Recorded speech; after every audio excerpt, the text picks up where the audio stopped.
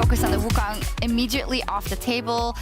If, of course, the volley bear doesn't get banned out, you think maybe that's going to get picked up. Alfari, anything out of the ordinary yet for you? Nothing too much, no. I mean, I think these bans make a lot of sense. You have to ban Wukong and Yuumi on red side against Mad. I'm surprised they actually banned Corki, because now that leaves Misfits open the ban Gangplank, which before you could kind of just prioritize Corki or GP as first pick, and now I'm not sure what they're looking to actually take as the first option.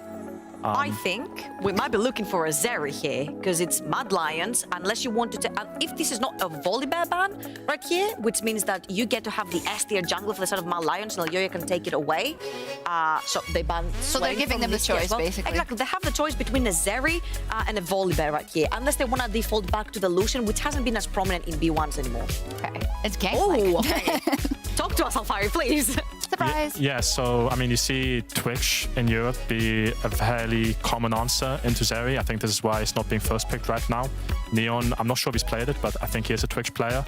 So it makes sense to not first pick Zeri, from my understanding of bot lane. And Gangplank, I think this, is the very, very high priority champion. It's good into Ornn, in my opinion, but, Ornn gets picked into it regardless. Yeah. So, yeah, I mean, it's been a great champion for Armut historically, but also specifically this split when he's been finding his footing. So in general, that's been working out. The Viego is being considered together with the Ornn. I'm just not a big fan of Viego right here. I'd rather see Zlatan on Lee Sin at this point instead of Viego. I thought you were really angry about the Lee Sin before. Oh! So why can Gilius? So you can't. Gilius isn't allowed to play it, but Zlatan is. Okay. Following historically, Zlatan has been one of the best Lee Sins in Europe, especially back when he was playing in the ERLs and the likes of Kick and everything. So bringing his Lee Sin back in spring. But you said then pretty versus fantastic. SK, I asked specifically backstage. I said, would you ever allow? And you said it's just not good right now. What do you think, Alfari? This is Zlatan Lee Sin. What do you think, Alfari? I mean, if Gilius couldn't make Lee Sin work, then I don't know if Zlatan can. I'm not a big fan of this champion right now, but it seems to be like a comfort pick, so maybe it can work. I love the trust out of trouble, but we'll see what actually happens. Kalista being locked in on the other side. I think if you manage to lock here Renata Kalista, you have secured yourself probably one of the strongest 2v2 bot lanes that exist in the meta right now. Of course, they're going to choose to go for the Viego. A little bit more of a passive jungler, if you ask me, likes to farm for more of the late game. So it actually gives a window for Zlatan if he locks in a very strong mid-jungle duo to actually try to make plays in the early game for Misfits. That would be, when you look at Misfits historically, their best avenue for success, right, Alfari? Yeah, I would not be surprised to see an Ari or an Alessandra locked in right now. And then you can ban 2 picks for it. You have a really strong mid-jungle, and you can kind of go from there. For draft, at least you have one strength already locked in. So it makes a lot of sense for the players as well, the way they want to play. Yeah, you also see that there's a clear go button on the side of Misfits, and I think with teams that lack wins, I'll just put it like that. Sometimes an Ornn is just really good, or something that can just say, okay, now we're going, guys, and that's the way it is. You know what's really good at stealing away your engaged tools? Sylas, which is something that Niski really loves to play in the mid lane. The Ari ult is really strong, the Lee Sin ult is really strong, the Ornn, who you can engage from super far away without putting yourself in danger if you're the Sylas. Of course, Niski's Twisted Fate is the primary target right here because he really likes to roam, but I think it might be fair to also ban his Sylas away to make sure that Mad Lions have less tools to engage with. It's got to be a Lissandra ban. I imagine versus Niski. I think he's going to get his hands on the Sylas if he wants to, but one or the other, I think this is... Oh, okay. He's going to get Lissandra, maybe. I think unlocking Lissandra here for Niski makes the Viego a little bit more viable in the early game because you have that much more setup onto the Ari. So you can bring your Viego in the mid lane and punish the Ari pre-level 6. It could be a very clever pick actually, because thank you, Alfire, completely forgot about the Lissandra. We talked about it previously as well. Does that actually happen often, Alfari? Because we often think, oh, they must have forgotten about X. Is it most of the time you're just willing to give it to the opponent because you think you have an answer? There's no way they forgot about Lissandra, right? Especially not Lissandra, I think. I think, yeah, the question was in general more. Yeah, I mean, it happens for sure, but I think a prime example would have been yesterday. Astralis was Fnatic not banning Wonders Gragas when it was in such a broken spot to just line pick it against all the champions. I think that must have been forgotten about. I think here, it's a very common matchup with Lissandra. They know that with TF and Sylas banned, this is 90% going to get locked in. Unless he's going to bring out something totally crazy, but it's not going to happen. It's going to be Lissandra. It's really obvious for everyone. And since Misfits knew it was coming, they probably are fine with it. Trouble, can you see their reasoning? I think that you're just really looking for a very strong mid jungle duo, and I think Lee Sin is very mobile, Ari is very mobile. They can dish out a lot of early game damage. You just need to make sure that Vito stays alive for the majority of the early game, which means until level 6, where he will have his flash and his ultimate if he wants to get out of sticky situations. Now the thing is, bot lane is extremely strong for the side of Mad Lions. They have the Kalista that wants to be snowballed in the early game. You've got the Lissandra in the middle that shoves in waves really quickly. So if we do see Niski on his ever-roaming style, it could be very short towards the top side, bot side of the map, because you have Zeri that wants to scale into the late game, but you're playing into a not-use Kalista. Alfari, what do you think about the Zeri and Renata for the bot lane roundout from Misfits? I mean, I really like Misfits bot lane pairing, actually. I think Renata is supposed to be a strong matchup into the Nautilus, so I was kind of surprised to see Nautilus locked in, but I guess they were anticipating Zeri and wanted to have that locked down for it as a last pick. But yeah, as a duo, Zeri, Renata, the scaling is really crazy, and I mean, they do have Nautilus ults to try and lock it down, but I think it is a good matchup for Misfits. Yeah. So I'm not sure. I like Misfits bot lane more. Yeah. I think whoever gets their hands on the engage button, if an anchor does land, whether it is on the Zeri or the Renata, Kalista was one of the strongest level 1s in the game. And if you do take control of the lane from the get-go, then that allows a lot of pressure from jungle and mid to bleed into your game, right? So Misfits, very key features right here. Make sure you cover your jungle. He's playing Lee Sin, which is one of the most exploitable junglers right now because he doesn't have a lot of really good matchups. Make sure Zlatan gets unspotted through the early game and try to bleed your mid jungle pressure onto the map. Okay, Misfits versus the Mad Lions. Misfits have given themselves the tools, at least, to get into those team fights and hopefully upset the Mad Lions, but they are coming off of a big win over G2 Esports, and everything seems to be working well for them. I'm going to toss soon because I'm building up to something. Quick prediction, Alfari. Honestly, I prefer Misfits comp, but Mad Lions have a gangplank, so Yeah. I'm not sure. I think Misfits going to win. Actually. Oh, I'm going to say is that a Misfits little bit win. of previous Misfits bias coming in there? No, it's not. No. Okay, good. It's just the draft bias. Okay, let's get into it. Misfits versus Mad Lions.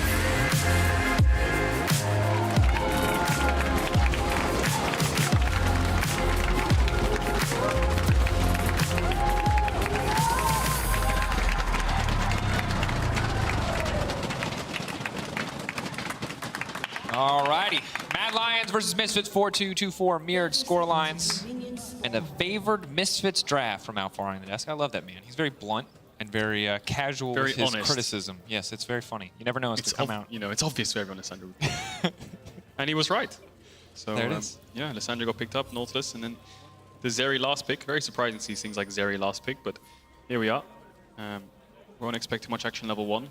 GP level 1 does do a lot of damage. Lee Sin doesn't. They could walk in if they fancy it. They're going to try to fish for information here and get a ward on red, I expect.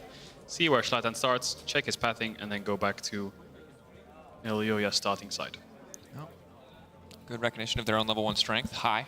Dracos, Cadril, still here, still Yep. casting. These are the minions. Our The ones we minions. spared. The rest will Sorry, die. 3 as minions it and 2 of decreases. us were a 5-man team. There it is. You can see why we struggle to make it out of lower elo. Thought you were going to do another playoff structure. No, you're good. We got to mix it up every once in a while. I'm free of medic. He normally drops them every single cast. Well, I mean, he's got to keep you on your toes. It's a balancing act, really. We talked about it behind stage, me and Medic, you know. Can't right. let the ego grow too big. I build you up, he tears you down. It's a team effort. Good cop, bad cop. Yep, exactly. Well, Armwood's going to have a very happy time in this lane phase. If anyone's not familiar with GP, you get Grasp, you hit minions, so Grasp is up, you press Q. And if he walks up, you hit him. And that's exactly what Armwood will do. And so Irrelevant might... Thought he was going to have to flash there, but Armwood's just going to back away. Doesn't want to commit fully to the auto attacks. And yeah, it's pretty annoying for Irrelevant to farm. GP will obviously win this lane early. We'll see if Irrelevant can find kill pressure at level 6 when Zlatan visits there, because Zlatan actually went on an interesting path. He went Raptors into Wolves, and now he's going to Gromp, I imagine, to level up and get to level 3. I mean, it is quite a quick level 3. We'll see if he goes towards bot afterwards. Otherwise, you're in this awkward spot where you do Gromp and blue, and now you have to run all the way to your red, right? But the benefit of that is that the ward will expire, so then Elioya won't know exactly when he's on that red. But then again, Elioya could walk into that red because he, like Alfari talked about on the desk, mid lane has push, it has CC, that allows Elioya to invade. Ping's already coming in. Elioya's question marking this red, saying, hang on, why hasn't this been started yet? If we could get the camera on Niski, we'll see he's just going to hover, and then there goes your red buff. So there's the early mid jungle that the desk was talking about, which puts Zlatan behind. So I guess Zlatan's only option here is to gank bot, because he's going to lose his red and Krugs, you imagine.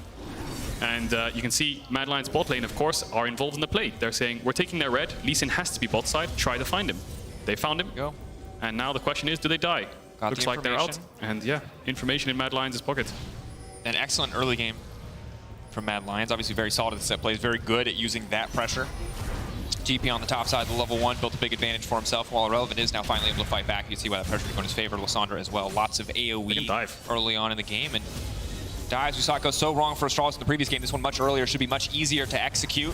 Demolish proc already coming through. Maybe they can just go for the plate. Niski on the way up as well. No one's taking the tower aggro yet. It's Elyoya immediately. He starts to run away slowly but surely. The Ice Shard goes a bit wide, but the auto will not. Mad Lions grab first blood. Very good patience there by Elyoya. The only way this dive would be messed up is if Elyoya hits the stun, gets tower aggro, and then gets knocked up. Then you're facing a 1-for-1 here as Kaiser pops the hook.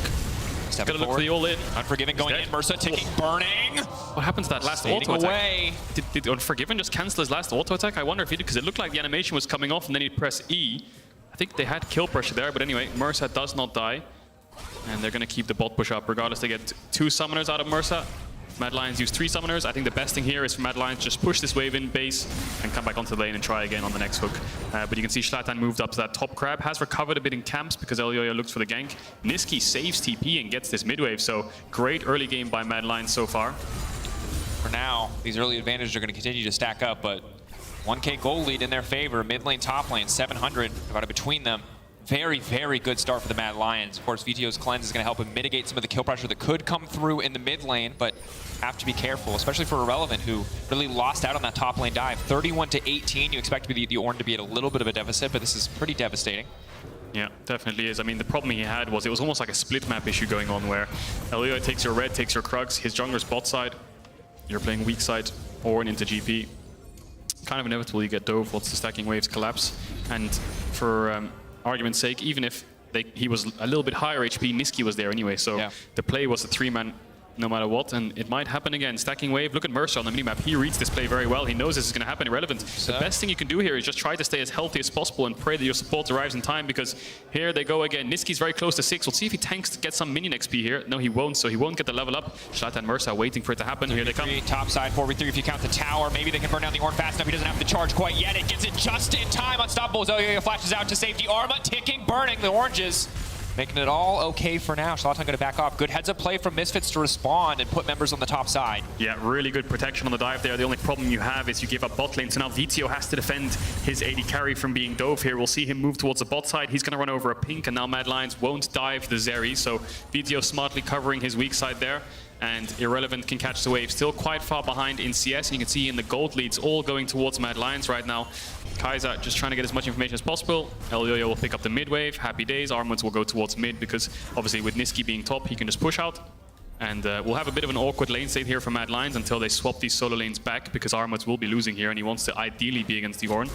So I expect Niski to just push out this next top wave base and then take over mid again. But credit to Mad Lions for adjusting their lane assignments on the fly and the way they worked with their recalls, even if the timings were not ideal. Mersa doing what he can to flash over the wall, hooking, locking him down. Oh, wow. Blast cone, they have to get away from that one. Mersa just instantly gone. The amount of damage coming out from Unforgiven is unbelievable. Yeah, no flash, of course. Didn't get the blast cone. Kaiser didn't let him. They're absolutely everywhere here, Mad Lions, moving around the map to perfection. If they got that kill on him earlier as well, this could be a 3-0 scoreline with a 2-0 Kalista, but they're still so far ahead already in this early game. I mean, they have 2 winning side lanes that can find all-ins at any point in the game, which Zlatan kind of has to defend, and a mid laner that can move around the map freely. So Niski hasn't based just yet from that top wave. He's going to collect waves. He has probably a lot of gold that he's sitting on that he can TP back and after spending, and then they'll still control through mid. Herald spawning in 1 minute. Kaiser's moving mid as well. And yeah, just perfect play so far in this early game for Mad Lions. This is where it gets really scary for Misfits, because now you have the GP ult up and available, Niski's ult as well, and when Unforgiven and Kaiser tick over to level 6. Those 2 cleanses, yeah, they're nice. They don't do a lot against the Nautilus ultimate or the Nautilus hook. So if they're able to push out enough on the bottom side to get Kaiser to start roaming, it's going to be nigh impossible to survive in those lanes. And I think this weekend is a great showing for Armwoods, because if you just think back to last year, his champion pool was quite small. A lot of people criticized it, saying he can only play Wukong, he can only play Gnar and Jace, and that's basically it. And then Gwen came out, and then Gwen got added to his champion pool, and his Gwen was quite successful. But in a meta with things like Lee Sin and Renekton, it looked like he wasn't really finding his footing. Spring, also, Armwood, where was Armwood? You know, this team doesn't make playoffs. He's a 2-time NXT champion, right? And He's not actually being able to match up or find pressure or find ways to carry his team. Last game against G2 yesterday, fantastic performance. This game again, he gets his hands on a first pick GP, which obviously has now been added to his pool. He's prioritizing incredible top pressure, and his team is actually able to play around it. Having that winning lane is so important when you have such a roaming mid playstyle from Nisqy. Getting the coal as well, so Arma going to come online very much ahead of schedule. GP naturally inflates his own gold, but still very good for him to have this kind of lead. 7 CS in the lead for now. Relevant though, level 7.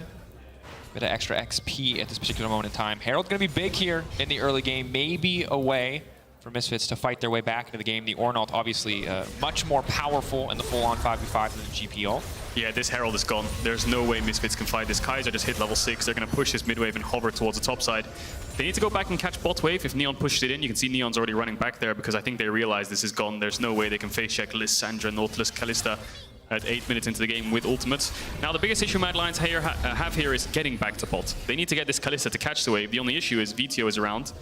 And now they have to fish their way through the darkness. The Zlatan could be there. They don't really have any information. So they're going to probably wait for Nisqy here and then go as a unit. Otherwise, they could get picked off. Unforgiven might have to be careful here. Looks like Zlatan's on in the bush. They're not going to stop him. And he should be back in time for bot. And so Mad Lions lose nothing.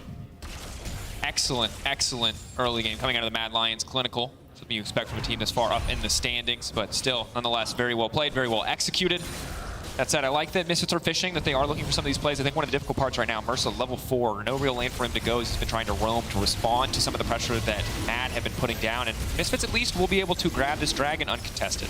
When the dragon dies though, this opens up a play for Mad. They can go 3-man top here. They have Herald, the tower could die, and Nisqy can get this blue buff. So we'll track the mid jungle again. Nisqy could take this blue, run top and dive dive Irrelevant again because all of your team's bot side. And it looks like that's going to be the play for Mad. 3-man top for the 3rd time in the game. Irrelevant extremely low, no mana. GP ult to push the wave in. Irrelevant has to kind of tank the wave here to stop them from being able to get to the tower range. And they're going to go anyway. Nowhere for him to go, just trying to delete the wave so they cannot push any further.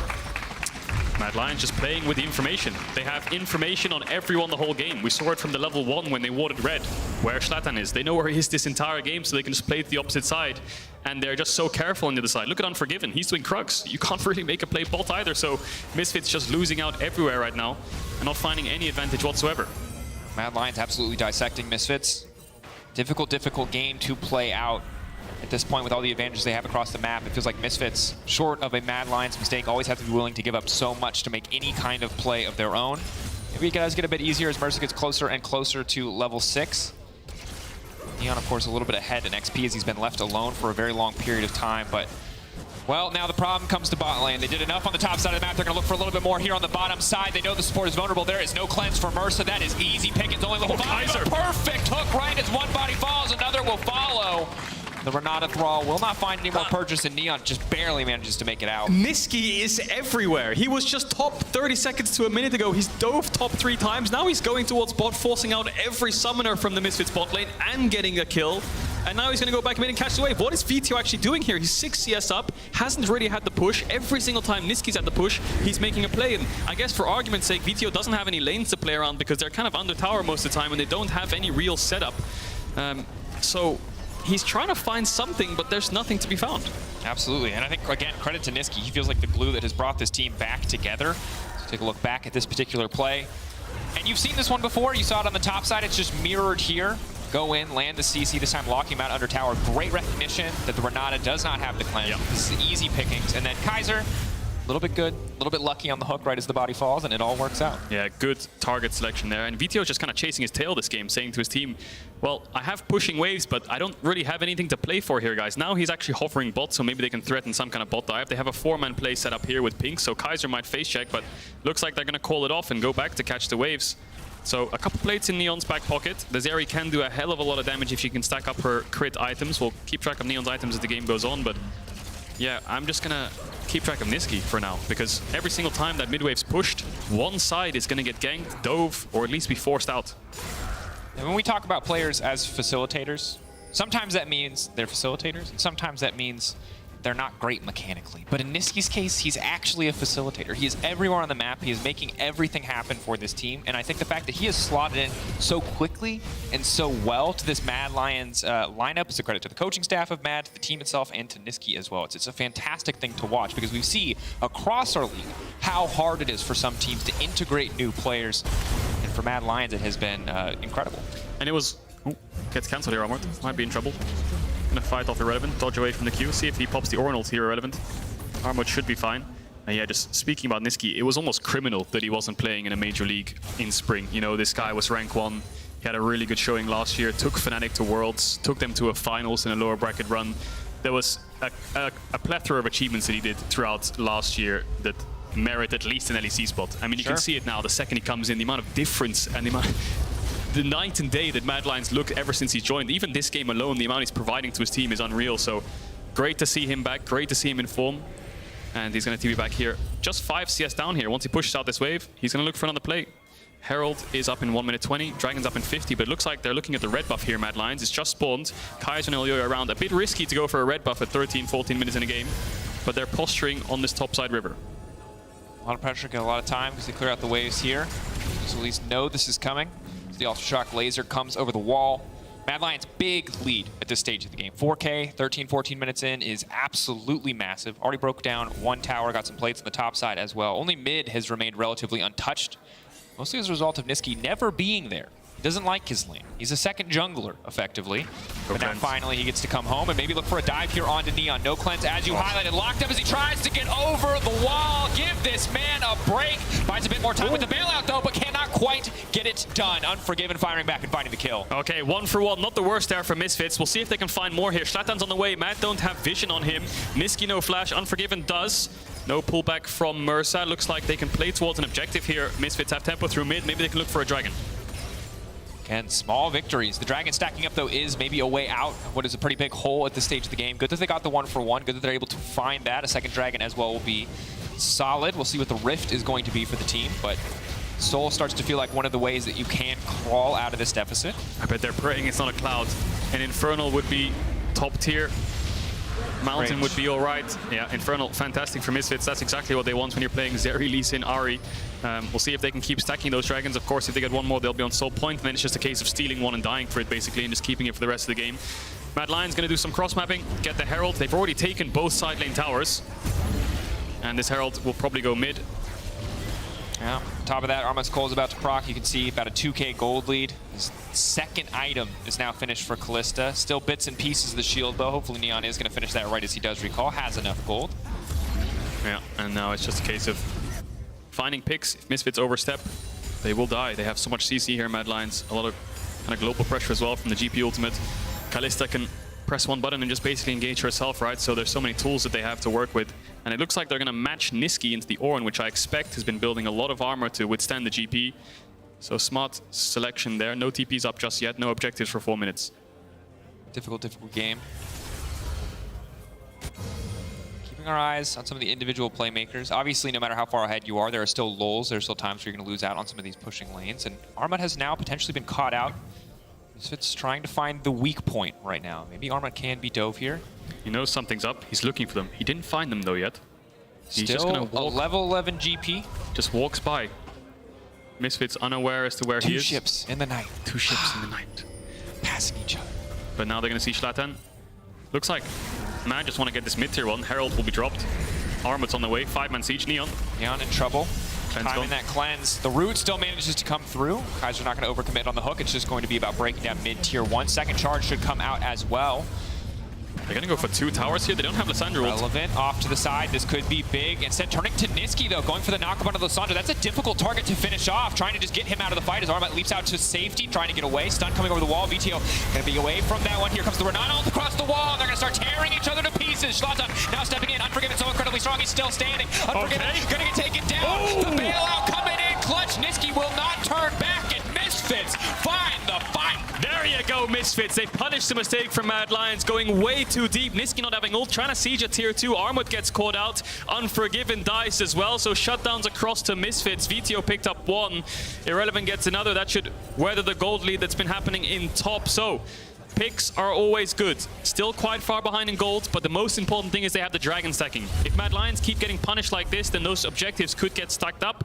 And now it's Armut. You can see Schlattern was bot way earlier on. Irrelevant, a bit confusing here. He goes for Niski, but I suppose he's kind of zoning him away regardless. Maybe Misfits could have tried to commit that side, but they're just way too far away. Armut, nice orange flash on the kick, but then they tried to overcommit into helping him. Charm connects, massive Everfrost from VTO, dashes away from Kaiser, who used the Kalista ult to knock him up, and Schlattern just good awareness to just keep going and looking for kills, because if they get nothing here, they might not have another chance. Playing on the absolute edge, the bailout, the gore drinker, everything coming together just to make sure that he can walk away with a sliver of life. Very well executed by Schlattern. You heard it on the desk.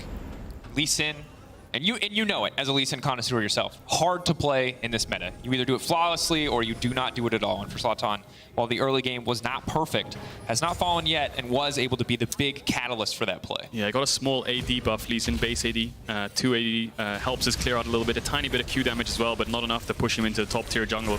Clear speed is quite slow, and yeah, durability update hasn't done him any favors. Doesn't scale super well into the later stages of the game, but now Mad are trying again. Round 2 for this mid tower. They have 2 creeps, but Misfits being out of position should guarantee it. It's just a case of do Misfits engage. Here's the TP from Irrelevant in mid lane. They're gonna have to collapse here. Armut has TP too, and he has ult. They're gonna try to find an angle here. Misfits just gonna chase them. Walking now into the pitch. Irrelevant with the ultimate. Has to wait for them to group up, try to find something. VTO now hooked, now locked up. Warren ulti, where are they going to go for? Niski, good use of the frozen path. They are going to walk away, just forced to use the GPO. Bot lane tower will fall as well in the meantime. But Mad Lions keeping their push up on the top side, pulling Misfits up to respond to them. But now Misfits risking a lot walking into the fog of war. They're like a pressure magnet right now. Misfits have to respond. The good news for Misfits is Drake's in 40 seconds, so if Mad Lions overstay, they can turn towards it. But if they engage, they don't have an Orin ult. VTO's a little bit lower than he might like to start off a fight. Misfits want to get this red buff onto Neon, get the mid wave and go to Dragon. Mad Lions very aware of it. Not going to stay here for too long, going to base and try to get there first. So now it's a race to the Dragon. Irrelevant won't have the Orin ult for it, but neither will Armut. Schlattern looking Way, wanting to go for the kick here. Pulling out the oranges, Schlattern just bullying them away, keeping the lane pressure at least even for now as they move. They're going to get first access to this. There's no vision on the bottom side either for the Mad Lions. It's going to be nigh impossible for them to contest without brute forcing. This is going to be the fight of a lifetime for Misfits. If they can win this and get the Dragon, they're on soul point for the rest of the game. 1 steal for a trade of death is absolutely fine later on. Mad Lions face checking into darkness. No Orin ult. They're just going to start it up. Looks like they just want to try to look for the flip. If Elioyo goes in, they can look for it. Eyes on Niski. Niski ready. A lot of AoE damage. Hook is going to go wide, though. That's going to be big. Niski not going to take the claw into the midst of the team. Neon waiting over the wall. Dragon getting lower and lower. Elliot now trying to step forward. Bailout coming through. Rather, ulti coming over the wall. Niski now going in. Neon, that's going to be the cleanse now. Burned out. Misfits retreating as 5. They know that they got what they came for. They do not need to risk anything else. Niski in the middle of Niski. That's a 3-man. Now going to go golden. Buys himself a brief moment as the rest of the team goes through. It's a reset for Elioya. It's going to be Misfits getting slaughtered. The 2-man knock him into the wall. The resets left and right. Vatio trying to get something done. Neon running for the hills. But overall, Mad Lions taking everything but the Dragon. It's a 3-for-1. The question that Misfits are going to ask themselves now is, can Mad do Baron? If they can't, it stings to lose the fight, but they are on soul point. They're going to run towards it. Irrelevant doesn't have TP. They have good secure with the Kalista, and the Viego GP should be enough damage to secure this. The question is, can VTO and Neon contest this? Neon looks like he's farming up camps, and I expect this Baron to be gone. So that's going to hurt Misfits a hell of a lot. Those tier 2s will probably fall. The siege will begin. And if they can weather it and fight this next Drake, there is an angle. There is a way that they can win this game. It's just really, really difficult. Only gets harder. Oh, and surviving under the towers with only the Ahri for reliable wave clear. It's going to be a difficult hold for Misfits. So, the Dragon gets burst down. Misfits get it. Niski flash ults Neon to get his cleanse. But then the E in to get the 3-man route into stopwatch was fantastic. The problem is he leaves himself a bit vulnerable here. Unforgiven does a lot of the work here in terms of cleaning up, but Schlattern with his Q and this massive kick actually knocks up Armut. He actually solo kills Niski in the backline, so there was a little bit of glimmer of hope here for Misfits in this fight. VTO doesn't get the reset on it though, and the backline is just being torn apart by Unforgiven Kaiser and Elioya. They're forced to run away. Yeah, the big thing about Elio is the second he gets that reset, there's just so many champions with immediately relevant CC cooldowns. He uses them, he goes back into Viego's normal form and just wipes up a fight. You can see now the gold. 3 members, all of the carries topping the charts on the side of the Mad Lions, expected with this kind of lead. Yeah. But again, the sliver of hope on the side of Misfits is this Infernal. They have the Ornn, they have some tools to make this fight work, but they need to get the pressure, they need to control, and most importantly, they need to live for 3 more minutes. It's going to be hard to survive this siege. Yeah, this tier 2 expected to fall with the cannon. They didn't get it down, and Irrelevant's not there yet. They're going to defend the tier 3 unless Zlatan can find a hero play here with a flash ward jump kick onto Unforgiven. The thing that stings again for Misfits is because they have 3 Drakes, they don't get objective bounties. You know, that top tier 1 dying an objective bounty will always help. It accrues more and more gold every now and then when you get these objectives, but they won't have that. 2 minutes 30 seconds is what they're waiting for. They're going to have to go full elixir, full items, stopwatches, absolutely everything all on the next dragon. And try to find it. And if they can go 3 for 4, 2 for 4, even losing the fight, of course, just getting the objectives all they want. That's exactly what they're focusing on. Misfits. Win is very important at this stage. Separating yourself from the bottom of the pack, crucial in the race for playoffs. Saw earlier today, Astralis getting knocked down a little bit, 3 and 4 now as Vitality rises up to 4 and 3. They can tie themselves with Astralis with the win here, taking down an opponent that currently stands very far above them. But in these early weeks, everything is so close that these wins matter so much. Irrelevant. Pushing for the knockup. Bit of poke back and forth. Some nice footwork to get away from any potential damage. It's going to be a bit of an ARAM for the next minute 30 seconds. Every wave pushed in the mid is a little bit more vision. 2 items complete across the board for Misfits. Healing relics not even there. It's a hard ARAM. It's a hard one. Mad Lions fishing though. Kaiser a lot of confidence to step forward like this. Luckily he is tanky enough to just survive that. Misfits of course can't afford to overcommit onto a support or very quickly find themselves collapsed on. Yeah, they want to get this top tier 2 here. Mad Lions want to keep Misfits in their base, keep them responding. Looks like Misfits want to answer and defend this. All 5 of them up here. There's no 1-4 here for Mad Lions, so there's no pressure on any other lanes, so Misfits can just invest everyone here to defend. Kaiser hits VTO. Lands in. Zlatan sidestepping, sentences VTO to death. He goes Golden, buys himself a brief moment with the bit. Gonna be good. Hostile takeover buys a bit more space. GP getting cut down. Okay, Misfits. Maybe they found a VTO. He's still got 2 stacks left. Niski's all out of mana, and now Unforgiven, the last man standing. Okay, doing Misfits. so much work, but it does not matter. Misfits, how do they do it? That was a massive fight for Misfits. I don't know how many people Mercer hit with that ultimate, that hostile takeover. I think it was at least 3, maybe 4, and all of Mad Lions started hitting each other. That's when Neon could jump over the wall and dish out so much damage from a different angle, and that allows Misfits a big of 5 kills. Let's look at this again because we'll keep track of this hostile takeover. Kaiser, massive hook onto VTO, lands the ult as well. I think he does pop the stopwatch shortly before getting CC'd, so he does live. Here comes the hostile takeover. It hits into a 3-man knockup as well. And watch Neon on the side just dishing out all the damage. Unforgiven pops a stopwatch and then goes towards the backside of the fight. All of Mad Lions try to kite back. VTO dashing in and out, trying to find resets. And then it ends up in a 3 versus 1 for Unforgiven. He falls, Niski falls, and now the question is, where are we at live? Are we towards the dragon? Because it's spawning in 10 seconds. Misfits get the crab, they get the setup. Niski TPing in. Ultimates coming up. Neon and Mercer don't have them yet. This was their one way out. This was their miracle. They found the fight. They gave them access to the pit. Now they need to find one more to keep things going. Irrelevant's ult's just around the corner. Neon, Maybe no they cleanse. can play for that one. Neon, no cleanse, no ulti either. No hostile takeover. I think Misfits could decide to not fight this. No cleanse on Neon, no ults just yet, but it looks like the way they're posturing, they do want to fight it. They're going to go in for it. Zlatan committing. Need at least one small cooldown. Did he use the smite? He has another one coming up soon. I'm not sure how long that smite cooldown is. If it's 15 seconds, then he should be all right. It's ticking down slowly. Misfits are waiting. They've got Mercer's ult up in around 5 to 10 seconds. They just need to buy a bit more time. Eyes on Niski, though. He's looking for Neon. They should know that he has no cleanse. He's Mad Lions' target. Going in, kicking the jungler away. Maybe a little bit of a mistake, because now he's just going to get locked up. He has to follow up onto El Yo-Yo. VTO pursuing. They're just trying to take out the jungler. In the meantime, Mad Lions, what is their call? The Charm manages to connect. VTO, the Euro play. We talked about jungle mid, and here they are standing strong as they buy the jungler of the Mad Lions. Mad Lions are now forced to commit. They have to stay for this play, but it does not work. Niski overstays the hostile takeover. Glista and GP beating the hell out of each other, and it's Misfits who are coming out on top. Neon ready to go over the wall in a moment if he needs to. Kaiser getting thrown back in, trying to buy space, trying to buy time, but it's Unforgiven. He laid a Forgotten in the fight, but he still does so much damage. Armine in the midst of the pit, but Neon is stacking. He's got so much speed. He's got so much damage. It's an absolute brawl. It is a bloodbath, but Misfits will find the Infernal Soul. They have no smite. They're being very cautious about this because they need to secure it. But the Mad Lions of Misfits have done it. An ace in top lane, a winning fight around Dragon. Huge gold deficits. Now they have themselves a soul. I cannot believe what we are seeing from Misfits right now. The fight on the top side, perfect punishment to an overeager engage from the Mad Lions. Transitioned into this play, absolute confidence from Zlatan, the follow-up from VTO, the team coordination we were waiting to see. The confidence and trust. VTO commits all the charges to land this one charm where Elyoya has to pop the stopwatch. He buys a bit of time for the rest of his team, but Mad Lions just look a little bit lost here. Niski's trying to say, let's go in here on this side. We need to collapse on these 3 members. We have 3 ourselves. But then the second he lands, he gets charmed by VTO. No hesitation to go back in. Hostile takeover onto 2 of the biggest auto-attack damages Mad Lions have. And then a lot of confusion here from Mad Lions, but Misfits staying calm and collected and staying together. Kaiser throws himself in 1 versus 2. Unforgiven tries to hit, but Misfits know the clear win condition is Dragon. He can't get the execute onto Zlatan. Armut even flashing forwards. Bit confusing there because Neon makes fun of him a bit against the barrels. And when the pressure was on for Mad Lions, the calls became split. The GP all not in the right place whatsoever. Niski going over the wall blind, hoping to find something. It all fell apart for them in the chaos of the moment. It was Misfits who retained their composure. Yeah, that Callista damage is nuts,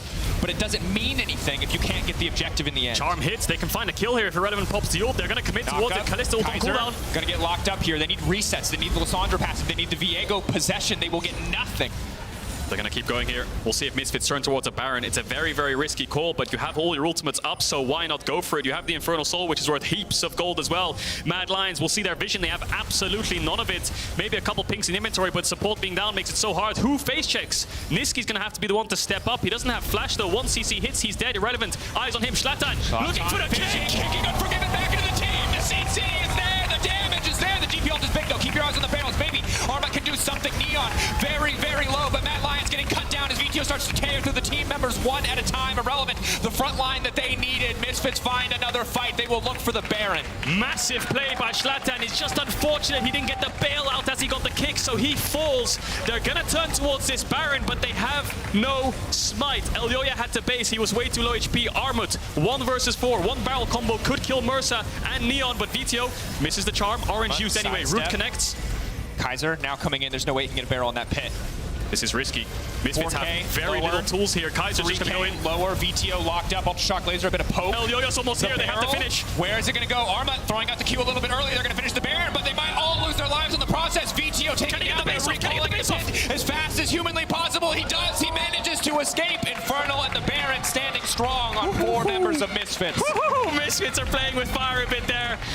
VTO dies, but they have 4 Baron buffs, and my god, they found their way back into this. How the hell have they done it? 3 minutes on Elder, and with this Baron, there's so much standing gold left on the map. The mid-tier 1 is still up after 30 minutes. And this game was a foregone conclusion. It was Mad Lions walking a victory lap as they led Misfits on a leash around the map, but they got overconfident. Believed too much on the top side play, saw a hook on VTO, overcommitted, and that single moment turned the game against them because Misfits have been punishing them left and right, finding these team fights, finding an incredible level of coordination that we have not seen from them yet this season. And let's not forget, Misfits beat SK. They beat BDS yesterday. If they win today, that's a 3-game win streak for Misfits. That's massive. We call them the streaky team. It would be 4 losses into 3 wins, so they can start contesting the middle of the table, getting that fight with Vitality and Astralis, and this is a massive stepping stone against a team like Mad Lions.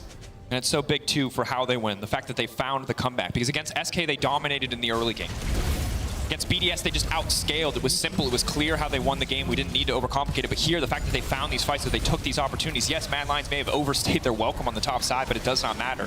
When that opportunity presented themselves, Misfits found it. And now they're looking to break down this tier 2 tower. But here comes the TP. Here comes Niski. Neon has cleanse. Mursa, of course, doesn't. So he might be the target here for Niski. They're bunched up. This is the worst place to be against Lissandra. Everybody locked up into the immediate GP. But it's not the takeover.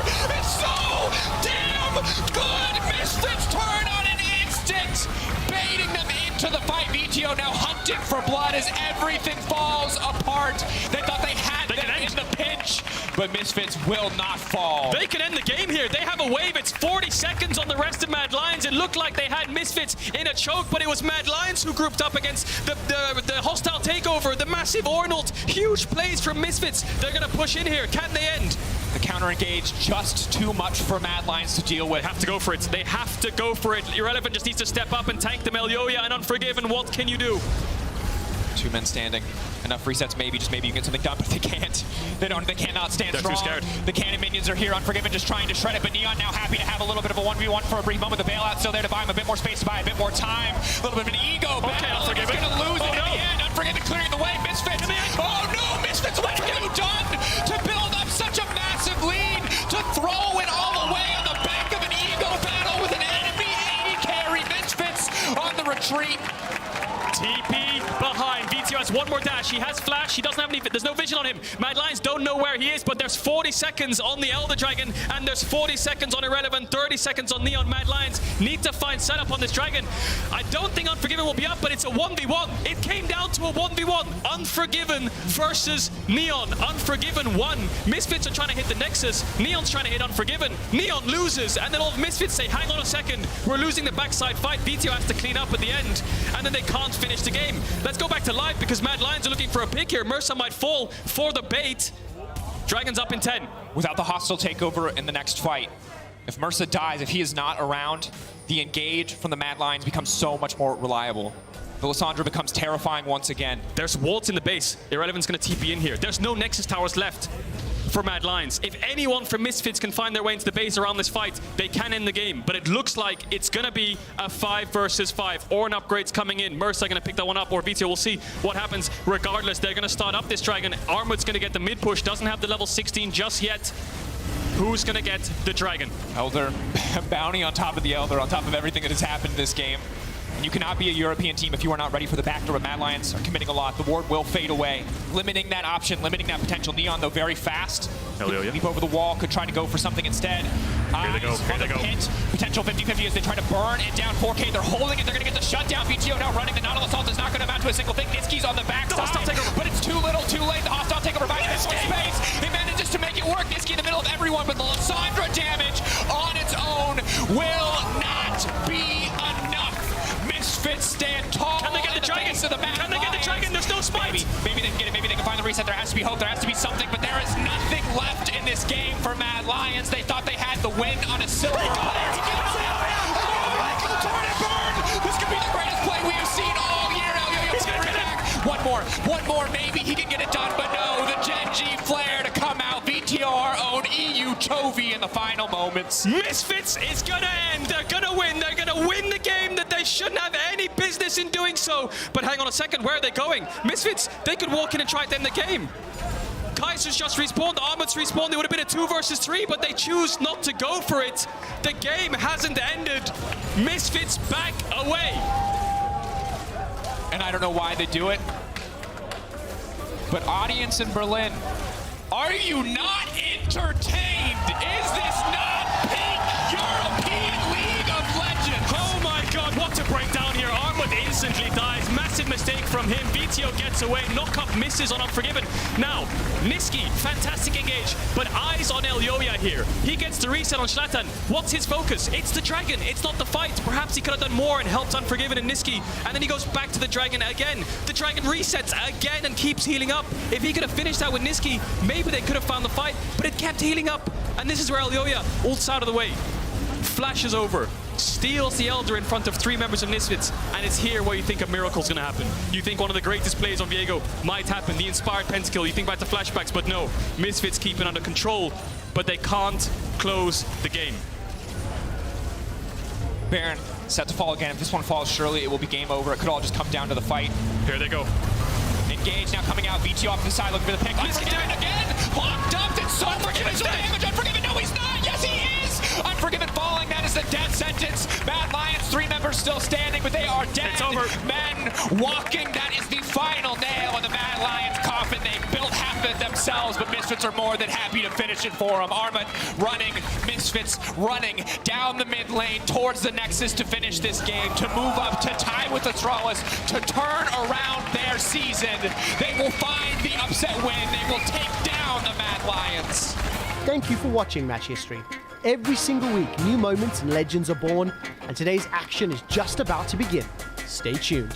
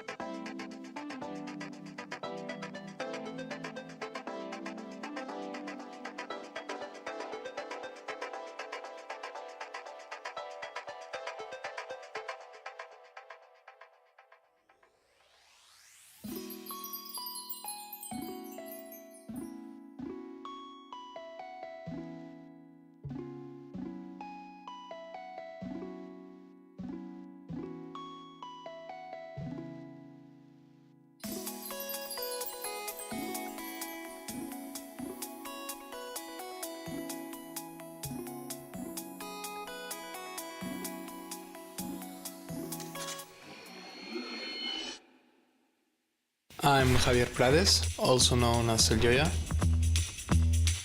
and I play jungle for Mad Lions.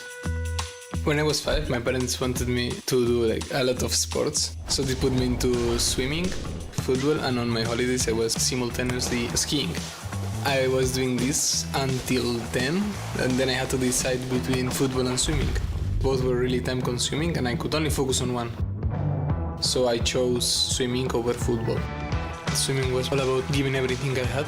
I remember finishing competitions completely exhausted, but it was all worth it. You would take down your time, even if it was only a couple of seconds. It felt really satisfying to see your mark go down. So at the age of 16 I had to make a decision. It was either continuing swimming or going full-time into league.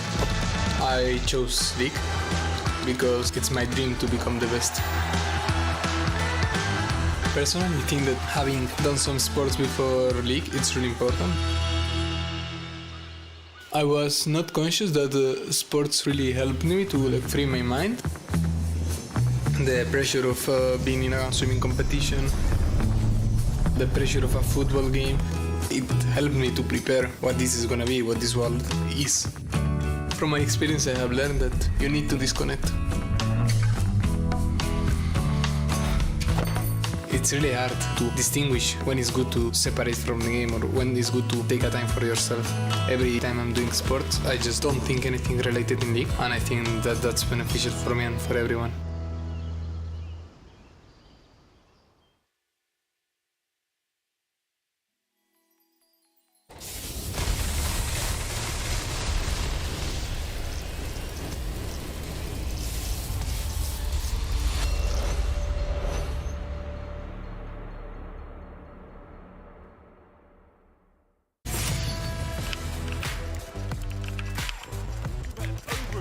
Winning his matchup, taking control of this lane. Incredibly impressive stuff, really inspirational. And here we go, he's looking for something. What a move! This man is on fire! That's the kind of play which makes me want to be on stage. Hold on.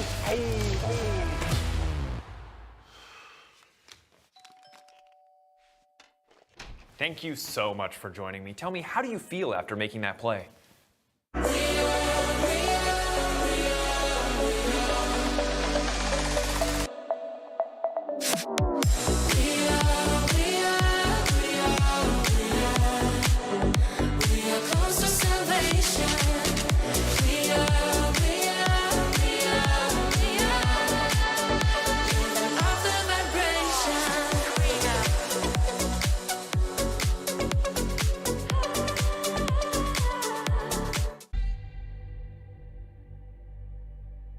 For those who watch, for those who move, for those who play.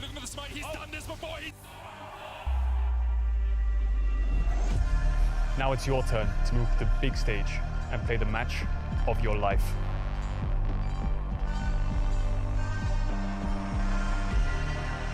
Kia, movement that inspires.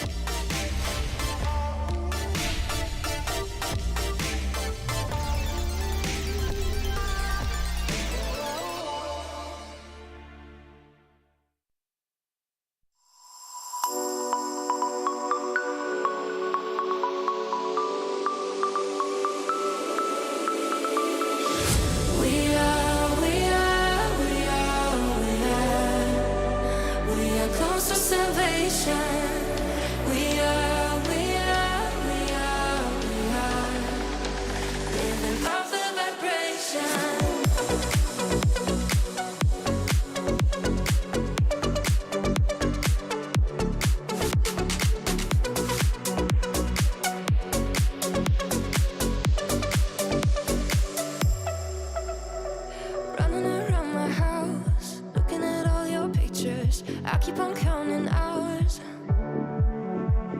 haunted by all my doubts, looking into the mirror, falling out from the clouds.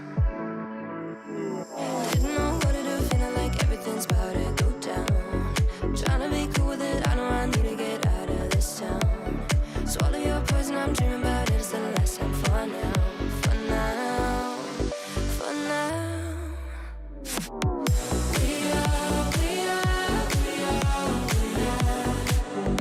We are close to salvation. We are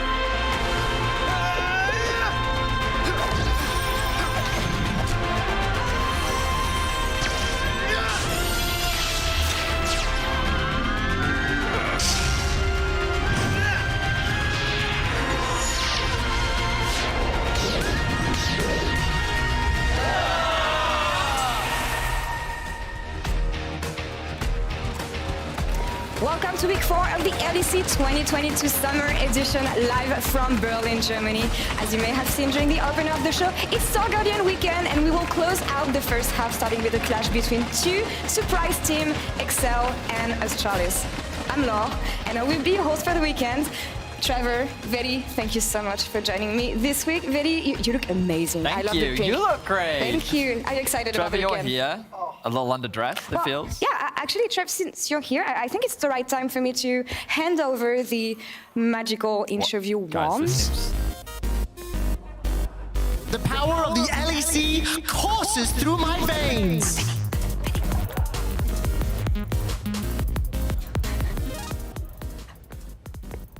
That was something. Was that really necessary? It's not about it being necessary. It's just about being fun and celebrating the Is that the initiation to being an interviewer? You have to, like, ascend? You know what? We'll just go with the flow because we're back after 1 week break in the LEC. And let's take a look at what happened in the season so far. Trouble, looking at the standings, Rogue, Fnatic, top 3, Excel, top 1.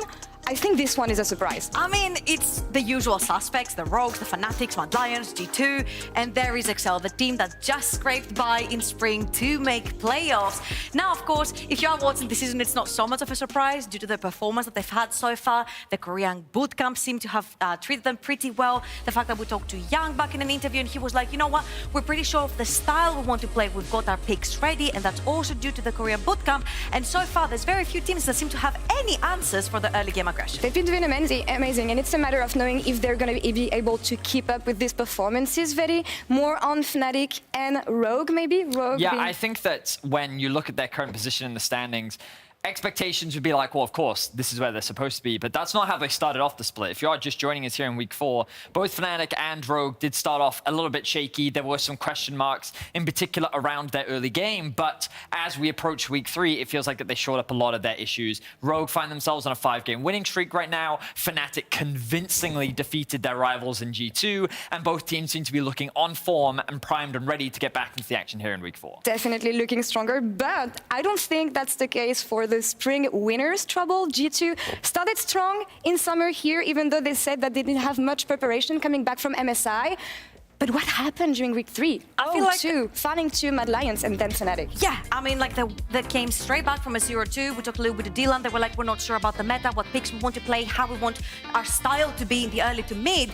But also, I have to give it to them in the losses. I feel like versus Fnatic, Razork was on fire. He was a demon on the Rift. He was choking out Jankos from any potential gank. But when it comes to the Mad side of things, I felt like this was more a, we shut down Caps, you have no way back into the game, and this is a weakness G2 has really to work on, because every time Caps has been shut down from them, they've barely found a way back into this game. It does just feel like that G2 are a team that are always going to have highs and lows during the regular season, and this is a team that, based on their current iteration, needs that time and prep in order to figure out what it is that they want to do and how they approach the game. And I think that their actual time in MSI really prepped them for the start of the split, but as teams got better, it seems that they started to figure G2 out. But now with a week break, an opportunity to reset, I'm expecting G2 to come back hard and fast as we get closer to that halfway point. You mentioned MSI, and I think it's a really good point, because Trouble, they didn't have much time to prep and get ready for summer. How much did you think it impacted G2 coming into summer split? I mean, you just have to look to last season, right? The Mad Lions winning spring, then going to MSI, then summer hits, and the regular split is absolutely atrocious. They were losing to teams they weren't supposed to lose, and that burnout sort of starts hitting you. I feel like it's the same thing with G2, even though now it's even worse, because due to the durability changes, the entire meta is changing, the entire style you want to play the game is changing, and until you figure this out without having a break, you got to put 5 times the work of other teams. But I think a lot of credit needs to be given to G2, because remember that they found themselves at 4-1 heading into that last week, and I think that they were riding off the momentum that they had at MSI very well. So huge credit to them. Obviously, they did end up falling short 0-2 at the final hurdle, but we'll see what they look like as they bounce back here in week 4. What would be G2 without some funny games or funny weeks, I want to say. But now we touched on the teams that had solid enough bases to keep the same roster from spring to summer. But let's talk about the other teams, that I want to touch on Mad Lions here, Vedi, because Niski is back and he's doing wonders for the team. He certainly is. Many were surprised to not see him on the Rift last split in the LEC, but he did he joined the Mad Lions rather to provide this new iteration of the lineup, and my expectations were that they'd be a bit of a slow starter, but I think that they've looked incredibly good. Their early to mid game has looked fantastic. Their team fighting looks to be as good as it used to be in the past, and I feel like that while we have seen some poor decisions when it comes to their late game, I think that overall this team is an impressive one to watch. So this addition of Nisqy seems to be the most impactful roster change of the LEC. And I really like what you said here about Mad Lions and their ability to teamfight trouble, because this is what the Mad Lions used to look like. Maybe the meta favoring them also now, but also Nisqy helping a lot in communication and bridging Elioya into what he's the best at. I feel like a few months ago I had a talk with Nisqy and he was talking to me about his time over in NA and how he was shot calling there as well, how he was making a lot of the calls for the team, right? And coming into the Mad Lions, you're expecting Nisqy to try and find this time to gel himself into the team. It feels like taking that leader role, breaking down the fight, A, B, C, D, start to finish, has really helped rookies, for example, like Unforgiven, to find their role in the team as well. A few words maybe, Veli, on Astralis and also Vitality, who changed their jungler, bringing Haru in. Well, I will say that I think that while they did make changes for Astralis, the roster, while showcasing improvement, still not quite enough yet from what we've seen to be able to break into the top 5. They are competing very closely with Vitality, as both of their rosters are still trying to figure out what gives them the necessary growth in order to be able to fight for the top spots. And with this 1 week break, maybe they've been able to fix some of their issues. We'll have to wait and see. We'll have to wait and see, and they will have a big challenge this week facing some of the top dogs in the LEC, and other teams will also have a challenge because we will be playing on the B version of the pack 12.12, and Trouble wanted to run us through some picks. This is not picks to watch, guys. Trouble, the floor is yours. All right, hello guys. I'm not going to talk about Katarina, which was buffed in 12.12b, so if you want to try her out, go ahead. I'm going to talk about my first pick, which is Amumu, who, yes, was buffed in 12.12 initially. His Bandit Toss went from 70 mana down to 30, less than half on rank 1, plus he got a whooping of 50 flat damage added to his ultimate at level 6. Now, if you calculate that the average champion at level 6 has about 1000 HP, you can understand that 50 flat damage at fights like Rift Herald, where teams like to group up, is huge.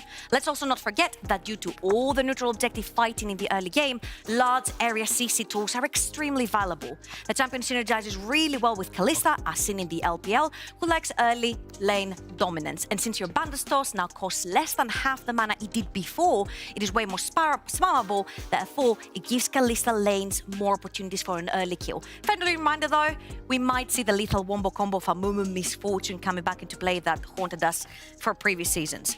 Pick number 2, or as pros would like to say, the most broken champion currently on the patch, Seraphine.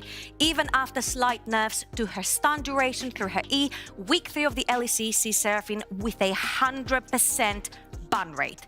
But why? Seraphine has very strong wave clear and anti-dive tools. See her ultimate, empowered E, healing and shielding. And even though the early game used to be one of her weakest spots, durability patch solved this issue for her a long time ago.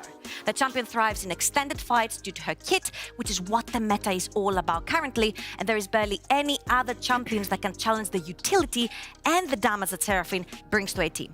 She's flexed between mid and bot, which allows draft flexibility and now hard scales on 2 items, Liandry's and Rylai's, rather than being a 4-item spike in heal bot that we remember from previous seasons. Now, one of my favorites, and a bunch of junglers that we have in the LEC, came back, which is Lee Sin. Now, due to the recent 12.12b clear speed jungle nerfs to Wukong, the Monkey King is stepping down, and a new, honestly kind of old, early game proactive jungler has risen back up to the top. Lee Sin received some AD and Q damage buffs a few patches ago, but it hasn't been until now that we see him on the Rift. With a lack of early game playmaking champions, Volibear, your turn is coming soon, Lee Sin has always returned in every meta to solve the issue.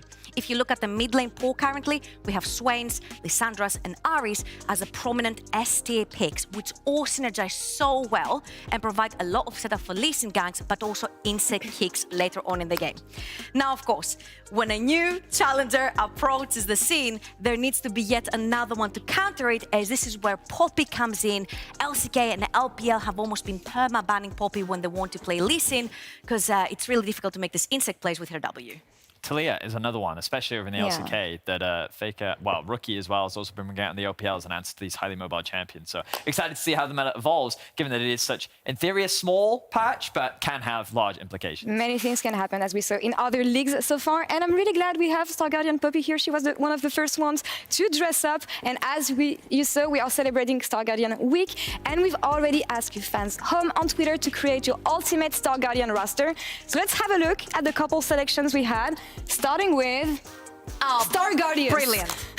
Of course. The winner. This is the roster that's going to save the world. We haven't seen the rest. I mean, it doesn't matter. Like, when the world is in peril, what do you need? 5 of these. That's what you need. So you would clone yourself to save the world? I mean, no, these are my cousins. I mean, you can see them all right here. Talias, Echoias, Akalias. I want to say that Vitality told that if you put this on broadcast, we might follow him on Twitter. Nice one, Vitality. Wow. I see you. Great minds think alike. All right, let's take a look at the next one. What do we have? Oh, okay. Okay, I mean, there's 5 Venices and there's 5 Yankoses, you know? And all I'm going to say is my hit rate would probably be higher. I think we're doomed. This would be very chaotic because every single Yankos that I'm seeing right now would invade on their own, but would blame the other Yankos, which then would blame the other Yankos, which then would blame the other Yankos. Of course. And this creates a circle that would never break. Can you just imagine how loud this roster would be? Oh, wow. Honestly. You would know they were coming. No. Surprise attacks would not be a thing. Don't invite them to the studio. There's also like so many skill shots here. All right, last one, please. Let's take a look. Of course. Star Guardian Draven. This is scary, honestly. I think it's the mustache. I think this is cursed. This is super cursed. Of course, I mean, they would arrive in style. They would they save you? Debatable. No, they would probably FF 10 if they died 2 times in lane. Something would change. That's what we can guarantee. It's just Draven. They would just end up killing each other Draven or needs a fighting Star each Guardian other. skin. That's what I've decided. He needs a skin. Moving on and going back to the LEC, of course, because this is what we're focused on, from the best fantasy lineups to the actual top dogs. In the LEC, tomorrow Fnatic and Team Vitality will clash for a spot on top of the standings in our OG Ultra Gear match of the week. Let's take a look at it.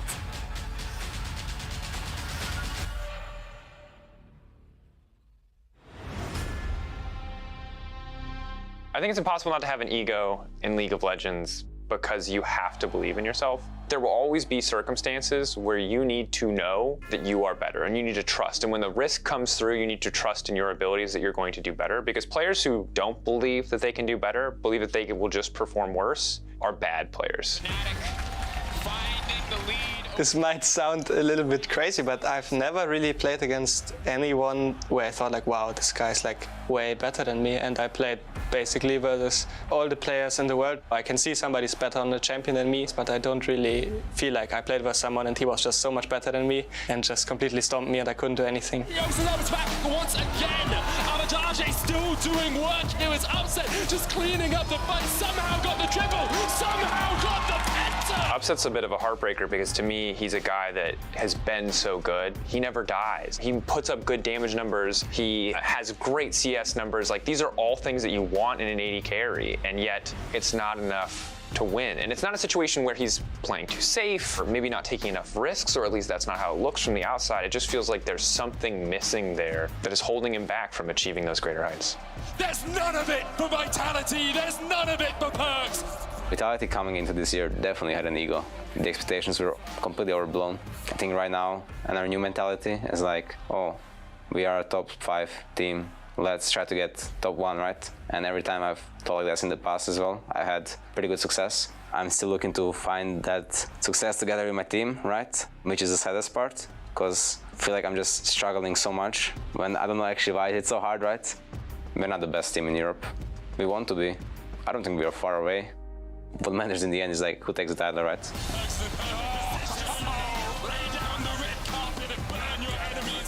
I think when you look at both these teams, ultimately they're both chasing a trophy. But right now, Vitality are the ones that are lagging behind.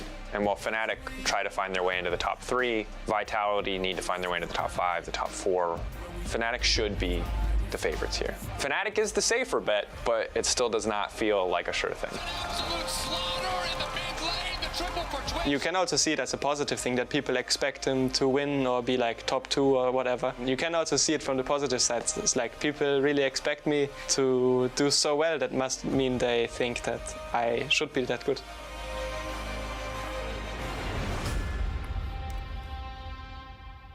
Wow, a lot of strong takes, I feel, from this Match of the Week video. And I think this is fair. Right? When Perk said the team had a lot of ego, we had to readjust, this is fair given the expectations that were on Vitality's roster at the end of the beginning of the year, rather.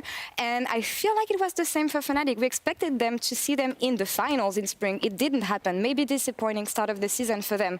But they readjusted in summer, Vedi. For sure. I think that when we look back at spring, the results coming into the start of the split would be that these teams would be fighting for the finals. And if not both of them in the finals, then they would be contenders. One of them would be. And the fact that neither of them were in the finals, the fact that Vitality was eliminated very early on in playoffs and Fnatic fell short to G2 of all teams was an expectation, a result that we did not really expect to see. And I think that coming into this split, they've both, well, I think Vitality have very rightly readjusted their expectations and they're kind of taking things one step at a time. But I think that right now, the scrutiny is still upon them, and they need to prove that they can compete with the best because they're yet to take down any of the top 5 that we have in our league. What's on the side of Fnatic trouble? Because I remember most of the players, especially Upset during an interview, saying that coming off spring, they realized that they needed to find themselves as a team. The core was missing. Do you think it's on motion now for them? I feel like we have to bring the bad news first and the good news after. The bad news are Fnatic have not won anything since 2018. Which is a very long time ago. If my maths don't fail me, that's 4 years ago. But the good news are you see how the roster's coming in with very big expectations from themselves, and they're actually showing it on the Rift. They're doing pretty well right now. Upset said, no one has really challenged me yet. We're talking about the best bot in the West that we've been singing their praises for so long. And then you have Wonder suddenly coming into this roster. And I feel like especially, oh my God, his Gragas performances, like this guy has his niche peak. That niche peak is Gragas, but the fact that you can trust this guy to give him the pick that he wants, and then he will take control of lane, he will take control of the top side of the map, he will spike on that one item on the champion, and then he will provide you with engages, disengage. I think he had something like 800 damage per minute on the Gragas, which is absolutely absurd.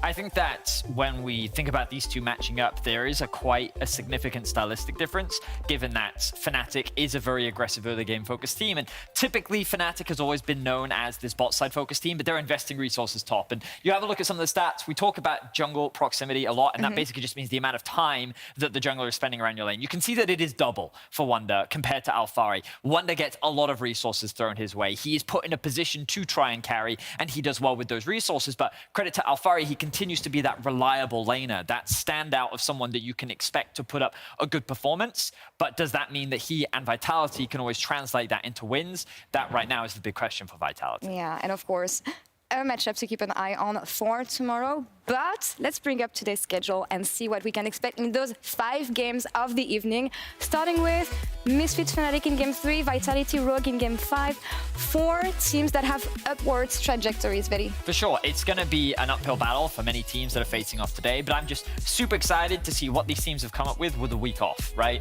Because some teams took breaks, some teams continue to practice, but I think that whenever you give a period of time for players to reset and reevaluate what the meta looks like, they'll always come in with fresh ideas, new picks, new things practiced. And I think that this week, or this day even, could be the day where a lot of shakeups and expectations are already shattered compared to what we had before. And what Vedi said is so important, because coming into the durability patch, a lot of the teams didn't exactly know how they wanted to play the game, how the game has particularly changed. Are Tara dives diable? Are they not? Do you want to scale? Do you want to play a proactive early game? And I think having that 1 week off when you've seen a lot of the teams already play might change up a few playstyles. Yeah, and we'll see how all this team can perform. But talking about the first match today, we will have XL facing off against Astralis.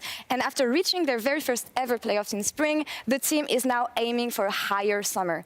Let's put the spotlight on the surprise team this season.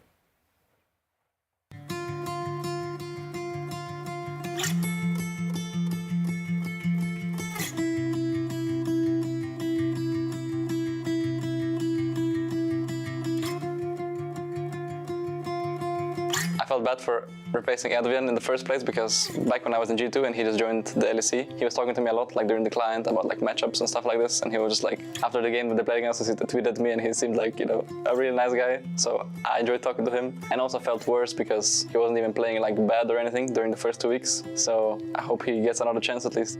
I think without me they would make playoffs already, like last split, just because I think their players are good enough. I think that's one of the reasons why I joined the team and why I think we did well, because I already knew beforehand that the players were good enough. I pride myself with that. I think I have a good scouting eye. I could be a talent scouter at some point. And what I could have brought as well to the team that was maybe better than Advin was probably like laning phase. I feel like me and Patrick right now are probably one of the best. I think we're kind of like stomping everyone. It has taken 1,142 days, and on the 7th time of trying, XL will make playoffs. I think it was nice, change of pace, I guess, that you don't have any expectations to win. Of course, you have expectations of yourself, but even you don't expect to win like every single game that you play. Some games you're just like, yeah, I mean, you'll be playing against G2 today or something. It could be a very hard one. So I guess it's different in that regard. It doesn't feel like really, really bad if you lose to like, in theory, worse team than you. Well, it still does, but like not as bad as when you were in G2. It kind of reminds me of the Splice days when I just joined and I was like enjoying every day. You know, go on stage, you never know what was gonna happen. If you win 2-0, really good. If you lose 0-2, sucks, we'll get it next time, you know. With the Winter's Bite, locked in place, has used the cleanse, will flash the wall, but the chase is on. Face call, a double. Finn with the barrel takes Hillisang's head. After Spring Split, we talked about that if we don't make it to MSI, we should go to Korea to bootcamp anyway, because it's just very useful. And I said basically that if we actually want to make Worlds, we have to go to Korea, otherwise probably not making it. It was started by the players, and the organization immediately backed it and said, okay, if this is what you guys need and want, we will make it happen. Going into Korea, we had the goal to play way more for our bot lane. And secondly, the Korean teams, the solo queue meta, the Chinese teams, they really force an early game meta, because if you don't draft for early game, they will end the game very quickly against you. So we couldn't get away with scaling. Nelson was like the big part of why we actually got scrims with the good teams. He can like talk to all the coaches from LPL, and he knows a lot of them. So they were actually down to scrim us. I think otherwise it would be hard to number 1, number 2 LPL team to scrim number 6 EU team that came to Korea for fun. Thanks to Nelson, we got a lot of like tryout scrims, and teams would like try if we were like good enough to scrim against them, and we would give everything to prove ourselves that we were good enough. And most of the times we ended up successfully doing so, and then getting more scrims against the top teams. Almost every scrim game was like a stage game. So everyone gave 100%, 6 to 9 games a day. We've got so much experience against good teams because we wanted to prove ourselves against these teams and show them that we can hang with them. This is Newduck now, looks for the TP, he's in. A great gnaw pulls them back. Newduck looks for the back line, and Kazi is assassinated by the Duck.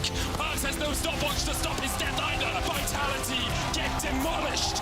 XL are not willing to lose today. Sometimes I still, you could say like I choke it a bit, like in the laning phase, like I don't know. I don't live up to my expectations, I guess. Other than that, I think we're doing fine for now. But I think we are much better than what we showed on stage so far. I personally feel a lot of pressure to perform very well with this roster, especially now that the expectation is so high. That's partly because having been with XL for 2.5 years now, it feels like if we're going to Worlds, this is the moment. It's like the one and only moment we've been waiting for so long. And if we don't grab it now, it might never happen again.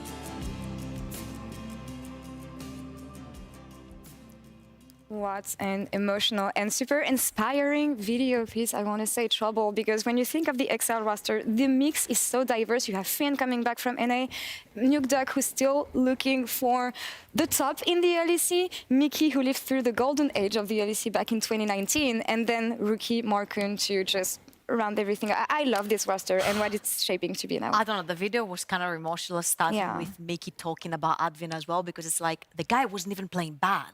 But I have a good scouting eye. I really wanted to play with that team. Someone had to step down. That was Advin. Mickey takes the reins, and they actually make playoffs. Now, at the start of the season, we had Finn over in the NOC, and he talked to us a little bit about the bootcamp. He couldn't tell us particular details on who they screamed, but he was like, we screamed MSI teams. We screamed teams that play with the MSI teams in their leagues, talking LCK, LPL and stuff like this, like really top teams.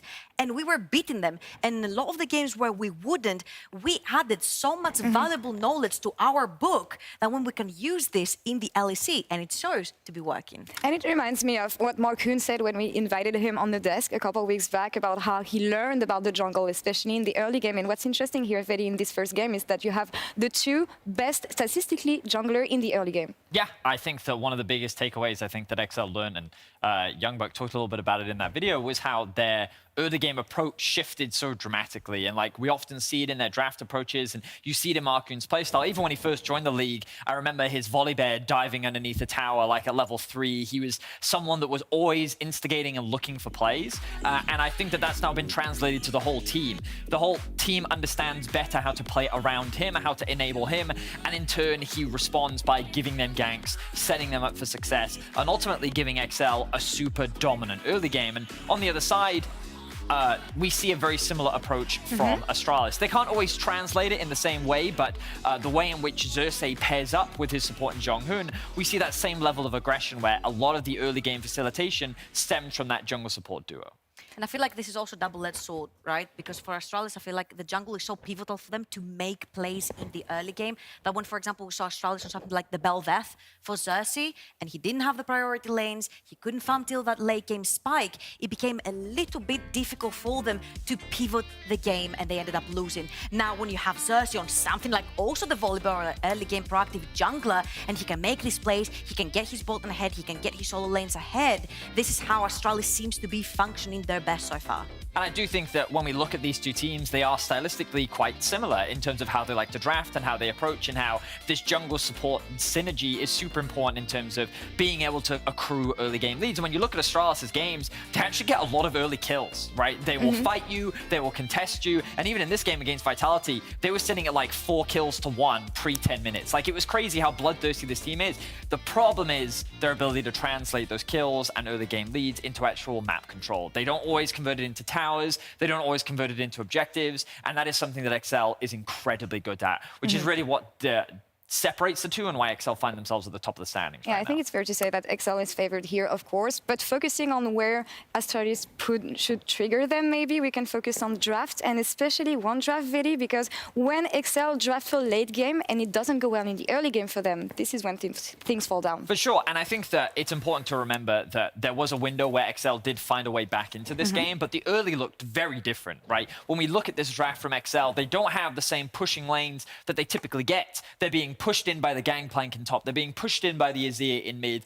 Also, you have Rogue with a hyper-aggressive early game jungler, and basically they're leveraging their prior lanes to limit the options that XL have in the early game. And that's crucial because when you take those options away from Markoon, he then becomes more hamstrung, and XL's overall early game agency becomes a lot more limited. Also, if you look over at Spring XL versus Summer XL, you see that Nuktak was stuck in his lane a lot over in Spring, and he wasn't really getting any pressure on the side lanes.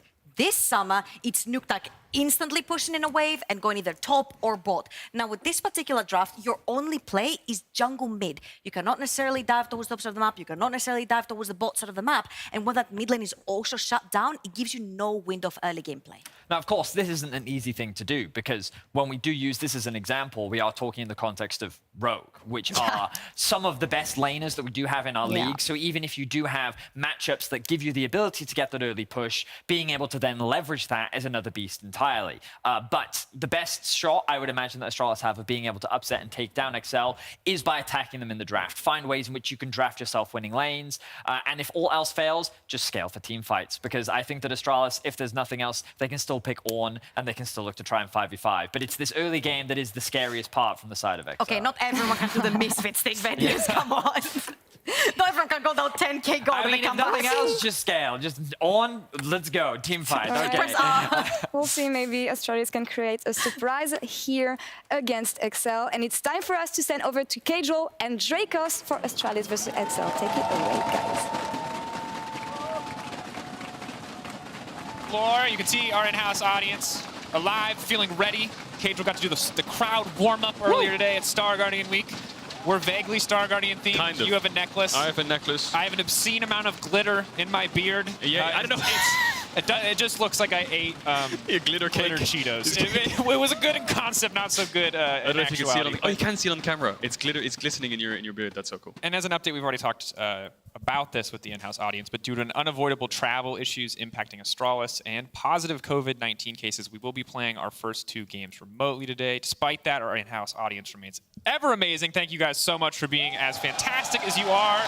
Obviously, we'd all love to see the players on stage today, but COVID remains an ongoing issue. And flights, well, if you tried to take any recently, you'll understand flights that these one. days, they're pretty rough in the summer. I feel like a Jerry Seinfeld stand-up bit. But anyway, there is a game of League of Legends to be played. We are moments away from Champion Select. And this is going to be an interesting one because this is big for Excel as they look to close out this weekend, as their schedule's pretty easy, all things considered, when you look at strength of schedule. At the top of the standings, currently tied for first. Meanwhile, Astralis, it's interesting. They've beaten the teams below them. They've lost to the teams above. Let's see what they can do here.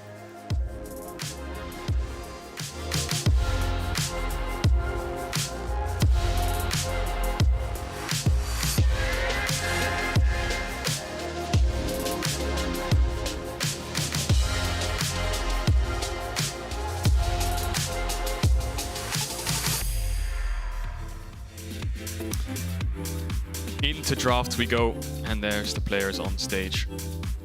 Cute little teddy bears. There they are. Yeah. That's what happens. Oh, wow. Look at them. Look at Excel. Pure determination and focus. So confident they didn't even plug their keyboard in. They don't even need it. Nope. It's a mind Mouse game. in a bag, easy They don't clap. even need the hands. Hell no.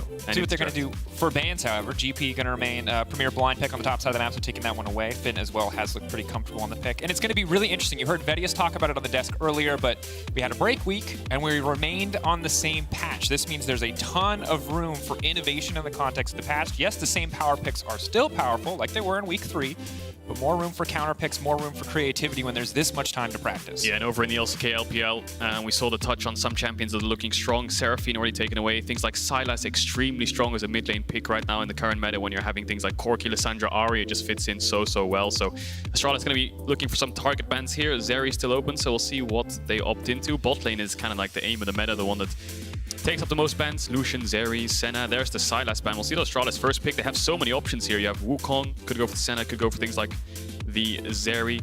Renata first pick is very common in the LCK as well. Gnar first pick, very common. T1 was doing that themselves, so they have a plethora of champions to choose from.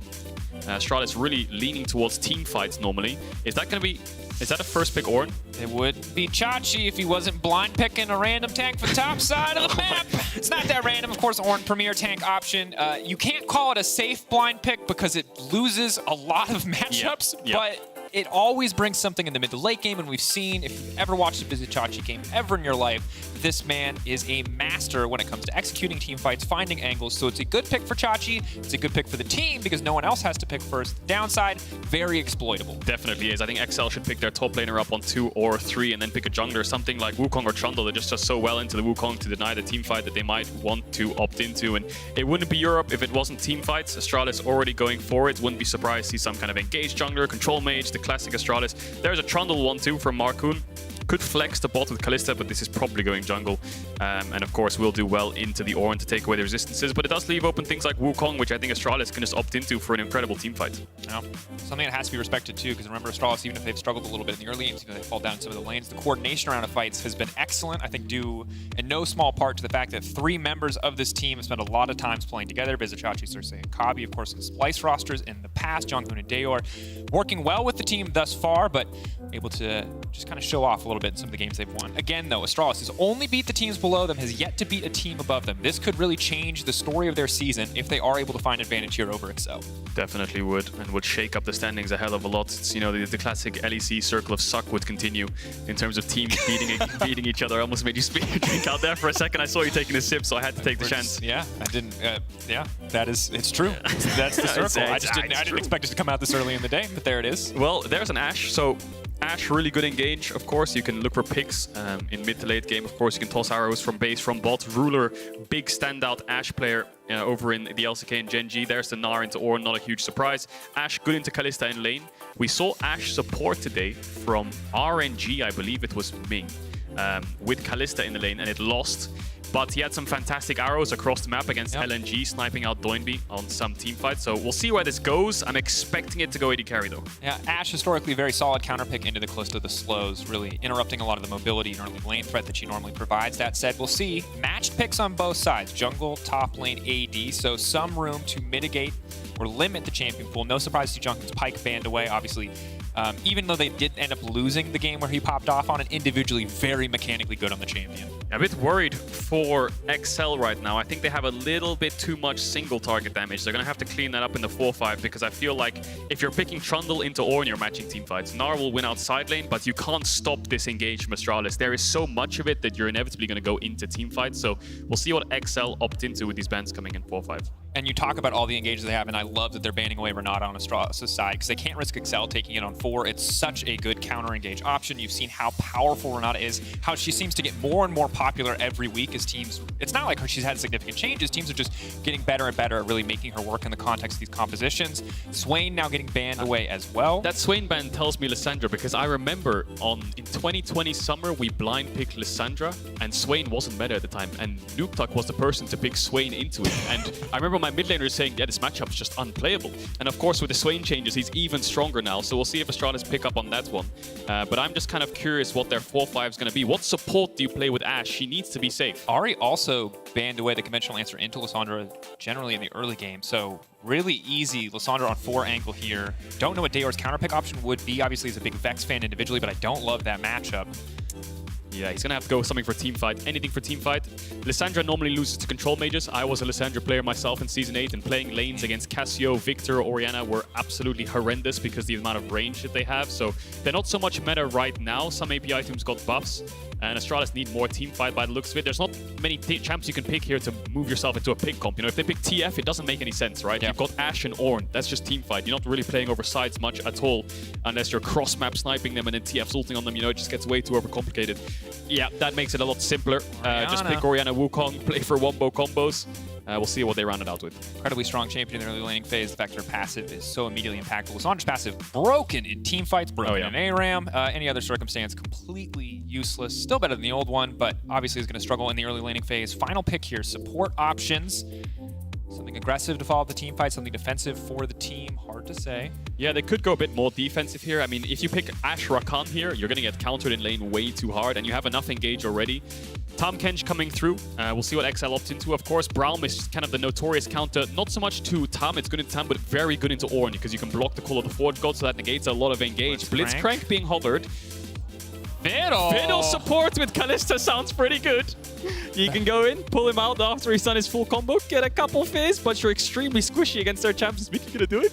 There's two situations where you believe the fiddlesticks, is if you know nothing about Mickey or if you know a lot, because he's the only person crazy enough to try it, but he'll opt not to. One thing I want to call out, praise for Astralis. You pointed out earlier in the draft, Excel, lacking a lot of reliable AoE damage. Yes, they have the Dream Gnar Lissandra combo, but outside of circumstances where they can pull that off, it's mostly single target. Tahm Kench shuts all of that down with a single ult. I'm looking at Mickey's match history right now in solo queue. He's been playing Fiddlesticks support. He's played 3 or 4 games in a row. He lost every single one, though. So maybe he doesn't have the confidence to bust it out on stage. But like I said, Astralis, insane team fight, incredibly long range engage. I would be surprised if Patrick's not running Cleanse. Nukeduck maybe Spellbook as well, so he can move towards Cleanse himself as well. Finn will just go Merc Treads. They have a lot of CC, so you need to make sure you negate as much of that as possible. XL have good tools to shut down some of the engage, right? The Call of the Forge God can be blocked. The Cleanse will help out a lot. Patrick can pull Mickey out when he does look for those engages, but it's on Astralis to find these fights, and Astralis do have the better teamfight comp. Something that we have to keep track of. The execution has been excellent in the fights, but often they've fallen too far behind in the early game to make it happen. Astralis, can they find their form here against XL, a team currently in a 3-way tie for first? A single upset in a week that is entirely top 5 versus bottom 5 will change the standings significantly. Both these teams, for all these bears, it's crucial. XL versus Astralis, starting now. It's very crucial. Oh my god.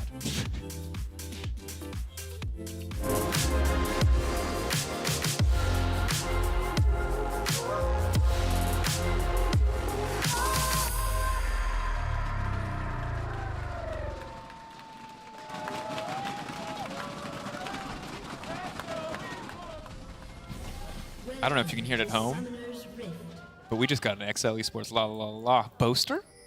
Is that you? Did you stop playing Valorant for a weekend to join us? I've missed you, He was the Boaster. inventor, the creator, the beginning of that chant. The absolute meme king. Shout out to XL fans in the audience, the Astralis fans there as well. Early game's going to be big, though. It's about weathering the storm. We know what happens late game. Astralis push their R buttons together, ideally, and most people on the enemy team will die. That said, getting to that stage, Always a bit difficult, especially against a player like Marcoon, who has been on an absolute tear in the early game recently. Huge factor for Excel's overall early game. Definitely is. Surprisingly, Patrick actually running the heal here. Doesn't take cleanse against the Ashe, so that could be a bit risky the later the game goes. Might have to go for an early Quicksilver Sash. We'll keep our eye on his items. Obviously stunts your itemization growth in a sense, right? If you're against Skarner, it's a similar sort of thing. Xerxes is going to drop a ward, see if Marcoon does any early game shenanigans. And I think, yeah, like you said, it's on Marcoon here. His champ, extremely strong, wins level 3 against Wukong, can clear single target camps faster, you know. Something like a red-blue Gromp into an early game can work on Trundle. Raptors, of course, sucks, but has a lot of early pressure when it comes to setting up plays. Already a little bit of a leash going on over to Xerxes, hoping to kickstart his clear. For now, just keeping our eye on the lane matchups. Orin going to lose out in the level 1, and he knows it, so not afraid to take too much time away from the lane. Now, you've seen it highlighted in a wonderful video by the LoL Esports content team. Excel often like to give a reward XP to Nukeduck in the mid lane. It does not happen this time. He will not have the XP edge. However, he does get the push early on. Lissandra, obviously Ice Shard, very easy to hit the entire wave. A bit more difficult for Dayor to get that same setup. Even if he wins out in these extended trades with the power of the passive, as long as Nukeduck's got the wave in his favor, things shouldn't be too bad. Yeah, smart ward there by Dayor. Gives up the push a little bit, but he's scared of Marcoon doing Red Raptor's Gromp and then running into Xerxes' jungle, who wants to do a full clear. The Wukong wants to clear all his camps before fighting. Patrick and Mikey will hit level 2 here, sorry. Gonna get a bit of an aggressive trade onto Astralis. So you have mid and bot push as Excel. What do you want to do with that? You want to invade his bot side. We'll see if Marcoon does do that, because Nukeduck is already leaning down there. Maybe he wants to get a ward of his own to try to spot out Xerxes, who skipped his Raptors to make sure he's safe. And I think he will be. Again, after the Tahm Kench changes, level 1, level 2 Tahm Kench not very menacing in those 2v2, 3v3 skirmishes. So something to keep track of. The Braum obviously pairing up with the Trundle. If they do want to invade that jungle, is going to be big. But Excel in the early game pulling ahead. Chachi, sidestep, walking away, has to flash from the wallop. Well played by Finn to find that advantage. And again, he went in blind. He said, I'm going to pick Ornn. Yeah. You know, whatever is going to happen. And this is what's happening. It's the power of Gnar in the early game. So oppressive, especially in the hands of Finn. And it just goes to show the value teams place on different playstyles, right? You look at T1, for example. They will first pick a Gnar if it's open instantly. Why? Because one, it's Zeus's most comfortable champions. 2, it gets the push and basically wins every matchup right now. You know, the old school counters to Gnar are Camille, Kennen, Jace. You don't tend to see them much in the meta. Camille really needs Galio. Jace got a bit hit by the durability update, and so did Kennen. So, of course, Jace got nerfs too. So Gnar is just flavor of the month right now. Whereas Chachi wants Ornn. He wants teamfight. He wants to lose lane and then try to punish the rest of your team. So it's risk versus reward when it comes to getting these lane matchups. And it's on Finn to get ahead. Yeah. Bit of a trade going down here on the bottom side. 4 stacking concussive blows. Thick skin already there for the extra shielding. Guardian going to proc as well, so not too bad as Kabe and Jonghoon are going to be able to take back push in this lane for now. Yeah. Wave bouncing into XL. Have to play a bit safe here. And it's good that we bring up rules, because when we look at Vizichachi's stats, I can show you his landing stats, but they're rough. But when you look at his team stats, kill participation, when you look at his damage share, yes, it's all very low. The kill participation stat, though, is what I want you to look at first. Now, damage isn't that big. He plays tanks. Damage percentage, very low, naturally, but he is always there for the team. He's a big factor to make things happen. And we saw this in their games last week, where he would sacrifice waves to roam, to make plays happen, and that's something we have to keep our eye on again, as Mickey stepping forward, looking for the potential all-in here. Patrick, isolated versus Kabe. Ignite now taking down to Junghoon, just trying to take a little bit of health away. Mickey very, very low. Kabe starting to turn this one. Exhaust now going down, heal coming out. Mickey trying to body block, leaps back to the minion. Well played, just to make sure that no one else would get chipped out, but ultimately Astralis taking control of the lane. So Patrick lost his flash as well. They just used 2 combat summoners on top of that. I think the flash was perhaps earlier on. They were looking for all-ins, and maybe a bit of miscommunication there between the XL bot lane, because Mickey looks very confident just stepping forward, drops the ignite, almost 1v2ing Astralis' bot lane, and Patrick could just not keep up. So now XL needs to be bailed out here. They need their jungler to come down here to try and push Astralis' bot lane back or get them a push out so they can take a base. Difficult situation. Ashe, similar to Ezra, I feel like once you get wave pressure as Ashe, you're just never going to lose it. Volley's just such an unbelievably obnoxious skill, especially in the early laning phase. So they're saying they're clearing out just a little bit of vision, trying to make sure that he can keep an eye on Nukeduck in case that roam does come from him. Little does he know, Marcoon waiting in the darkness on the bottom side of the map. Just cleared that Gromp. Can start to move in here. They will know that he's on the bot side. Hold my breath for a second there as Marcoon was looking for Jonghoon. And if you look at the LPL, the way the game's played over there is Talia, Sylas, and Lissandra are all so high prio mids that what they do is they push in waves and then they roam to sides. We saw Xiaohu do it today as well. So that's what Nukeduck wants to do. He wants to just push these waves, crash them on a tower, and run to side lanes and dive them. He was hovering top around 30 seconds ago trying to dive top. Now maybe he's going to go towards bot side, clear out some vision, make it so. Astralis are always sweating as to where Lissandra can be. And if you're in the comms saying, mid's missing, Lissandra could be bot side. You can never push bot. You need information until she shows, and then she shows back on the next mid wave. You have 10 seconds to breathe until she pushes it back in, and now she's missing again. So that's the constant pressure that Nukeduck wants to apply. He just needs his jungle support to be around to get some vision for him. And you saw that already. Marcoon clearing out multiple wards with a single use of the sweeper. Excellent value there for him. Dayor doing what he can to hold on to the lane overall, just laying down a bit of damage, trying to match the pressure that Nukeduck is putting out. Neither side really has enough damage right now to go for the all-in. But both of them just fighting for wave pressure. Because as you said, it's not really about their 1v1, it's about who can get out of the lane. And for Dayor, all he has to do is stop Nukeduck from leaving. Definitely does.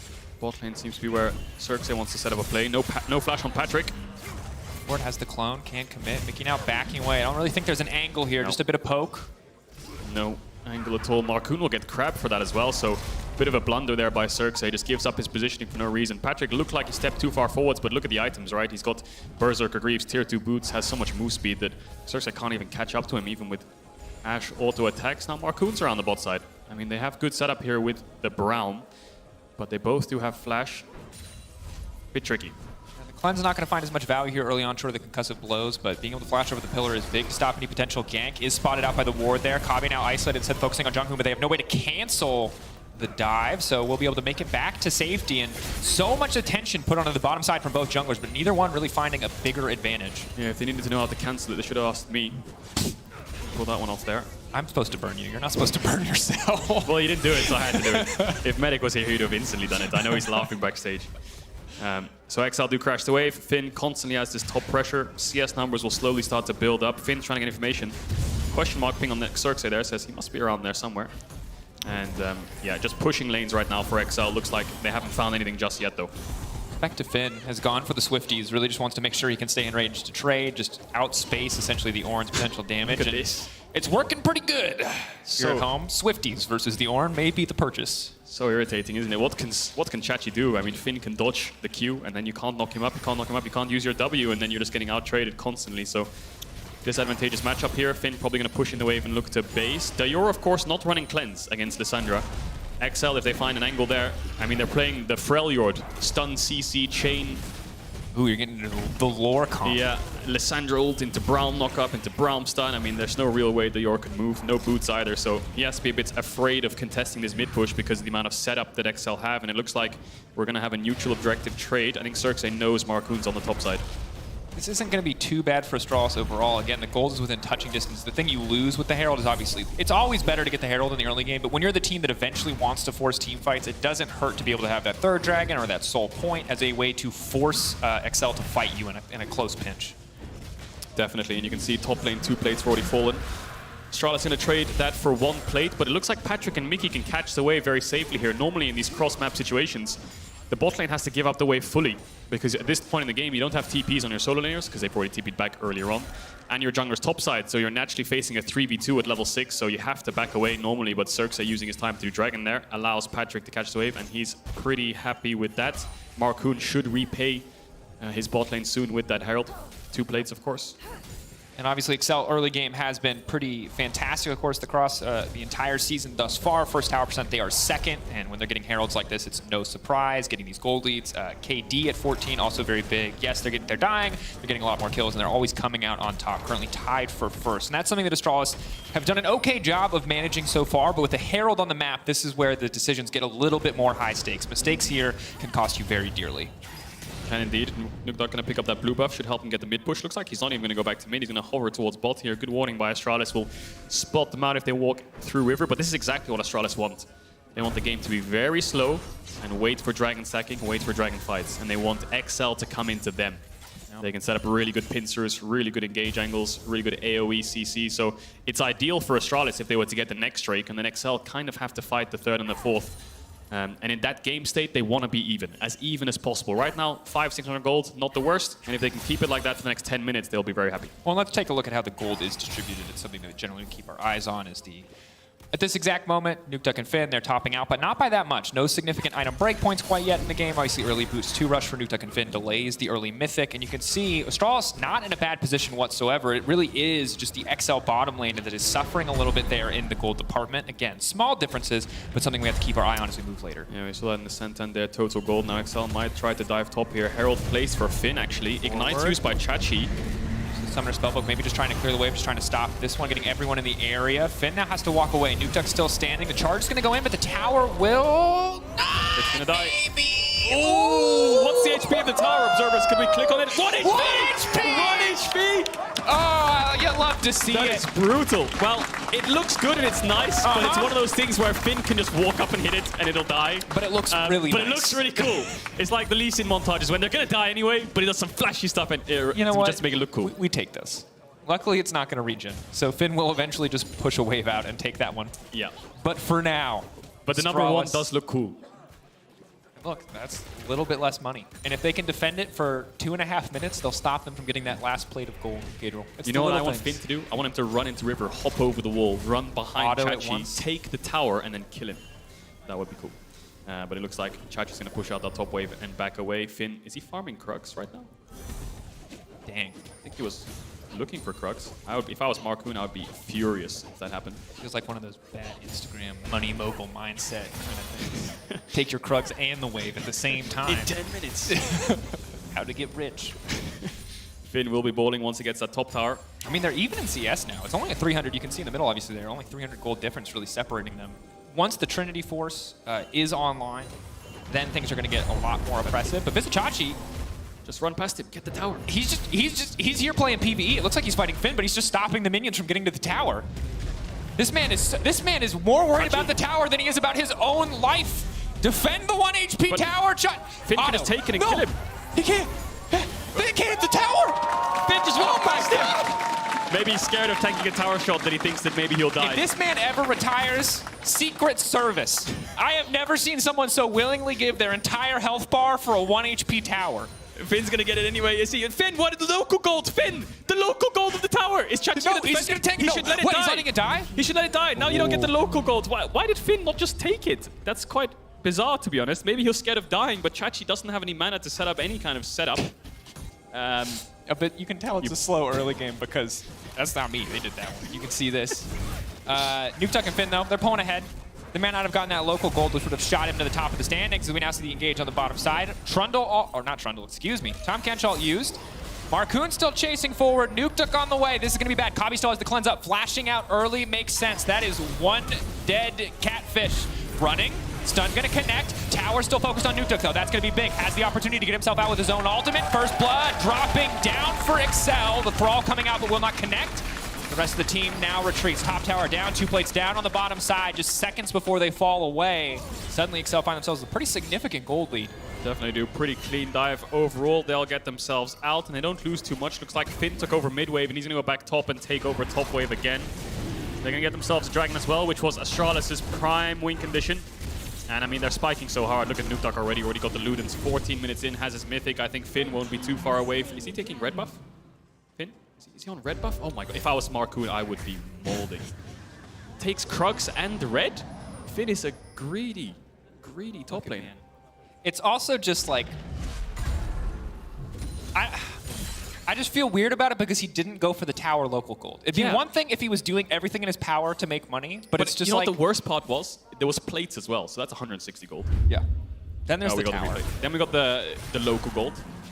And now we've got a very delayed Tom Kench death as Jonghoon saving Private Kabi here. And then first tower gold, yeah, of course. So, yeah, Markoon pops the pillar, and Nukeduck's on the way. You can see Dayor on the minimap trying to come behind his team to help them out, but he's just way too far away, and of course doesn't have the TP because he used it mid. I think that's the reason XL are committing to this dive. Gets cancelled on the W. He ends up falling, and then by the time Dayor arrives, they're already out. Another fight here around the Herald. Astralis have access to all their ultimates, apart from Dayor's, which is coming up soon. Jonghoon 2. Easy, clean pickup. Credit to Astralis, not missing a beat here. Grabbing the second Herald, yes, immediately less valuable, but does give them a pressure point to play around. Definitely does, and I think XL just want to cross map here and look for bot tier 1. There's no TPs on Astralis, and both solo laners showed there, so here's the cross map. Herald used top, Finn will take bot tower. Nukeduck needs to be careful here not to get caught out. He has the cleanse in case an arrow is thrown. So just a trade-off. We'll see who gets the mid wave in, because then you can play on 2 lanes, which you're slightly more favored on. And XL can use their bot lane to move around the map. But the Yor should be able to clear this wave pretty happily, and Chachi's around just in case. And Kadra, we talked about how good it was for Astralis if they could go even, and now they're not going even. 1.5, 1.6k behind.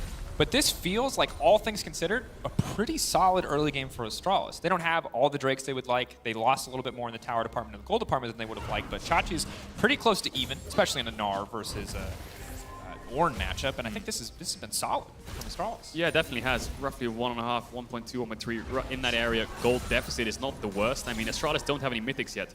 Chachi just picked his up. Kobe just picked his up out of base. Dayor is probably going to base and pick his up, and that's the spikes you want. You want first item mythics, maybe a second item even as well.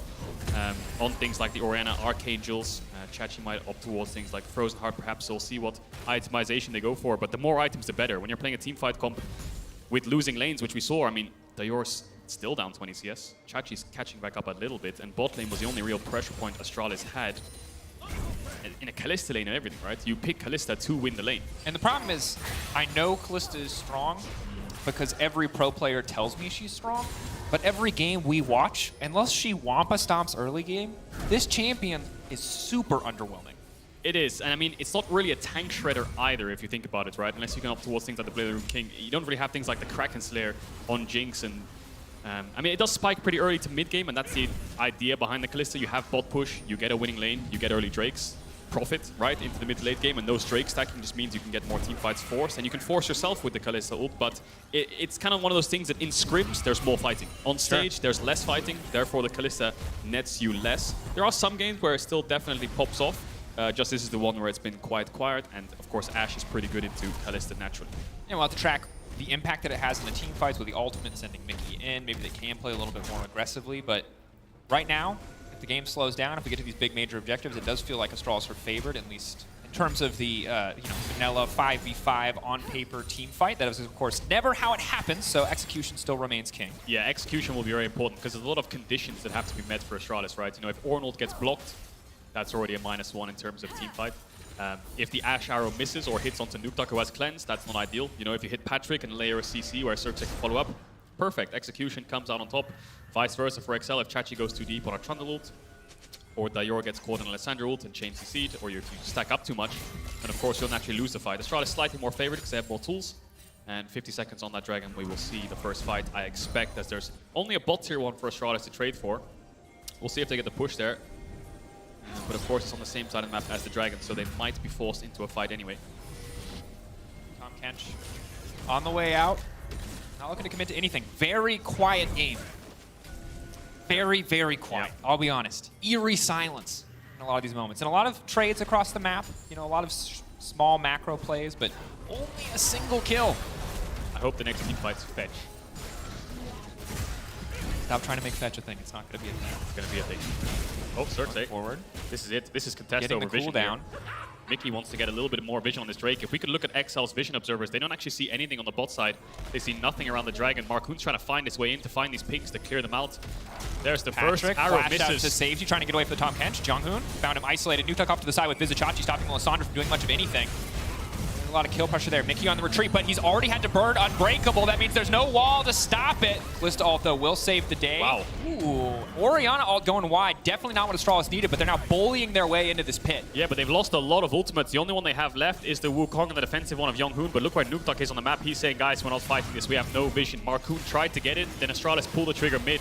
Good reaction by Patrick to flash the arrow and then pulls Mickey to safety, but Mickey being low HP means they can't force their way in. Nukeduck says, guys, I'll push out top, maybe get a blue buff as a consolation prize. 2 dragons to Astralis, 10 minutes away from a possible soul.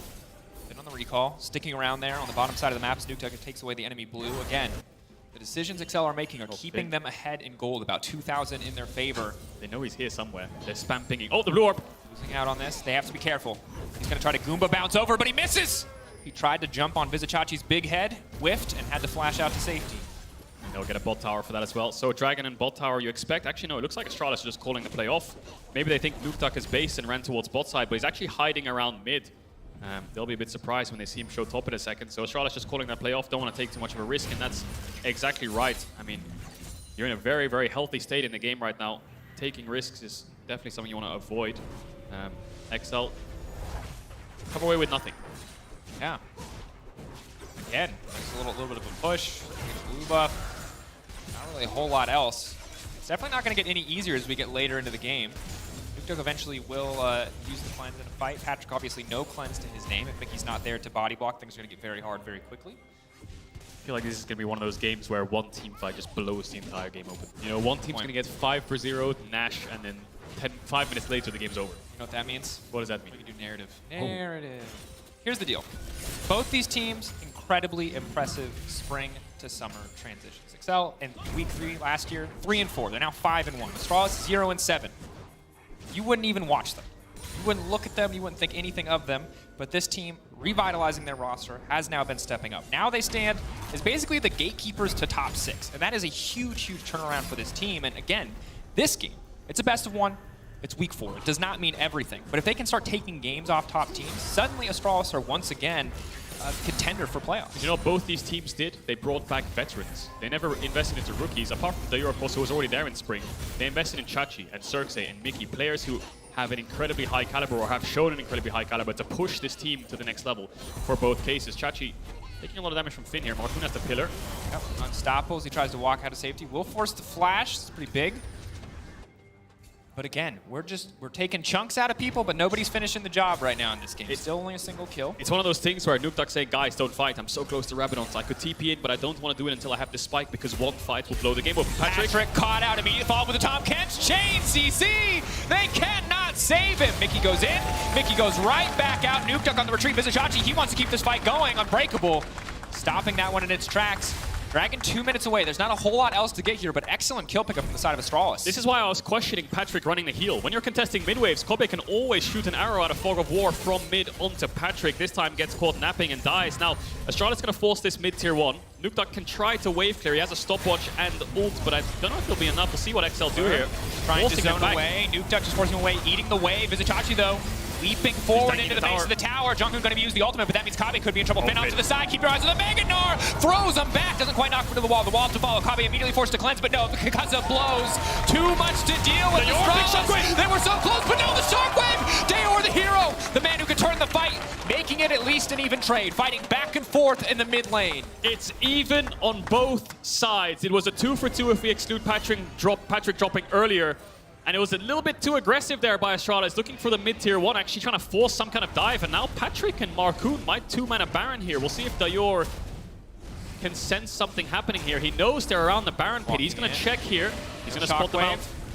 Marcoon stepping in. They have to be careful, though. Dayor level 14, 2 items under his belt. You cannot face check that Orianna. Wow, so many things happening in this fight. So we'll look at this again. This is Patrick getting caught out. He doesn't actually have vision on Kobe. Doesn't have the cleanse. And then he clears midwave thinking, guys, let's get vision in their bot side jungle. All of a sudden, an arrow to the face, and now what can he do? No flash either. Mickey tries to... I mean, he pulls Mickey in here, maybe to help Mickey reposition. I was a bit scared that Mickey was just going to die with him for a second there, but anyway, XL's out, the Orn ult's blocked. Now Astralis just getting way too aggressive, trying to force this tower, trying to just look for a 3v4 dive. It's early in the game, but the tower is still very powerful, and obviously Nukedog, a lot of AoE here. Moves in, CCs, interrupts any potential dive, as well as starts to clear the wave away, and as the fight plays out, Astralis are really out of gas. Yes, Kabe's doing good damage, but with Finn coming in on the side, they just overstayed their welcome. Yeah, Finn pulls Kobe back from his flash. Cleanse was good reaction time, but then it's here where the Dayor TP's in. Massive shockwave. Someone flashed it on XL. Nukedog is the one that reacts and flashes away. Finn doesn't have it, and then it ends up dropping regardless. 2-for-2. Good TP there by Dayor. 15 seconds on the next dragon. Everyone has ults up again. It's time for round 2. Look at the damage in that fight. Kabe free hitting, a single shockwave coming in from Dayor. Nukedog, the only one who was able to make full impact in that fight as Patrick was picked off very early on. Marcoon trading off to the side with Circe. This is the one we talked about. Yes, Wukong has superior AoE, but in the duels, Trundle, very oppressive champion. Finn has Mega Gnar. Astralis see it. They're trying to wait out this Mega Gnar. So we'll see if XL just force the dragon, because tick-tock on the clock, they won't have a Mega Gnar or an engage tool. Fade away. It's going to have to be Nukedog, I think, to go in if they want to fight this, or it's a 50-50 with Kalista. Rage fading, ulti used, unstoppable now. Contesting, it's just going to be a 50-50. Who's going to get in the end? 200 health left! Marcoon taking that one away. What a steal. Yeah, Xerxes just smiting too early there. It got smitten, but I think it reset as... smitten. Smited, dove, diven, dived, I don't know. I like diven. It sounds so wrong, it brings me joy. Okay, I'll say smitten then. I think it actually healed up a little bit. So Xerxes thought he had the smite, reset a bit. Marcoon just said, thanks mate, and took it right away from him. So 2 dragons apiece. 10 minutes away from a soul for either team, and Nukedog has the Rabadon. So 2 item spikes coming in for XL here. And tragic there for the side of Astralis, because I think they played around the Mega Gnar perfectly. 15 seconds you have to wait before you can start stacking Rage again, so once you see that away, clear window of opportunity to get things going. Obviously, Excel, though, knew that they had to go. Pulled the trigger, forced the 50-50 essentially by getting the Dragon so low. And you can see the value of Braum. Chachi can't just call the Oran Horn and just force them back because it's just going to get blocked and it's wasted, essentially. Then Excel can look to counter-engage. So it's very hard for them to find angles. We'll see if Circe looks for more flanks. A man's got caller ID. Forge God on block. Forge God on block. Sent too many weird DMs. What about it? Muted. Easily taken care of. Finn, 2.1k gold ahead. Massive lead for him. XP, quite even. You know, Finn will get to level 15 soon, but this is what the Gnar does. It pushes in the Oran, has side push, can move to mid first, therefore you have more numbers advantage earlier on. And then Chachi, you can see him running. He's going to have to keep up. He's a bit slower than Finn, but eventually he'll arrive. Just make sure his team doesn't fight beforehand. That's the power, you know. They have more pressure for a little bit longer. Absolutely, and the later we go in the game, obviously, Chachi's levels are really starting to matter here on out, because this is when the Masterwork items start to come in for the rest of your team, start to buff the stats of your allies, and it's on Finn. We know he's powerful in the side lane, but to find that impact in the team fight, because for Chachi, it's easy. Wait for the Braum shield to be gone, ult. Win a fight every single time. For Finn, he has to time the Rage right. He has to find these angles. He has to find these flanks. And that's easier said than done. So Dayor has been grouping on mid wave for the last minute, and Nukduck's just ran top and taken a top tier 2, and now Dayor is going to go catch the wave. I think he's extremely scared of being on a side lane with no cleanse, no Mercury Treads. One Lissandra ult and trundle around, he's dead. So the way he's playing this game is he's catching waves, pushing out 1 or 2 just to make sure he's safe, staying with the team for a solid minute or 2 in case it's an engage. Rinse and repeat. Fortunately, you lose a tower for that because XL are playing the 1-3-1, and now there's a ward in that pit. We'll see if they start it up. Looks like they were hovering to do so, but now they're looking to trap. And this is the struggle versus Lissandra when it comes to summoner spell choice. On the one hand, you'd really love to have a cleanse, so you could play on that side lane, so you could be a bit more comfortable in that laning phase, but then you don't have a TP to come to the objective anyway, so it doesn't feel like there's any 100% right choice, and as a result, they do give up that tower. Finn continuing to pressure on the bottom side. There's a ward behind Finn, a pink ward. Will Dayor TP to it? There's a couple pings down there. There's a ward in the bush on the bot lane. He's going to recall now, and Circe is on the way down. I mean, there's no one on the map for Excel. They can't counter with a Baron play at this point. Finn now flashing. He saw Circe's clone. I think he was scared of getting knocked up, and then Ornhorn, and then maybe he was going to die. Bit of a panic flash, but you can see why he's just respecting Astralis. That's going to hurt him if the next team fight comes around soon. I mean, 1 minute 58 on the Dragon. Both these teams are getting to the point in the game where you can trade Baron for Dragon, because you actually have the damage to do it. 20 minutes on in the game, it's really hard to just rush Baron unless you have things like Diana or Azir or Aphelios with good guns or Kai'Sa. But yeah, now it's the point in the game where if you go towards Dragon with 5 numbers, XL or Astralis, either side could just try to rush down a Nash. Very, very speedy. And just repositioning back to mid lane to make sure that they are safe. Pillar, where is it going to go? Marcoon isolated, holding on to the cooldowns as long as possible. Jonghoon finally going to use the Devour. Well timed, traded for Mickey's ultimate here. Wow. Loses a lot of his own HP, though. That's going to be big. Kabi doing what he can to hold on. Nukeduck off to the side. Jonghoon, he's just all out of spells. There's not a lot for him to do here. Ulti goes in, but hitting the top catch, not nearly enough. And now he wants to turn it back. Absolute mad lad going in, but Finn now on the way forward. That's one frozen throw. Going to look to make it 2. Nukeduck is taken down. Chachi trying to save the rest of his team, but Excel, the team to take the fight. And it's Finn moving to mid first. We talked about the push that the Gnar has. He arrives. There's the 3 seconds of pressure that you need. Manages to clean up 2 members of Astralis, and now 3 for 1. XL turns towards the Baron. This should be absolutely free. Chachi just swapped to Smite. There's no way he gets anywhere near this pit, though, so I think what the Astralis call here is just catch waves, wait for respawns, look to fight around this next Dragon, because this Baron, it's all but gone. This is big. To the side of Excel. Start to rein in. Finn on the sideline going to be that much more of a threat with this buff. Back pocket. Still a relatively slow Baron. It's just about Patrick alone. They don't wait for Nukeduck to respawn. So those 8 or 7 seconds left on Nukeduck's respawn would be ideal to give the buff to him as well. Teams only do this.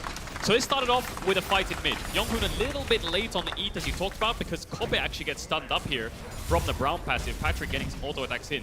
Eat comes through, they're safe. But then Nukeduck comes on the flank. Jonghoon already very low. Honestly, it looks like he's dead, but confidence in him to force the turn here. However, it's Finn, the real hero of the day. Definitely is. So Nukeduck gets exhausted, and then Jonghoon, smart W here, actually goes onto Nukeduck's flash. Now look at the minimap. Finn on the way, Chachi following him. Finn always going to be first because of the push, and then he manages to pick up the top Kench. Then I think he looks towards Circe here as well. Nukeduck falls to the Ornn ult. Ooh! Stylish Q there. Snipes out Kobe, and it was Patrick who picked up the Wukong there, Circe. And off-screen, Astralis just got the Dragon, so they're on soul point.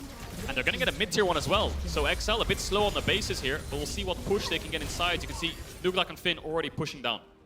And obviously, the composition from the side of Astralis scales very well, but can it outscale about 5k gold lead for the side of Excel? Can they survive this Baron, weather the storm, till that soul point?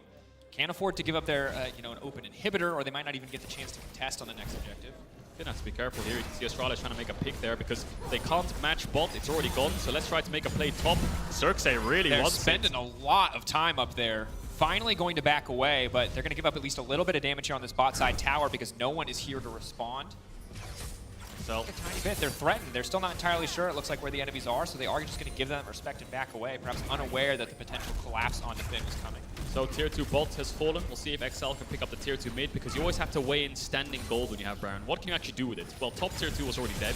Bot tier 2 is now gone. The last objective really is at mid tower, unless Astralis takes some kind of fight, and Chachi finds Fit. Xerxes on the side. No flash, of course. We saw it burnt earlier, but I don't think Xerxes has the damage alone here. He might just have to back away. Similarly, Mininar, very good for shredding tanks. Meganar does a lot of burst damage, but difficult to win out against an Ornn who is entirely armor. Only real magic damage threat on the side of Excel is Nuke Duck, so just trying to shut down the remaining 3 damage sources. Yeah, so I think what Astralis want to do here is 3 minutes until Dragon, just stall the game out on wait. Unless they can find a pick, it's better for them to play defensive, clear waves, weather the storm on this 40 seconds left on Baron, and then look for the Dragon. But Ulti going in, locking up Kabe and Jonghoon. Kabe now trying to step away, Jonghoon getting so incredibly low. Xerxes forced to leap over the wall. Siege, now they have access to this tower. Dayor in the area. Trying to zone away. We'll go back to safety. Eyes on any potential shockwave. Poor Mickey. Kachi stepping forward, just barely able to make it out of that one. Is it burning him down? Is he burning inside? No, he's fine. He's going to make it out. I was a bit worried there for Astralis overstepping a bit, and I think Patrick wanted to walk up and hit that tower, but he doesn't have flash. One shockwave, lights out for him.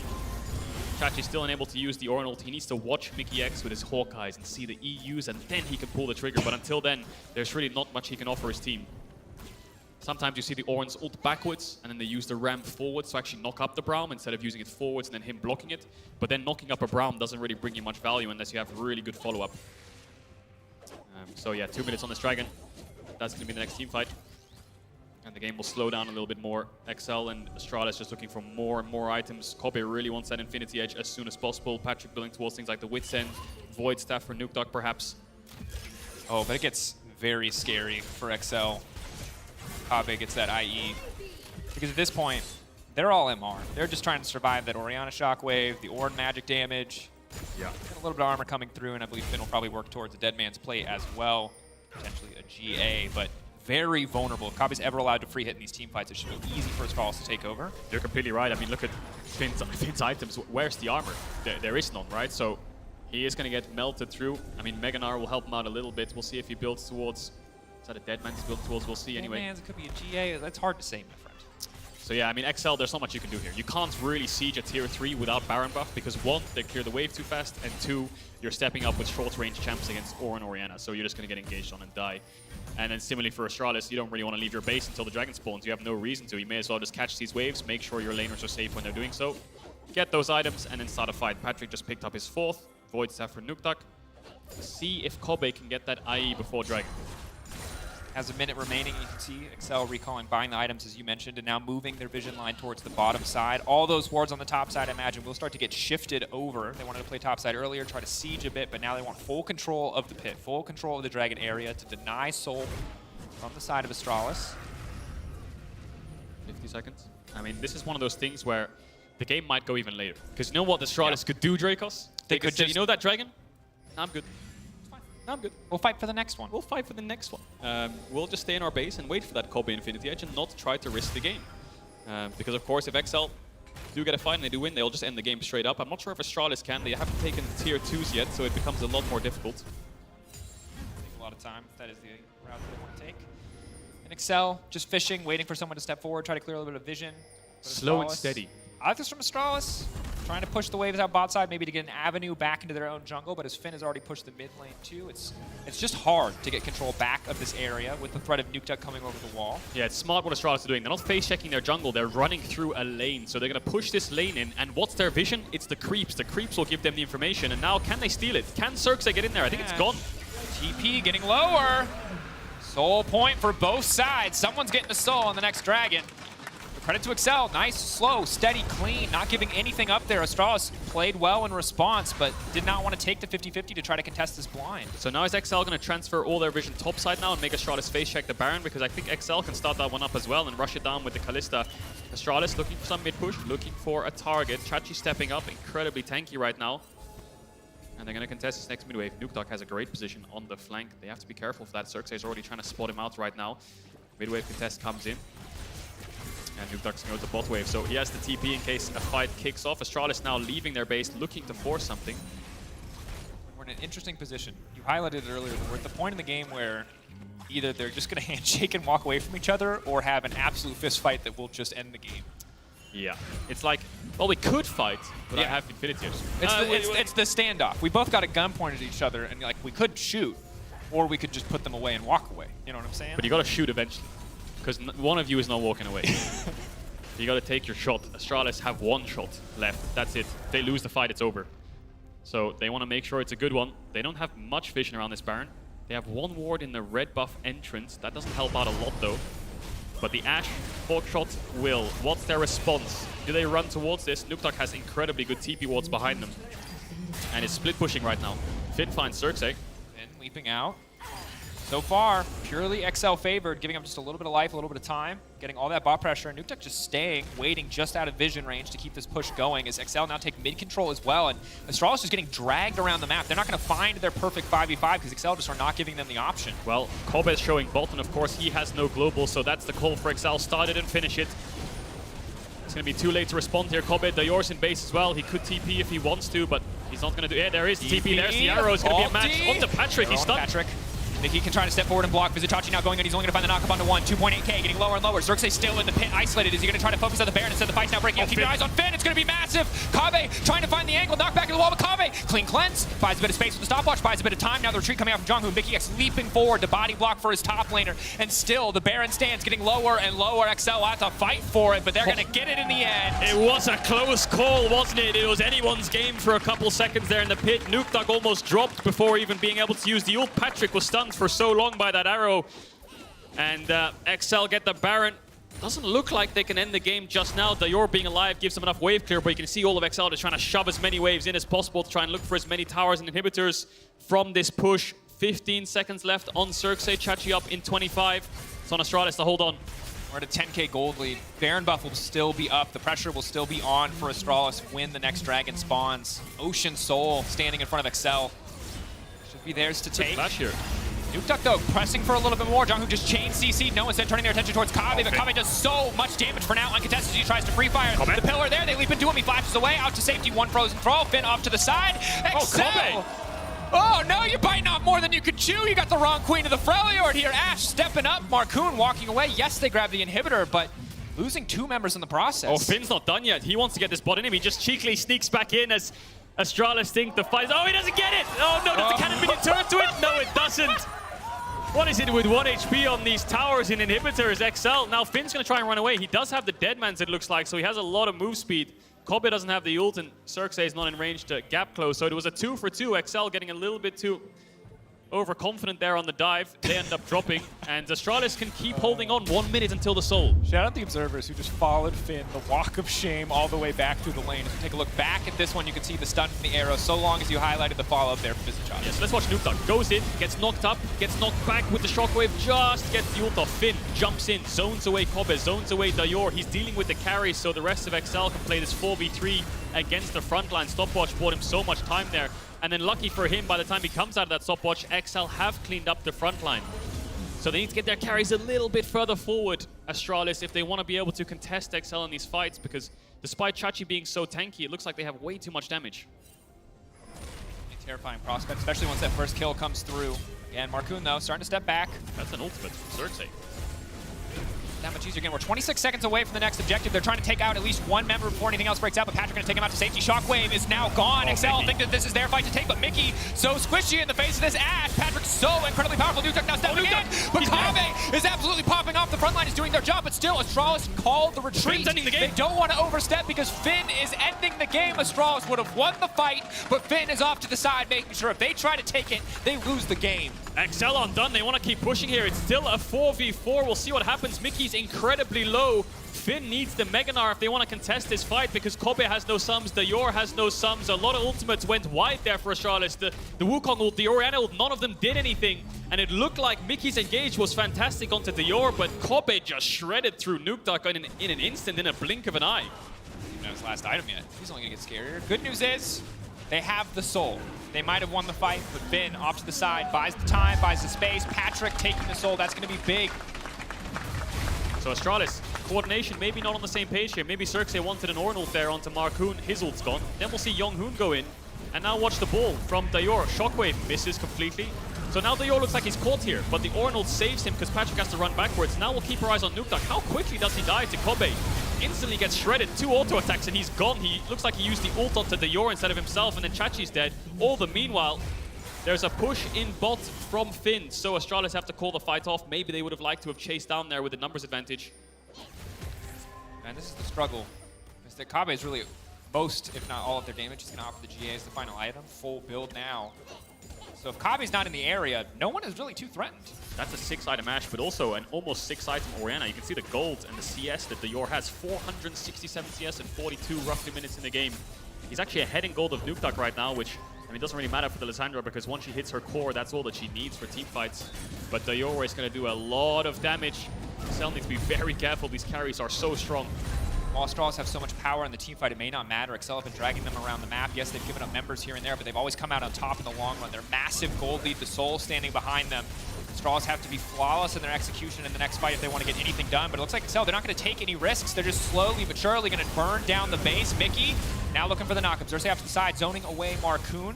Patrick still with ulti up and available. It's so hard for Astralis to isolate and take down any individual member on the side of Excel, but now that's the opportunity to get the fight kicked off. Big damage coming in. Already Patrick getting taken down. Mickey just needs to make his way out to safety. Finn off to the side, trying to split their attention as Markoon keeps the waves pressed in. Mickey taken down. That's going to be 2. Astralis finding an advantage, holding the base, but Finn still wreaking havoc. Still playing off to the side, trying to make sure that they can move in. He wants to take the third inhib, but it's the same story it's been all game. Excel just cannot finish these structures. Excel just wanted that 1 inhib because then you have 3 inhibitors, of course, so you have incredible amounts of super minions pushing into the base. Astralis held the line on that inhib. Patrick and Mickey walking up. Patrick had no flash. Xerxes found the knock-up. There's no objective for Astralis, though, so they can't really do anything with these kills. All they can do is push out, get a little bit of vision on the map. Maybe they can find Finn. Bot tier 1 is an objective bounty. Will be more gold. He's spotted, but they don't have any CC. We'll see if the knock-up connects. He can jump on Younghoon there. He has flash for the knock-up. Lost auto, eats him up, spits him back out. Finn, Nukeduck ready to come over the wall. Look at the damage. Finn, he's getting resurrected. Is Nukeduck going to follow? Is he going to commit? I think they have to give this up. There's no reason for them to commit for this one. He goes Mega. He knocks it back for a brief moment. He tries to dissuade it, but they're going to get the shutdown. That's massive. Another bounty waiting for them. Big money into the back pocket of Astralis. It was a 10K gold lead moments ago, knocked down to 6. The chances are growing here for Astralis. It looked all but doomed when Excel got that Baron fight, but now, slowly but surely, despite Excel having this Ocean Soul, the picks are going in their favor, the waves are pushing out, there's life in this team again, and with the Baron up, it's a 4v5 for the next 45 seconds. Just outscale Forehead. Just outscale Forehead. 6 items. Another bounty on the back of a Baron would be big. Mickey trying to find the pick, the ulti going wide. Maybe they can go for a steal. Spellbook on Nukeduck. Still on the bottom side. Does not want to TP into this one. 5K. Looks like Excel are going to give this one up. Markoon not even going to go for the 50-50. Wow, a Baron in the hands of Astralis. And they're engaging on Dodge back. Patrick now going to be in trouble. The rest of the team fully committing to the fight. They've been caught out again. Mickey holding on for now. Eaten up. Patrick spit back into the waiting arms of Kame and Astralis. That is so damn clean in these fights. Another pick, another 2 kills for Astralis. They have the Baron as well. That'll help out so much in defending this base that is in absolute shambles. Only a couple of structures left. They have 1 tower alive, but they've got hope. They've got kills. They've got a Baron. They're going to push down mid now. 50 seconds on Patrick. They can start to push in and get this tier 2 mid. And remember where these teams sit in the standings. Because at the end of the day, this is a team tied for 1st versus a team tied for 7th. Astralis, they beat the 3 teams below them. They beat Misfits, they beat SK, they beat BDS, they beat nobody else. But now they stand on the edge of victory up against Excel. Excel have to hold strong because the bounties are still there. Astralis are making bank on the back of every single play, and if Excel cannot finish the job, they will find themselves handed a loss very quickly. Does the gold even matter now, though? Because all of Astralis' carries are full item. The TP's are they going to try to push for an end here? 15 seconds on Patrick. They have incredible damage on the towers. Excel are going to have to put a fight going here. They have to make a last stand. Mickey getting chunked out. That's the unbreakable down. And Bizachachi has ultimate. They can kick the fight off again, but keep your eyes on Finn. Big cooldowns to watch. The Orianna, the Shockwave, Ben knocks him back into the waiting arms. The wombo combo, Nuke fishing for the reset where the frozen throw is going to go. Daewar still free firing. So much damage coming in on Makabe. He's so damn fed. The entire team getting torn to pieces. It was the perfect ultimate, but it was not enough. Astralis stands supreme. Screw your pushing lane, screw your lead. Astralis stick as a team, they stick as 5, and they had a dream of holding on, and boy did they do. I mean, that minion ape had about 100 HP left, one auto attack and it was gone. If that had died, XL would have had so much more push in the lanes, but they defended it with a couple of seconds left. It was a game of interest for them, and they pull out this miracle win. And at the start of this week, when you look at the schedule, every single game, top 5 versus bottom 5. I think by the time day 2 rolls around, that story is going to change very quickly. Already one massive upset. Astralis, again, had some promising early weeks, but they were starting to lose their footing. But here, again, moments where they're getting dragged around the map by XL. Moments where things start to look like they're falling apart. But despite the Ocean Soul, despite losing 1 or 2 fights, Crazy. They still, at the end of the day, are able to find the win. Massive for this team. And it was the confidence and trust in those picks. Finn dies, they can move towards mid. Then Patrick and Mickey die, they get Baron. And it's so late in the game. I don't know what the time was, 45 to 50 minutes. Patrick was around 60 seconds to respawn. So when the Baron died, Astralis looked like, okay, we'll slow the game down even more now. But then they were like, hang on a second, we have a mid-wave, and we have 1 shot to end the game right now. And they took it. And the confidence to flip your strategy like that in an instant is something that's a pleasure to watch. Kia player of the game, though, at LEC on Twitter, Xerxes Daewar, Kabi. Excellent options. Kobe was Mr. Consistent once again. An absolute rock in those team fights, doing so much. Not that everyone on the team doesn't deserve their chance at this, but... Just be a rock. Forehead. Just be a rock. Well, anyway, when we get back, Kabi interview after the break. In the meantime, enjoy 6 Star Guardian music, and we'll return shortly.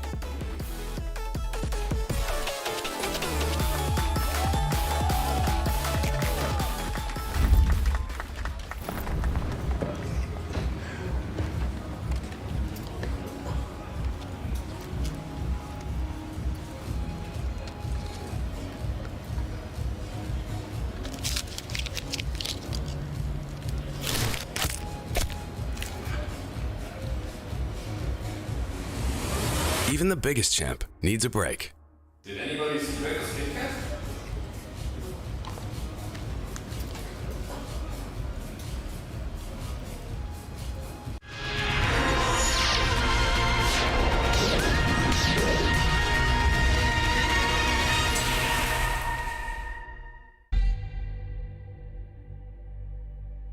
For those who watch, for those who move, for those who play. He's done this before. Now it's your turn to move to the big stage and play the match of your life.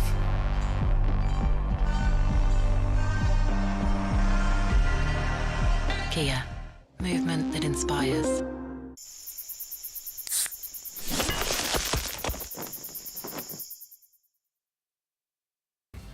Anyone?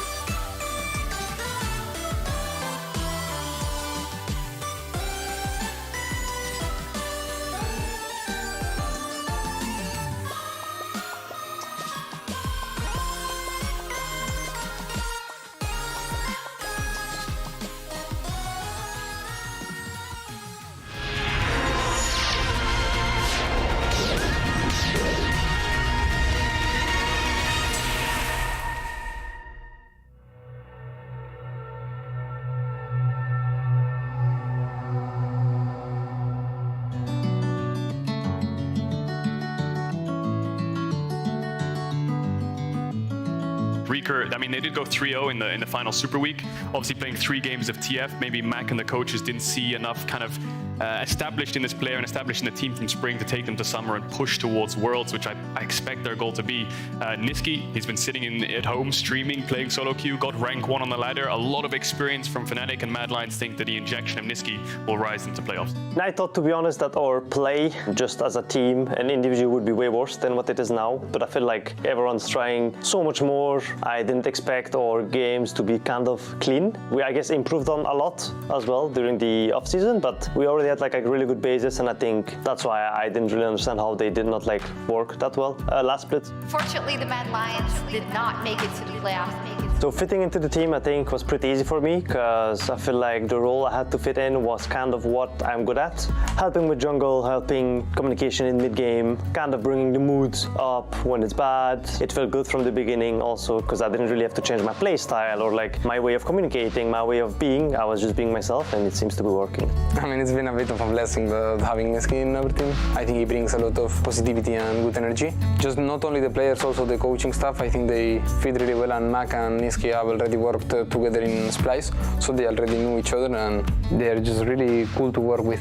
Perks looking to get it across the wall. He's knocked up. Look at the damage of the Perks. The Emperor's Divide goes back. He pops the subwatch and Yoyo in the midst of them all as he's healed off by Kaiser. Shut down goes over to Armand. There's 2 as Kaiser takes another. Alfami joins, but it's too little, too late. It's roast ball for Mad Lions as they shut down Vitality. When people come like underrated or like when they think I was not one of the best mid laners, I don't really care. For me, the public opinion does not matter as long as what I say and what I believe in is true. And also, like, usually I don't really like to say I'm like one of the best or the best. You just show it on the Rift, and as my fans don't give up on me and like my family or like just people that follow me basically and cheer on me, as long as they're there, it gives me more motivation than anything else. All it took was one objective, and then they find the one that matters most. Rogue with their first win of summer.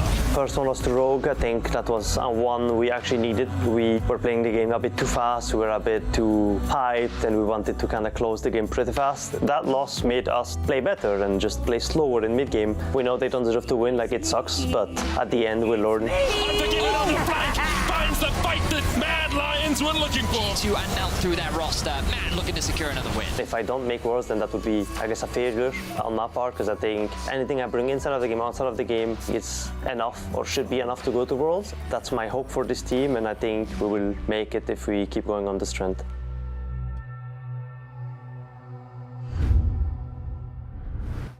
And welcome back to Berlin, Germany for Star Guardian Week. I'm Star Guardian Interview, a quick shot.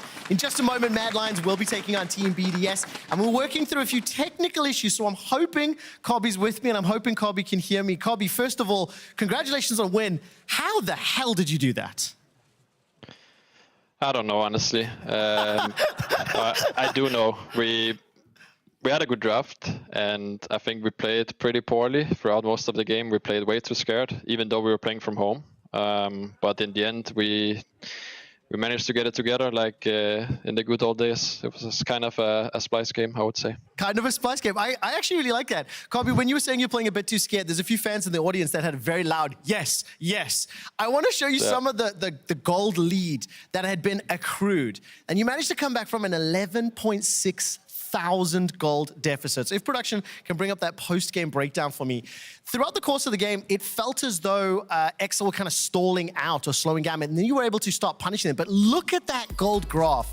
What specifically allowed you to pick those things up, or like how big were the mistakes from Excel? I think Excel generally played the map better than we did, and we were way too like undecisive on our moments. But in the end, I think we were just able to win the game because of the draft, and like later in the game, we're just way stronger into them, so they had to split us up and play on all 3 lanes, because in team fights they can't win really. I actually have a few team fights I want to break down. Let me ask production to bring the replays up, and I just want to tell me, what are the emotions going through your mind when you see that gold graph? First of all, you know you win the game, and then there's a nice Cobby triple, I think, to round it out. What was the communication like? Because you're quite calm and collected. It was a challenging win, but it's still a win.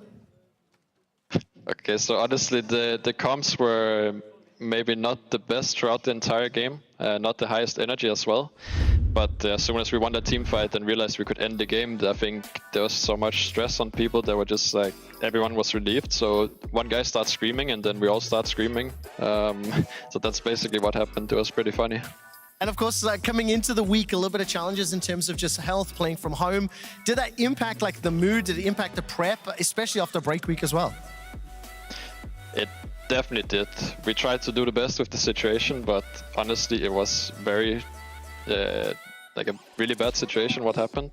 We lost so much time from it, and it was just, it's frustrating for everyone, but like all we have to do is just put it aside and do our best in the game. But I don't want to put everything on that though for our performance, but it was definitely not the best game. I'm just really happy we managed to win anyway. I mean, I'm going to be honest, Kobe. I think I'd like to feel a little bit more happiness. So I want to try to give you some good news here, right? Throughout the spring season, Astralis managed to accrue 3 wins. And today with this win, picking up the 4th, you now have more wins than the entirety of 8 weeks of spring. And when we look at this Astralis roster, when we look at the competition in summer, how far is this team going to go? I would say we're going to make playoffs as a first. I obviously want to do more than this. I think we had a really good start coming into the split, and then we had a bad week 3. And now I think we need to keep improving because we had like 2 weeks where we didn't improve too much. But I would definitely say playoffs is the first thing we're aiming at. Just for the org, for the team, is like not the usual thing that happens here. So yeah, that's first step.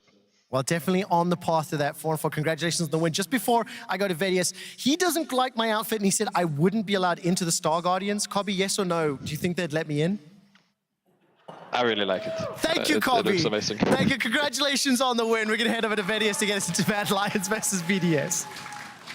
Trevor, you should be forbidden from peer pressuring pro players into doing what you want. It's very unfair. Welcome back, everyone. I'm going to talk a little bit ahead of the matchup that we have coming up next, which is Team VDS versus the Mad Lions. So, Mads, let's have a look at where they are in the standings, because you see a 4-3 scoreline, or you're about to, because this is a bit of a sneak peek as to what we're going to be talking about a little bit later on. Mad Lions find themselves at about in the middle of the pack, but I think this is deceptive as to how good this team actually is, because when we look back at their losses, they lost once to Rogue at the beginning of the split, to an Elder Steal. They also lost to XL, where they did get smashed, and then they lost to Misfits. In fact, we can actually look at some of these early game advantages that they were able to accrue against both Rogue and Misfits, in that they were surprisingly dominant. Look at these peak goal differences that they had. 6.2k versus Rogue, 7k versus Misfits. And look at how quickly these goal differences accrued throughout the game. Mad Lions is a surprisingly dominant early game team, and typically they use this early game dominance to snowball and defeat their opposition. But sometimes, and in some of their losses, we see some of that over-eagerness, as Niski talked about earlier, to their detriment. So let's have a look back at this play versus Rogue. So you may all remember this play, and Mad basically with their massive goal lead and the fact that they know they're in a good position, want to try and force the Elder. The problem with rushing this down is all they have to be wary of is this player right here in Malrang. And they have to make sure that he can't get close enough to the dragon in order to be able to smite it. Unfortunately for them, he does exactly that. He gets a smite off, and just in the nick of time, this ultimate comes through from Comp to be able to steal away this Baron. Now, ultimately, what this play boils down to is Mad trying to overforce an objective when they don't really need to. They had plenty of other options left. They could have been a little bit more patient and leveraged the fact that they have an open inhibitor down towards the bot side of the map. They could look to gain a little bit more prio in mid. Maybe they could even play through top. There was so much of the map that they could have tried to play through rather than just try and force this objective. Let's jump ahead to our next clip where they actually played up against Misfits and did a very similar thing. Here in the top lane, and again, remember that goal lead that they had? They find themselves in a really commanding position, 24 minutes in with a Baron buff. And I want to once again draw your attention to the minimap. They have plenty of options here. They could look to try and leverage pressure through the mid lane. They have a lot of top lane control, and they could try and split Misfits up, but instead they choose to try and force a fight up here towards the top side of the map. And as the fight plays out, like, a lot of credit needs to be given to the teamfight execution from Misfits, but but this was the one decision that Mad made that could have given Misfits a very clear window back into the fight. And keep your eyes here on Schlatter and a beautiful 4-man kick coming over the top of the Mad Lions. The main point and the main takeaway that I want to get here is that a lot of these losses are kind of at Mad's own volition. It is a choice that they made that ended up costing them the game, and the similarities that we see in both of these losses is that they overforced.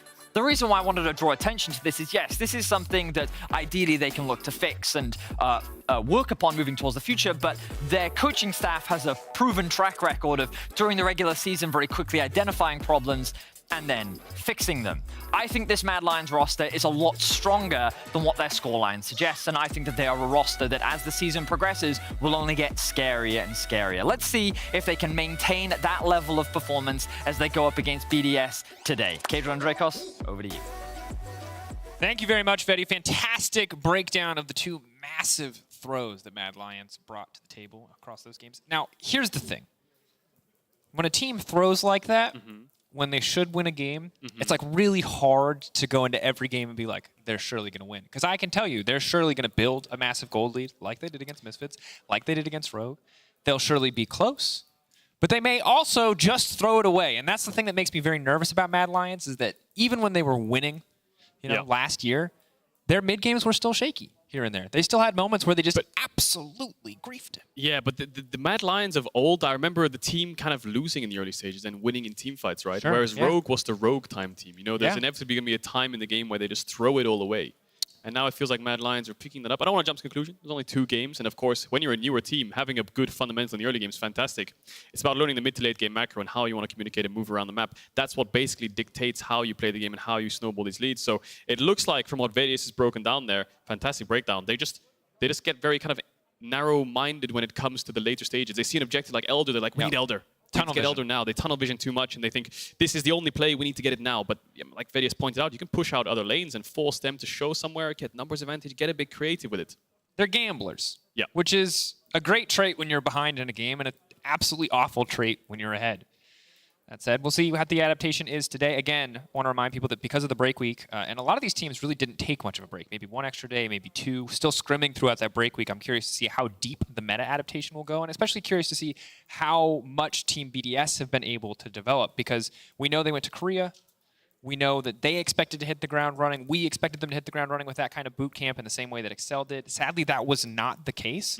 So as weeks go on, BDS are certainly running out of time to show us that best form, that best version of themselves, because where they are right now in the standings, already in week 4, we can start to talk about them being worried about getting knocked out of playoffs, being worried about not being in the running. Statistically, obviously, pretty far from being out, but when you see the level of performance, it's hard to have a lot of faith in this team. Yeah, there was a bit of faith towards their week 2, week 3 performance with the game against Fnatic, that they were so close to winning. 54-minute game, upset stealing Baron. They beat G2 the day before, right? That was the miracle weekend where you think, oh, BDS actually look very competitive. Then you go into the next week and they go up against Misfits, who was, I believe, hadn't picked up a single win yet. They lost that game pretty handily. XL demolished them in 24 minutes. Then all the signs of life from BDS just slowly disappeared. So it's a bit of a contrast in what both these teams want to show. BDS want to show that they're competitive. Mad Lions want to continue to show their early game dominance and show that they've been working on these mid to late game mistakes. And I mean, a week break helps a lot when it comes to mentality, taking a break, relaxing, or fixing issues and getting hard at work as to where they're going wrong. I'm sure the coaching staff was looking at those mid to late game mistakes over the break, identifying ways that they can implement systems to actually solve those, or just kind of plaster over them as they go through summer to pick up these best of ones. Because once you're in playoffs, then you can start to be a little bit more creative. Yep, and just a reminder again, week 4, the final week in the first round robin. So these are the last 2 opponents standing in front of Mad Lions. So we get ready for picks and bans. The Bears are on stage, and they're ready. They're ready to draft. Vola Bear, maybe. Annie, Bear-themed champions. Brace yourself. But it was Starguard week.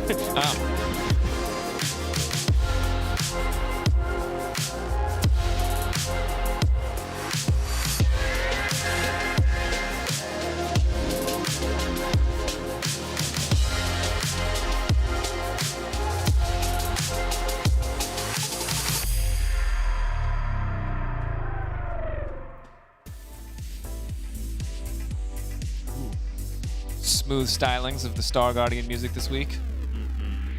I like it. It's always very groovy. I wonder how many Bear champions. I'm waiting for the Bear champion. I'm riding that joke. We will Gragas, see. Braum, Gragas, GP, Bear. Volibear. Why is Gragas? A lot of kinds of bears, Cadril. Why is Gragas a bear? Ezreal, Callista. That joke wasn't for you. You're just trolling me. There's the bear! There he is! Banned Not away. allowed. The players on stage. Of course, players playing from home. There was some COVID concerns. First game, there was airport issues. Second game, there's a bit of COVID concerns. But game 3, 4, and 5, players will be back on stage. In the meantime, we'll see what the draft strategy is going to be. Callista getting banned away. Callista, a champion that must be dominating scrims. While personally, we've yet to see that really impact stage. Can't understand wanting to take it away from Unforgiven, and Kaiser gives Kaiser that much more playmaking. Renata also going to hit the bench along with GP. Yeah, I think the blue side Kalista ban just spells to me that BDS don't actually play it. I mean, Matty hasn't played it once yet, and Unforgiven has one game on it and lost, so maybe they're struggling against Kalistas in scrims, and they feel like they don't want to play it themselves. So we'll see what the last ban here is. Lucian's still up with Kalista Ezreal being down. We didn't see much Zeri or Senna last game. We'll see if either of these teams go towards it. Wukong, of course, incredibly strong, and there's a Poppy ban, which has also been a kind of flavor of the month jungle for a lot of teams. Blind pick Poppy jungle. Damwon are doing it. T1 were doing it a bit. I still LPL remember teams. Peanuts absolutely nutso. Poppy jungle pathing, flashing over a dragon wall at level 2. Hell yeah. And of course, oh no. Oh no. It's not Bear Week. There it's you Cat go. Week. It's Cat Week. There's, I have no idea why you're cheering for Yuumi, but I respect you immensely, crowd. Wait, Yumi's way taller than I thought when she was standing up there. Yeah, dude. Holy. What? All right, well. There's a Yuumi. We'll see what they pair it with. Ezreal's been banned away, so it's likely going to be a Zeri or a Twitch. We haven't seen either of them from Matty so far. Lucian could work. We'll see if Mad Lions opt to take it away. We haven't seen Lucian from Unforgiven either. They're going to take away the Zeri, so maybe BDS can opt into a Twitch here. Made or Dote. That's an impressive bot lane in terms of raw power, the potential to stealth and roam around, but Unforgiven obviously has been doing some work on this champion. I think Wukong here is a bit of a no-brainer, isn't it? When Volibear is banned, go Wukong here and pick Nautilus on 3. I think Mad Lions will be very happy with some kind of teamfight comp like that. They could also just... Oh no. Ooh.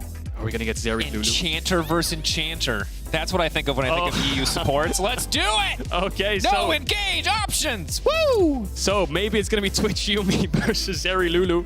A little bit of scaling, 2 enchanters, waiting for those supportive items for the team. Of course, we've seen Lehens go things like the Luden's Yuumi, full damage. We've even seen magical footwear on Yuumis, which is interesting to say the least.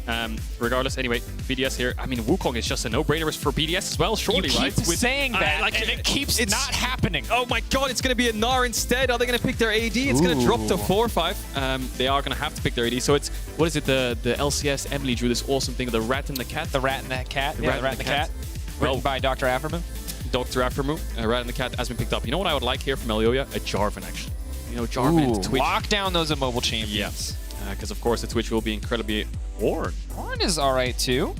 Ornn is all right as well. We saw his top matchup last game, right? It doesn't really need much explanation if you were here for last game, if you were here for any game with Gnar versus Ornn. This time, in response, which is especially bold from Armut, and it's interesting because we have all these points prepared for Armut, how well he's been playing, big damage, big gold differences, and the second he picks Ornn, we just know we're not going to see that this game because we saw previously how hard this lane phase, how hard this matchup can be, but in the end, it might not matter. Armut has always been the teamfighting god, now has his chance to play another teamfighting pick. Smart ban there by Mad Lions. Take away the Trundle, which is what XL 1-2'd when they saw the Ornn straight away. You know what I want to see, Dracos? I want to see an Ornn flex mid on red side. Fate did it against T1 and actually took a game off them, which meant that they won the best of 3. So we'll see if we get a little bit of Ornn flexing here. Niski, definitely the player that I would think of when I think of some kind of like wacky pick. You want to see an Ornn flex? Yeah. I don't know if it'll happen this game. Probably not, but it would look cool. Someone get ready. I think my casting what? partners. You know what's open? And with Ari and Sylas banned? Is it Lissandra? Nope. Corki. Oh. Could we get Corki or Lulu Zeri? That would be, Why does every pick you talk about make me sadder? I mean, it's really good for Mad Lions here. I mean, if you need to win the game, that's exactly what you pick. But then you're last picking jungle, which doesn't make much sense. So yeah, just picking Viego here is the no-brainer here for Mad Lions. So both these teams already going for a lot of team fight. There's even more team fight. As Elioya is going to go for the blind pick Lee Sin. We'll see how Syncroft can pick here. We've seen his Skarner, which I really liked against Fnatic. Although they lost the game, it had so much impact. Yeah, definitely a difficult champion. Creates a lot of space as long as that ulti's up and available. Limits a lot of Lee Sin's what he's able to do if you just, you know, input buffer that ult the second he's anywhere near you. Yep. Combo is going to get interrupted. What is the option going to be from Team BDS? Strong core with the Twitch Yuumi. Decent topside matchup. How are they going to round out the rest of this composition? Oh, Swain. All right, sustained damage in the team fight. Do you want to know a little fun fact? Sure. That is another unique champion for Nuclear Int. This man. That's his 8th unique champion this split so far. And I like that they're mixing it up because you're trying to find the thing that works. Yeah. And if Skarner is the thing that works, Scar. I know one person in the entire world who will be happy about it. Is he going to go Jarvan into Zeri, Lee Sin, or not a huge fan of that. I think the Skarner would work better, but I guess they want more of a reliable engage tool. I think Mad Lions here need to adapt and think of a champion in mid with mobility that actually has good scaling in teamfight as well. I think they need to opt into that kind of pool. If you pick Orianna or Victor here or some kind of control mage, you're just giving them a free Lissandra. Perfect when it comes to mobility. Azir would be great. Anything with teamfight, anything with something to get out of the Jarvan ult. So we'll keep track of this. I mean, we saw Malrank's Jarvan, but he was against Lee Sin, Rakan, Zeri, Gnar, something like this. So much mobility. And we talked about this on the podcast, is that you have to be really crazy to pick not only an off-meta champion, but an off-meta champion into a bunch of champions who are naturally unconcerned with what your kit brings to the table. Lee Sin, Lissandra, Zeri is just going to leap over that wall, no question. Yep. Now still, obviously a very high impact early game. Champion, flag drag, plus or minus a flash, always going to be big. Cataclysm is going to matter, but keeping our eyes on BDS in these fights and how they make use of this pick. Definitely will. Mad Lions, of course, big team fight. Team BDS, big team fight. Aggressiva will have a little bit of side push into the Ornn. We saw the power of the Gnar being able to move mid first on the 4v4 and actually clean up. So I'm sure BDS will keep track of the Ornn movement and make sure Aggressiva is always there first. So a little bit of side push. And of course, Manny on the Twitch means you can play for those side lane picks. You know how many times we've seen a Twitch just go in stealth onto a side lane and try to gank someone in mid game. Keep track of time for BDS versus the Mad Lions.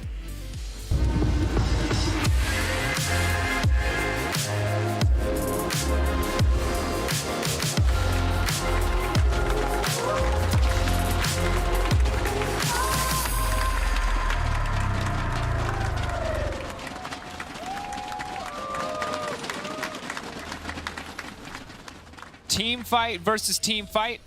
As we set foot onto the rift here. Maddie already going invisible. Maybe wants to get a little bit of gold for the Yuumi with the support item. Let's see what happens here. Stealthing, waiting. The rat and the cat, and it ran out. So, early mid jungle, definitely in favor of Mad Lions. Even level 6, Lee Sin, Lissandra, so much burst. Especially Niski here, playing with Spellbook. Normally you see Lissandra take Spellbook with TP. This time he's got Ignite, so he wants early kill pressure. We'll see if Elyoya visits towards mid. Would be the best lane to move towards. And Syncroft will have to match that. He'll need to find Elyoya. Jarvan, of course, extremely strong in the early game. Maybe Mad Lions want to drop some wards for the level 2 Jarvan.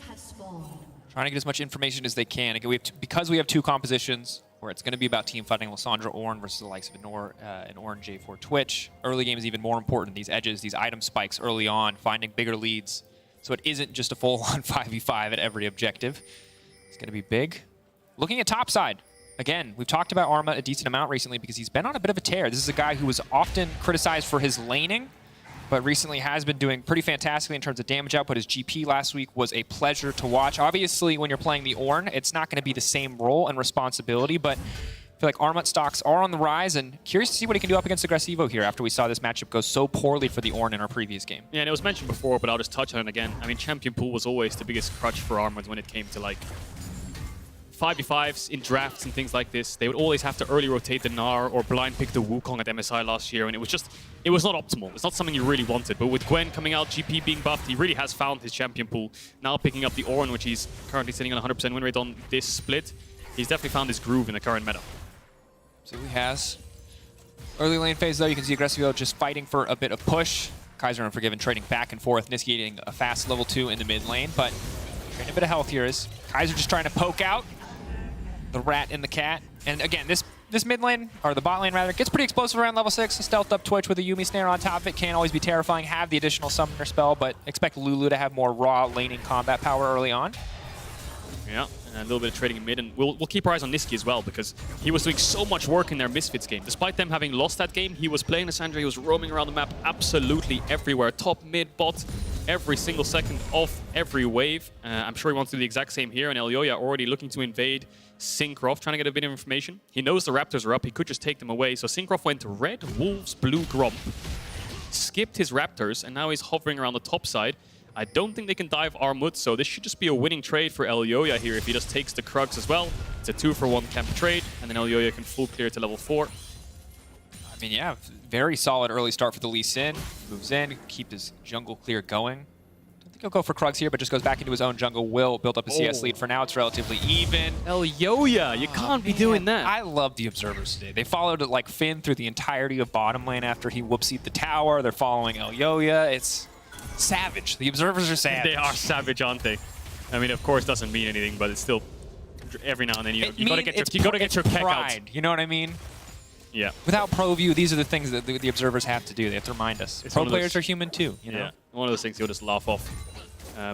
So yeah, if you look at options as well, just talking about Elyoya's pathing, why is he pathing bot? I mean, the only options that Syncroft have this game are bot. I mean, Immobile, Lulu, level 3, 1 EQ, he's probably going to die. Niski's going to be safe and very self-sufficient with the mobility he has, and Armwood's going to be under his tower all game. So all Elyoya wants to achieve with his pathing is just to cover his bot lane, get a little bit of information. You can see the wards they have in his jungle already here, Syncroft, and then just try to take a good base for his bot lane, make sure they can keep up in bases, keep up in tempo in that lane, and make sure that they can get as much vision as possible. Absolutely. And I think for Nuclear Ant, he has to be very careful, especially around level 6. Does not have a cleanse. And there's an Ignite on the side of Niski, which mitigates any potential healing that he could bring through by trying to early ult in the event of a gank, so something to watch for sure. Level advantage for Elyoya. Missing another Q, of course, because Syncroft has already pulled the camp. Battle over the Raptors. So Syncroft actually has based. He's got double Ruby Crystal. So if he was to take that fight, it would be slightly in his favor, but because he's down a level, he doesn't look like he's very confident enough to go for it. I mean, there's a bit of mid-push going in Niski's favor, and he's level 3, right? He'll die so quickly in one combo. Again, Kaiser trying to get as much information bot side. That's all Mad Lions want to do. Information bot side, Armwood sit under your tower, Elyoya make sure you're always first to any play, and then the Jarvan will slowly fall behind. Why? Because Jarvan's clear speed just gets slower and slower. You're building tank. And that's the problem. You always see Jarvans at around 15 to 20 minutes when they're bot lanes towards mid. They take your camps because you're just EQR stopwatch. That's your job. You living for a couple seconds longer won't change much. Your carries just need as much damage as possible. So he'll be a bit of a dog jungler this game. I've been in that position many a times when it comes to tank jungles. And yeah, Syncroft just needs to find some kind of play. I mean, early game needs to get a flash, needs to get an ult off when he gets level 6, needs to try and force something to help his team out. Otherwise, a Jarvan pick nets you nothing. Very difficult situation. Good news is, of all the carries to funnel into, Twitch is certainly one of the best. Hitting 6, going in, looking for the fob, looking for the CC, still level 5. It's a clean combo. Nuclear now flashing out to safety, looking for the auto attack. Elyoya sidestep comes out. Nuclear taken down. A clean first blood from the side of Mad Lions. And it was perfectly played. Elyoya and Niski, great communication. You could tell by Niski's positioning that he was going to get level 6, because with just a root, Nuclear Int would be fine there. But Elyoya stood far enough back that he was out of XP range, but also out of vision. And then he would just W in the second Niski hit the chain CC. What Niski did there, I would love to see the replay, is he actually used his E on the creeps, which were already low, so that as he landed, a W would kill them, so he could root him, and then level up his ult and then stun him as well. So the chain CC there, very efficient, very smart from Niski. Yeah. And I mean, you watch this. Swain goes from under a no threat to instantly dead. Yeah, so watch the backline creeps. He needs those for level up. So he E's and then W's him as well as W'ing the creeps. Gets a level up through the E. Then chain CCs. Elyoya's nice smite there. Q smites away the creep to make sure it hits. Ah, just fantastic, really, isn't it? I mean, clean mechanics on display there. And again, Nuclear can't even fault him for going down to that one, because there's just so little room to outmaneuver that play other than just walking away from a wave, which you desperately need. So, mid-jungle already found a kill. Niski can now swap off of that Ignite, moves to a heal, help out the mid-jungle a bit. And Syncroft just slowly falling further and further behind. The Jarvan just falls off in the late game. He's really strong early, can find early ganks, get flashes, still hasn't found a single thing yet. Niski has both his sums up. Ultimate will be up soon. Nuclear Int, no flash. So, with Elyoya having kick, that basically kind of negates the Ignite being down, and then you have enough damage for a kill. So when he's level 6 and Niski has ult up again, Niski has ult again, sorry, they're just going to revisit mid. So easy too now, especially with the Lost Chapter, means Niski can just essentially infinitely sustain this mid push, not going to have any mana issues. There's a Corrupting Pot on the opposite side for Nuclear to fight back a bit, but Next Blue really does need to go over to him if he wants to match, because this is the thing we talk about when we talk about Lissandra. It's not usually the kill setup in mid, although that here is very relevant. It's the potential for roams, which we're going to see Niski do now, moving up to the top side. Every single time the wave is pushed, you're either setting a trap, waiting for them to misstep, or you're going to a different lane.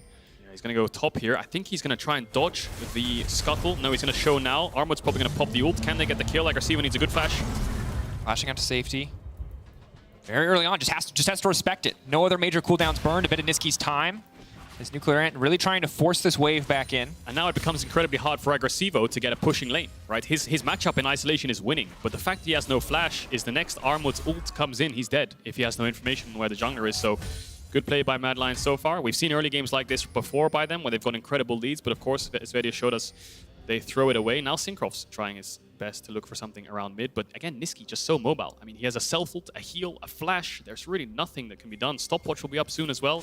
Gonna clear out a pink. Maybe he can look to force a Herald, but I feel like the 3v3 is in favor of Mad Lions. Elyoya will get spotted on the Crux. Now he'll get spotted in River as well if he walks in.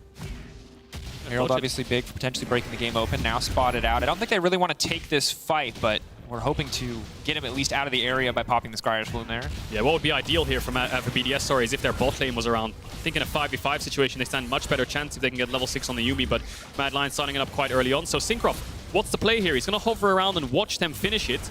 Crab's going to go in their favor as well. 8 seconds on his smite. He's just posturing, just hoping that they're going to back away, thinking that he can 50-50, but he just has nothing there. This is one of the main issues. Now you'll see Syncroft sprint towards bot perhaps and look for some kind of cross map, but if you're on the same side of the map that the enemy team's making a play and you can't contest it, you're basically doing some cinema gameplay. You're just watching them take an objective in your face, and there's nothing you can do about it. So Mad Lions, even though they're only around 800 gold up, it sounds like the game's heavily in their favor, and it is because of the way that they're playing the map and the amount of opportunities that BDS have is shrinking.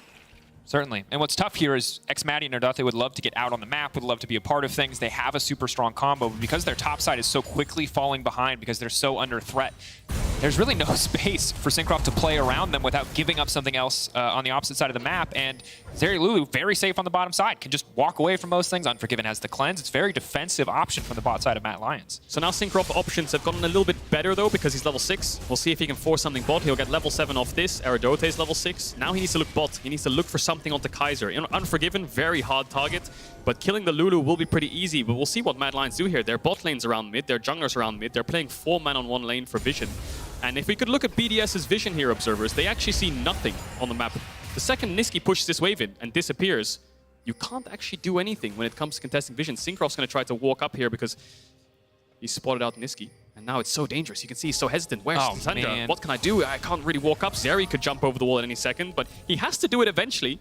He's waiting for Maddie to push out bot. It's literally, it's just the Shining. You know what I mean? You're just waiting for someone to come through the door with a hatchet. You're just waiting. Where's the Lissandra? Where's the rest of the team waiting? The Lee Sin in the darkness, already almost with the core drinker completed. And there's Nisqy again. He showed mid, pushed in a wave, he's disappeared again. So now you can never, I mean, a bot dive here would be fantastic. Get some sums out, they have no TPs, but it's so hard because Nisqy is just basing. But in their eyes, they're not sure. And if you're not sure, it's a risk. And risks in the early game like that are detrimental if you fall behind. So good early vision toggle there by the observers from Mad Lions. Now BDS, Drake's up in 20. They already have one. Maybe a dragon fight would be good, but then again, Syncroft's towards the top side. And again, the reliability of Mad Lions team fight too is something to be watched. Arma's TP is going to be up first as well. It's just so hard for BDS really to find anything. Vision as well on the blue buff, and while BDS are playing with almost no information, the pressure on the top side, this ward being placed down means Mad Lions know exactly what they can do. There are no real missing members on the map except for the Gnar, who's going to show again in a moment. Mad Lions have perfect information to make their next play. Again, if we could toggle the... Actually, Nisqy's going to get hit by the vision, so they will spot out Nisqy. But Mad Lions threatening a bot dive here means Matty has to back away, give up the push, and then they should be able to turn towards a Drake or a Herald bot here. And Syncroft being top, they know he's there because blue buff was given over, so this could just be a full tower for Mad Lions. If they just hit it, pop the Herald afterwards, and it's gone. It's popped a bit early, but they should get a lot of plates for this. And I think what BDS are saying here is, okay, guys, we've missed our early game options. That's fine. Move on. Don't dwell on it. Don't think about it. Think ahead. That's what you have to do as a pro player. That's what you have to do as a team. And what are their options ahead? It's a Blade of the Ruined King Twitch. That kind of spike. Triforce on Gnar. Start contesting the third dragon. That's probably what the calls are here. So Mad Lions should dictate the pace of the game for the next couple minutes. And then we should see BDS come alive on those spikes. Because for now, it looks like their options have gone. Very, very difficult game to play out right now. I mean, again, you look at draft, you can see a perfect world where this Twitch gets to roam around the map, where they have pressure on the bot side, and there's this unknown element, this invisible rat just waiting to pop out at any moment. But instead, Mad Lions playing incredibly well around the information, denying so much vision from the opposition. We're getting a little bit aggressive here in the mid lane, just trying to clear out a wave. But right now, Mad Lions absolutely 100% dictating the pace of this game. Almost 2K up in the lead. I mean, even on the top side, Arma not that far behind. Of course, it's going to get much harder once the Trinity Force does come through for Aggressivo. But right now, this is a pretty flawless early game coming out from the side of Mad Lions. Definitely is, but can they transition it to a good mid to late game? Dragon's always the best form of scaling. and they've already stacked them up. And it's about showing respect as well. I mean, Unforgiven and Kaiser just taking a base there. Why? Because Elyoya needs to clear his top camps, right? And they're scared of a play. They managed to push out the waves, so there's not much threat. Aggressivo's flashes back up, so he feels a little bit more confident in his lane. That's good. That should help them in top. He can keep the push up there. And Herald's up in 1 minute 40. That could help them crack open a mid or top tower. Also got now quiet game. Blade of the Rune King finally coming out alongside Rylai's, so there is some teamfight damage there, especially paired with the Spray and Pray. Trinity Force as well can help Aggressivo start to win out on that top side matchup. He'll match Armut's TP returning to the top side. But I want to just remind people that as good as the early game looks, that it's looked even better in other games, and those games blew up in Mad Lions' faces. So when you said respect earlier, I think that's such an important thing to highlight, because while right now, individually, BDS are very far behind. When we look at the power of their team composition, if Mad Lions misstep, if a few kills go into the back pocket of that Twitch or that Swain, this game gets very hard very quickly. Because Elyoya, yes, he has a core drinker. He has it a little bit ahead of schedule. He's feeling great. But after that, itemization for Lee Sin doesn't get much more powerful, doesn't get much more explosive, so he can't afford to make mistakes either. I'm sure Mad Lions will be very aware of just making sure they don't make those mistakes. Play very patiently is definitely what they need to do, and that's exactly what they're doing. So BDS put 3 members mid to get some mid vision, but what will Mad Lions do? They'll push out bot, and then they'll send 4 members mid to take the mid vision. So they're not sweating too hard. 2 minutes left on that dragon. Another ward here. Kaiser's been placing this ward many times. I'm not sure how many, but that's at least the 3rd or 4th time that a ward over the wall has spotted Syncroft, who, as we talked about, his only options are bots, but it's just shut him down so many times. And the game works in stages, right? You know, you've got the early game, got a couple of angles, couple of opportunities if you force flashes. You've got the mid game, more so dragon-centric and tier 1 trading. And then the late game, which is just all about the major neutral objectives, right? Yeah. Stage 1, of course, for BDS didn't go the way they may have planned. Didn't get any pressure on the lanes they may have wanted to. And I don't think Aggressivo got many plates. But now we're going into stage 2 here, into the mid game. They have item spikes. First items, Manny needs a pair of boots. And that's what he's building towards, get the Berserker Greaves. And then around this next dragon is where they'll fight. Or around Herald. Syncroft will find Elyoya. Loses the 1v1. 2v2 also in Mad Lions' favor, I believe, with Niski having that ignite. 3v3 with the Meganar maybe, but seems unlikely as Aggressivo's rage is already starting to fade away. So look at they have Prio in mid, so it does force Niski to respond, gives them a little bit of an advantage. And here's what you talked about earlier. You were wanting to see this, bringing up full 5 members to contest the Herald, using the team fighting power of that Twitch. The problem you have now is Mad Lions aren't even going to give you the fight. They're going to hit mid tower, they're going to hit bot tower, they're going to get first tower of the game, and you're going to get a neutral objective. But at what cost? We'll keep track of that cost, because look what Elyoya and Niski are doing. If you try to move bot side here to catch this wave, you're going to get dove. So I think Syncroft might have to just pop this Herald top. And look for the cross map of tier 1s, but it looks like he's gonna save it for now. Doesn't want to use it, wants to hold it for the next dragon perhaps, to make it so contesting that objective is a bit easier. What we'll see now is Mad Lions push out this bot wave base and then all go towards the bot side of the map, keep this bot side vision and try to get this 3rd dragon. And you can see after that loss versus Misfits, which was incredibly frustrating for the Mad Lions, they're so tempered. They are not taking, I feel like they're taking any risks. Again, we had a 1-kill game in our first game. We got a 1-kill game in our second. They are slowly but surely bleeding BDS out of the game at very little risk to themselves. It's fundamental, very clean League of Legends. And for BDS, they have to start to scramble. They have to start to find these opportunities. And honestly, they have to cross their fingers that Mad Lions overstep once or twice, that they underestimate BDS. And this is one of the games it sucks to watch, but the coach is sitting backstage like, oh, perfect. The armchair analysts are like, what a great game for League of Legends. 3k gold lead, 40 gold lead. Yeah, they have pushing lanes. They denied win conditions. And now BDS are going to use this Herald to get bot tier 1. And what they're going to do with this is get a pressure point on the map that they can use to their advantage to use vision over. So the tower, will it die? Mad Lions are showing numbers here, and their bot lane can collapse down. No, it won't. But it gives a window for them to contest this dragon. They can't go through mid because they show in their entire jungle, but they can go through bot and then go into the river from there. Aggressivo, just holding mid, will team up with his team. And now it's the 5v5. Mad Lions want the dragon, BDS want the dragon. Execution is everything. Again, keep your eye on the Gnar bar. 15 seconds after it fades away, he's going to have to wait till he can even start stacking rage again. Elyoya has a really good position here. I'm not sure if he was spotted, but he could go around here, wait for Maddie's stealth. Aggressivo knows there's a flank cape happening here. He's trying to mark Elyoya and he finds him. Really good play there. Small intricacies of the fight. Again, now it's about the battle for mid-prio. BDS don't really want the 5-on-5 until they can stack up a Meganar again. Mad Lions trying to take this opportunity to lay a bit of a trap here. Niski waiting over the wall, but the dragon has been aggroed. He's going to be forced to walk away from this one. Unforgiven, getting ready to kick things off. Not a lot of damage coming out from him, but already starting to lay down a bit of poke. Armut off to the side. Took a lot of damage from this dragon. He's half HP from the dragon alone. Below half HP. This really sucks for Niski. Is he going to swap to TP and TP back in? I think he's going to have to. Otherwise, they're just going to have to give this. He won't have Ignite for the fight then. No, he's going to stay. So a lot of ducking, dodging, and diving here from both teams. Neither wants to start it. Hesitation on both sides. Waves being pushed. Does Nisqy have time to run from base? BDS, when they chunk out Nisqy, they should just force this objective. They have a 4v5. They have a window here to force this. They have a way in. Elyoya's giving them space. But they're still extremely hesitant. This is big fear of commitment from both sides here. Oh no. Like a high school boyfriend. What? What? Dragon getting started. Nisqy, little bit of portal gaming here. Elyoya waiting for the flank. It looks like they want the full-on 5v5. That's the Yuumi final chapter now coming out. Ornal's going to go across the entire team. Oh my God! Full value. Nuclear Oh is still God. standing. But everybody's going to die. It's a slaughter. Nobody falls. Absolute massacre. Everybody close your eyes. It's an instant 5-0. Mad Lions get the Dragon. BDS so hesitant. The Jarvan ult was used on an Ornn. There was 5 people hitting the Ornn. All of them knocked up. Insane follow-up from Nisqy. And that's kind of one of those fights where you just put your hands on your head and you're like, now what? Because Mad Lions are going to run away with it. Yeah, I take it back. No fear of commitment there from Mad Lions. They are ready. They're popping the question every single time we go to an objective. They're on their knees. And BDS is on the ground. Yeah, they've lost all their towers. Bot tier 2, mid tier 1, top tier 1's low, 3 dragons, soul point. Baron in 30 seconds.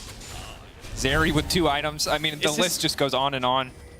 It's not a perfect game because they got a Herald, but it sure as hell looks like one. Pre-Herald perfect game. Pre-Herald perfect game. Pre-Herald perfect game. Seasons ago. So let's watch this again. The value of the Jarvan and Gnar here doesn't make sense because you're jumping on an Ornn.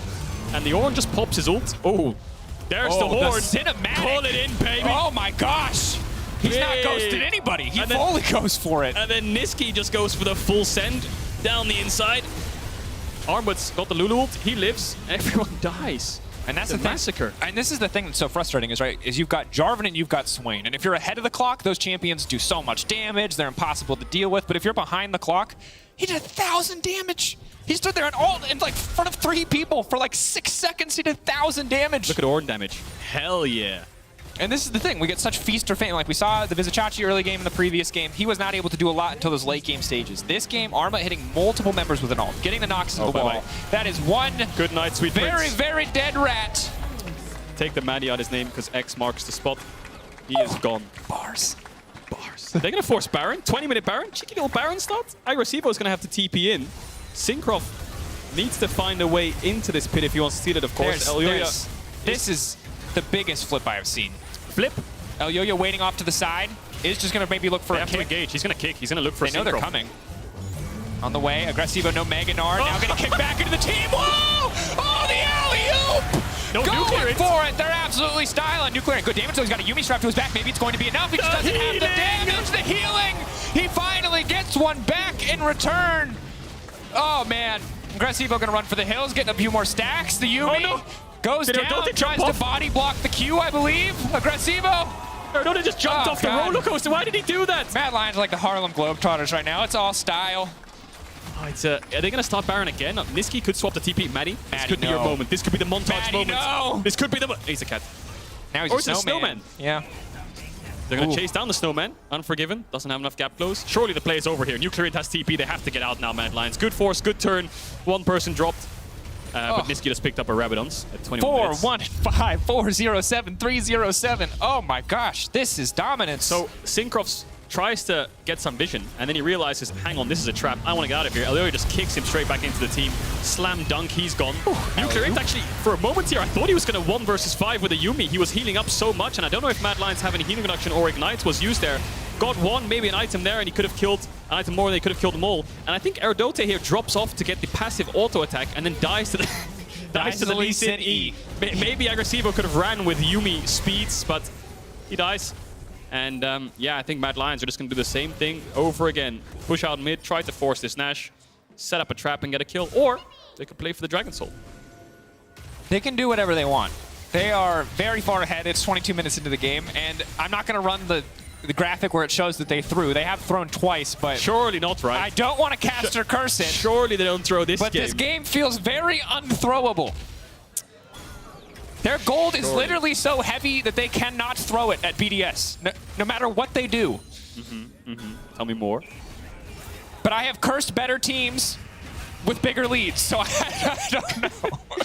Well, Nuclear Int has 2 items, and I don't see much healing reduction on Mad. They only have the Oblivion Orb, and they have an Ignite. Actually, Niski has Ignite soon as well. So yeah, there's a lot of healing reduction. There's a lot of healing reduction, and that's going to be a Chemtech Putrefier soon, and then there will be healing reduction for everybody. So this is awkward for BDS here, because you can't start Nash and finish it because you don't have the damage or the vision, and you can't walk into bot side because you don't have the damage or the vision to contest the 5v5. So Mad Lions own the map right now. It's just a case of executing on owning the map.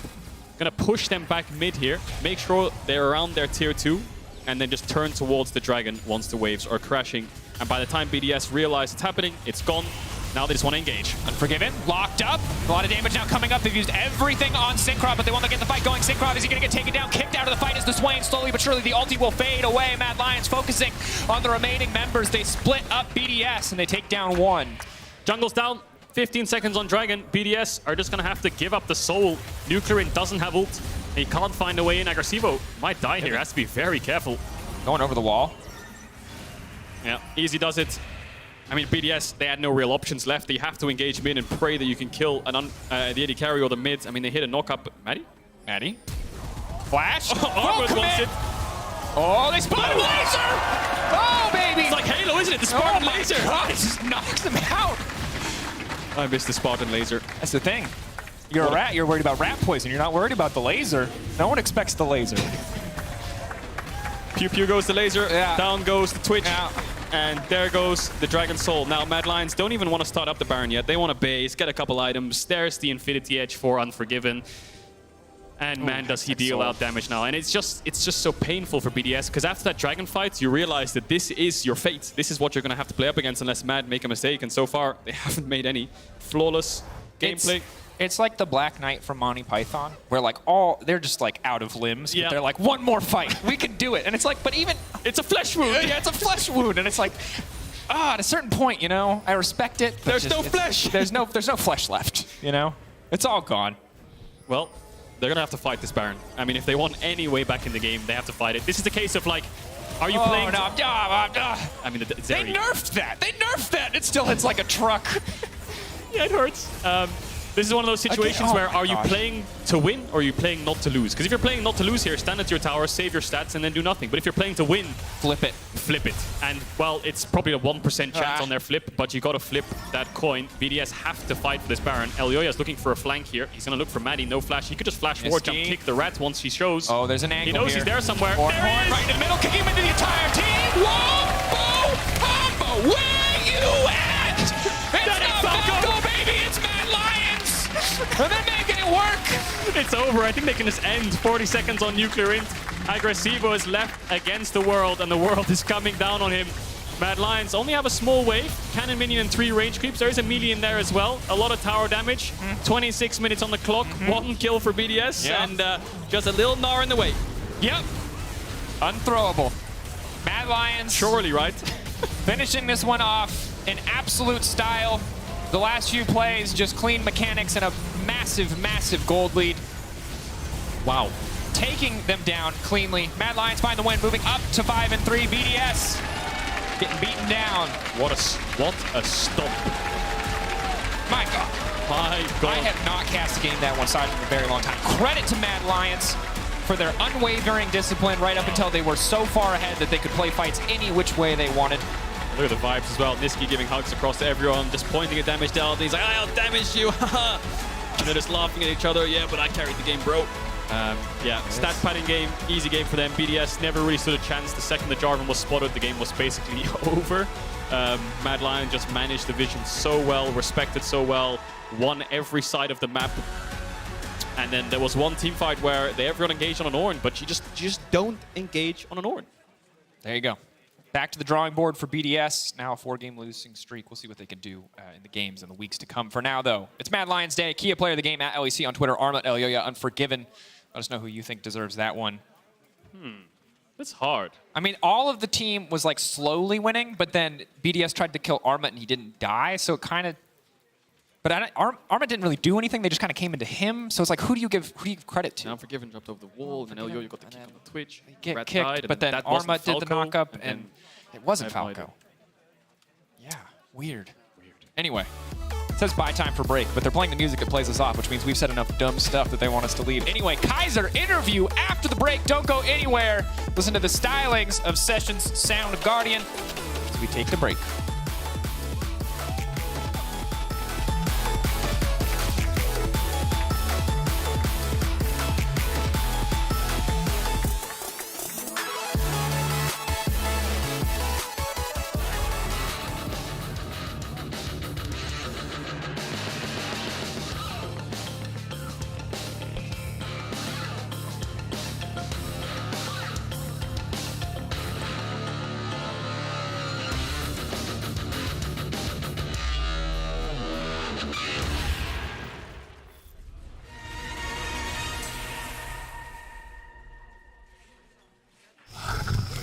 Lion. Oh, yes, the king of the jungle.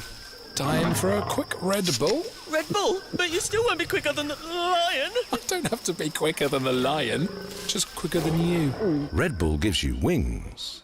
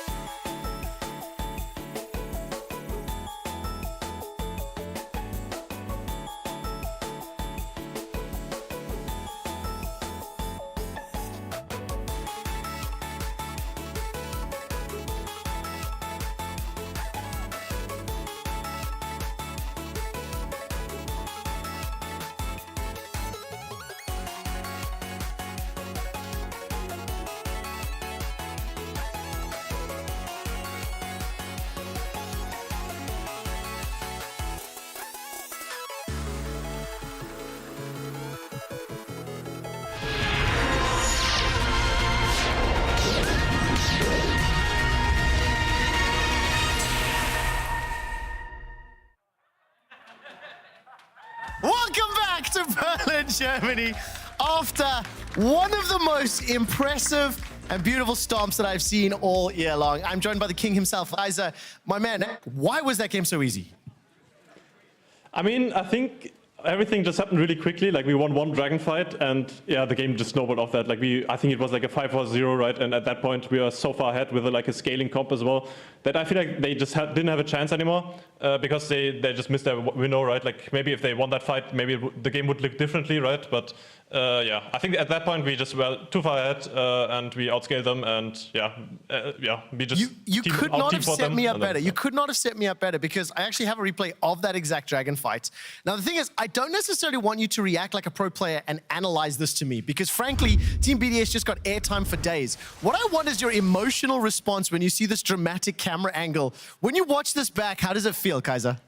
I was actually really scared for Armut here, but I mean, look at this ult actually, holy moly. I actually didn't even see it in game because I was so focused on like ulting him and like, I was like scared of his like HP bar, you know, like I was trying to keep him alive, but yeah, I mean, Armut played this fight extremely well. He got like a 4-man ult, I think, and yeah, that kind of just won us the game. I'm actually so sad that nobody else at home was able to watch because I've got a giant Kaiser face over my shoulder. This is Berlin. The smile on his face watching that replay was fantastic. Now listen, let's talk a little bit about, you know, bouncing back from last week. In this game, you picked up 16 assists. I was like, that's amazing, that's incredible.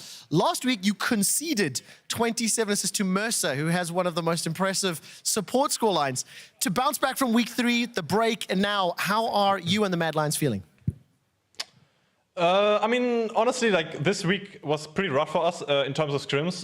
We didn't really feel that comfortable on the patch, and I think we just tried something differently in competitive at least. And I think we just had to like kind of play our game, like we picked comfort, right? And I think it showed this game that we still can play a clean game, right, if we get the ahead enough, and I think our early game was always like really good, right? And I think, for example, the Misfits game, it was kind of unfortunate that we lost it because I feel like the game was in our hands, right? Same with the Rogue game. I think we could have won those 2 games as well, and then maybe our scoreline would look a bit different, right? We would be maybe first place now. I don't really want to talk about the past, right? It's our mistake that we throw these games, so we can't really talk like that, but right? But yeah, I'm still really happy with our game today because it was really clean, and yeah, it was a confidence booster for sure. No doubt about it. I really appreciate the way you framed that. Don't necessarily want to talk about the losses. It was a mistake on your side. I think that's very, very fair to say. It's a healthy mindset. Talking about today's win, the fans at home voted for Alyoya to be the player of the game. I sincerely hope I remembered that correctly.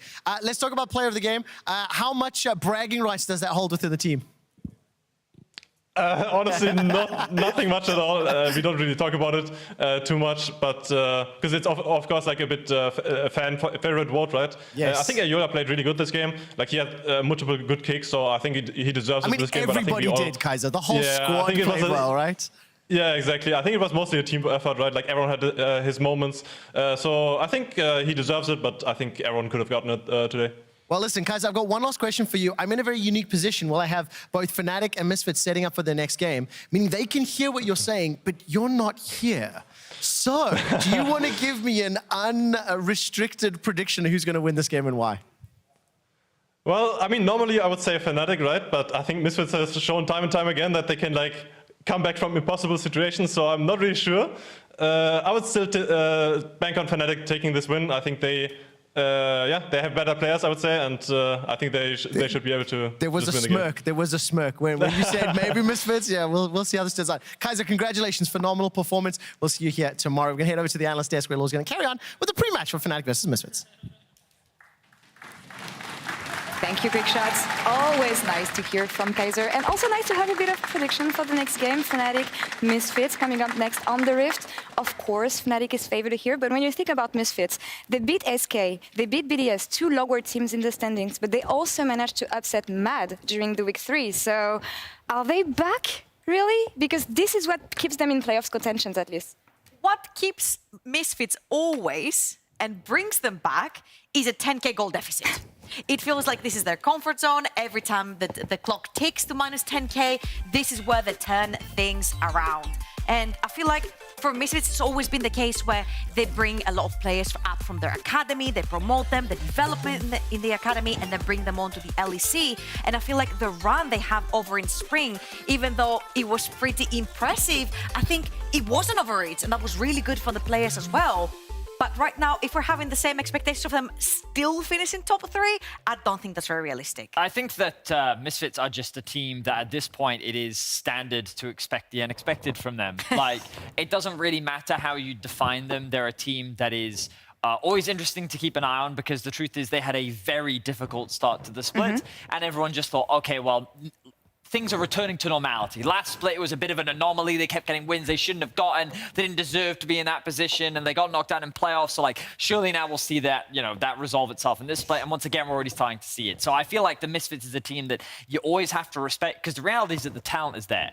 They had to make roster changes. They've had to still develop and evolve as a team. And I think that we are slowly but surely starting to see the development of the team. And admittedly, they are still this team-fighting team, but if that's going to win you games, that's all you need to do to get into playoffs. They cannot get away from winning games over huge comebacks every time, right? But Trouble. they keep doing it And more. They keep doing it I mean, at some point, it's got to be a play style, right? Yeah, but I mean, we talked to Neon in He said it PGL was his 2 weeks comfort ago. He zone. said it was his comfort zone. He said that the team finally found their form, including Irrelevant on the top lane. And when you think about it, they have Rookie of the Season Zlatan, MVP of the Spring Vitio. What are the expectations for Misfits in summer? Again, I think just because they finished 3rd in spring, but then they got knocked out of playoffs, there are high expectations of them possibly doing the unthinkable again. And due to the same scenario of falling down 10K and managing to come back, which gives us a lot of flashbacks from the G2 game in spring and other games that Misfits have played, I think, again, it gives unrealistic expectations. If anything, they brought a rookie back in the top lane to replace Hirit from spring, which seemed to be a bit of a liability if games that were not going his way. I think even though, yeah, we're seeing a better play on the top side of the map, I feel like we have not yet seen that Zlatan being unlocked on the map. And I earlier in the pre-show mentioned Lee Sin. He is a beast on the champion. He's brought it up. Now I'm looking at him again to try and make the plays early game. Now, when we think of Fnatic, Veli, they're on a 3-game win streak as well as Misfits. And it feels like the same way we mentioned in Reddit Check that their play style changed is more turned around Razork and Wonder in the top lane, keeping the consistency of Upset on the bot lane. But this is a shift compared to the Fnatic you used to know. It certainly is. I think that when you look at Fnatic, you know, they've always been reckless or they've been upset, right? Like, it's always been an AD carry show, regardless of what iteration, what mid laners, what junglers. At some point, the roster always finds its way directing itself towards the bot lane. And there have been exceptions to this. We've seen superstar carries like Zoaz and Bwipo come out of this roster in the past, but now we're seeing it again in the form of Razork and Wonder. And I think that what's really impressive is how they are making this style work and the way in which Wonder is doing it, especially on champions like Gragas. Typically, you think of like way more other carry champions, maybe something like a Fiora or a Gwen or a Camille, but no, he's doing it on a Gragas. Admittedly, full AP Gragas, but he's still doing it on the Gragas. And it's great to see Razork both seeming more comfortable, because remember, back when he was on Misfits, this was his comfort playstyle. This is the approach that he, alongside Vitio, used to take when they typically play towards Hirit. So it's almost like a default to comfort for him in a way as well, and Wonder is quite happily accepting the responsibilities and running away with the game. Now, when you think of Fnatic as a whole, Trouble, I know that Humanoid had an interview in Invern recently where he said that things look way better than in spring from the inside. Is it something that translates on the Rift also for Fnatic, you say? This is something... Okay, so I think this ties to what Alfari also said about Vitality, right? He's like, we're not necessarily better, but we've changed. And when things start changing on the inside, it doesn't necessarily instantly translate on the Rift, but the fact that they've had a shift, the fact I think that necessarily Razork has found the way he wants to play the game. Vedi mentioned the Misfits days. Back then, he had more of a carry role for himself, trying to get himself ahead, make the plays. Right now, when you have players like Wonder, when you have players like Humanoid in the team, you can actually swap the playstyle and try and play for them. You have a lot more windows of opportunity rather than having to rely solely on yourself. All right, back to Misfits now. And then the floor is yours, Trouble, because in week 3, Misfits took down the Mad Lions in a crazy comeback, as we said. And you want to talk us through how they made it happen? Is that correct? Yeah, well, all right, let's go. We all know that for Misfits, minus 10K is just their bread and butter. They absolutely love being in a goal deficit. Don't know why. Neon told us as well on a PGL. It really works for Misfits, but right now I would just like to highlight how it started. And traditionally, something that I have personally spotted for Misfits is that when their level 1 does not go well, meaning that Zlatan gets spotted on a ward, it goes downhill from there. He gets spotted, then he gets tracked through the game, and then the ganks do not work, or he gets counter-ganked and it goes even worse. Now, I've brought up this clip from the game versus Mad Lions, and I want to show you guys on the minimap right here of what's happening. You will see that there has been a ward that's been placed in Zlatan's jungle at his red buff. Now, of course, he knows that, so he's going to start from raids. And he has two possibilities here. He can get spotted on the ward and continue with his clear, but he can also try to path away from the ward and not allow Mad Lions to know where he is. Now, of course, Mad Lions right here, they have 3 shoving lanes. And the second Nisqy pushes in that mid lane, they will choose to go towards that red side, which they have actually warded. So the invade is going to happen, but Zlatan has actually avoided possibly dying, taking his red buff. As you will see on the minimap, he's going to path towards the bot side of the map. Now, unfortunately, what we mentioned is that there's 3 lanes with prior for Mad, so he will get spotted at the end of the day from the bot lane as well. And this is where things start going really well, because what's happening right here is that Zlatan is stuck on the bot side of the map with not really any camps to take. You can't really go dive, because if you look on the minimap, your Ahri has just base, so you can't full-man dive. And right now, your top lane is at a really difficult situation where he's gonna get dived 1 versus 3. So this very early gameplay was Misfits trying to avoid vision, but they end up losing a top lane. And now, going back to Misfits' comfort zone is catching a throw, catching a mistake, because yes, mistakes can happen from every single team, but what defines good from better teams is how quickly you catch and how quickly you capitalize.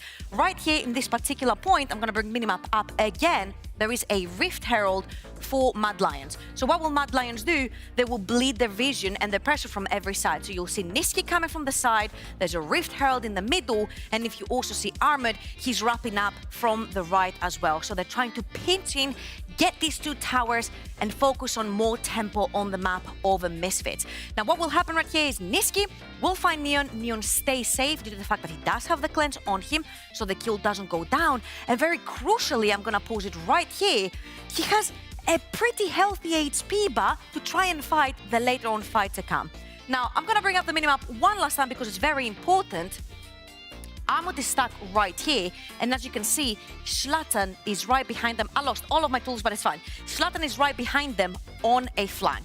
Now remember, Nisqy has already used his ultimate, and Lissandra tools are so important for team fights. So once this is wasted, Mad are trying to push in through the mid, and Nisqy gets caught on the side. Armut tries to escape from the right, and this is where Misfits find the opportunity. Zlatan catches Armored, Vito is going to jump in, they all bundle up in this choke point, and Nisqy is not there. The fact that Nisqy was caught on the side, didn't have ultimate, gets chunked by Irrelevant's own as well, taking out the Lissandra, making it a 4 versus 4.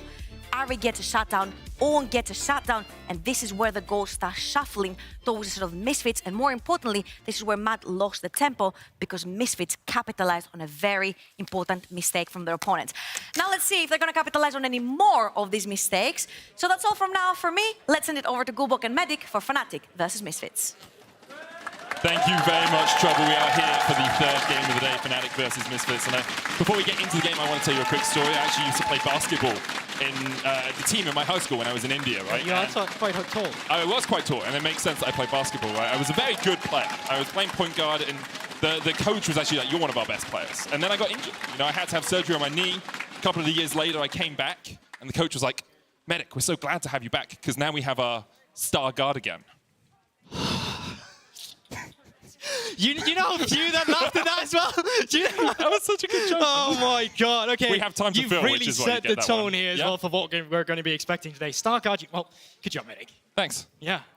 Well. Do you want to say something now? No, because I was really counting on you to pick it up because I didn't have a conversation to start myself. Well, why don't we talk about the teams? League of Legends is something we often talk about here. Yeah. Not as often as some people would like, too often than other people's like, but let's talk about it for a little while. As Fnatic face off against Misfits, both these teams on 3-game winning streaks right now, Gulbok. Yeah, and I think there's 2 different expectations comes in from the teams, right? Misfits on a 3-game winning streak. I think that's really impressive just because of the fact that they started 0-4, 3 rookies essentially on the team. So the fact that they are able to bounce back from a 0-4 week or 2 weeks like that and find a win streak, I find that really impressive. But going up against a team like Fnatic, I do believe their circumstances are different. The way Fnatic secured their win streak, while some of the teams was on the same level they were playing against, Fnatic is still a team that we are expecting to be the favorites today coming into this matchup and continuing their win streak. I definitely agree with that. Fnatic's win against G2 was a demolition, to say the least. But Misfits, of course, were able to take down Mad a couple of weeks ago.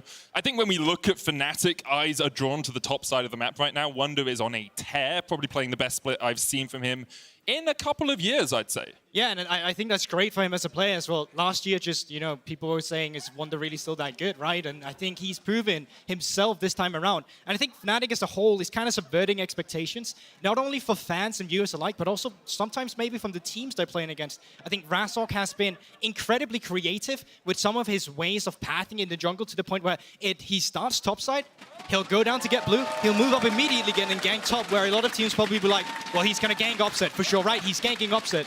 All of a sudden, he's in the top lane. So I really like this different dynamic we're suddenly starting to see from Fnatic. Have to see if they continue that through today's games. On the other side of the rift, Misfits still in a development phase, it feels, after a very strong spring performance. I think a lot of people looked at them and said, will they be able to match that? And they haven't quite matched it, but they are still growing as a team. Honestly, I think they exceeded expectations, and I think they overperformed as well with the playoffs they had last spring.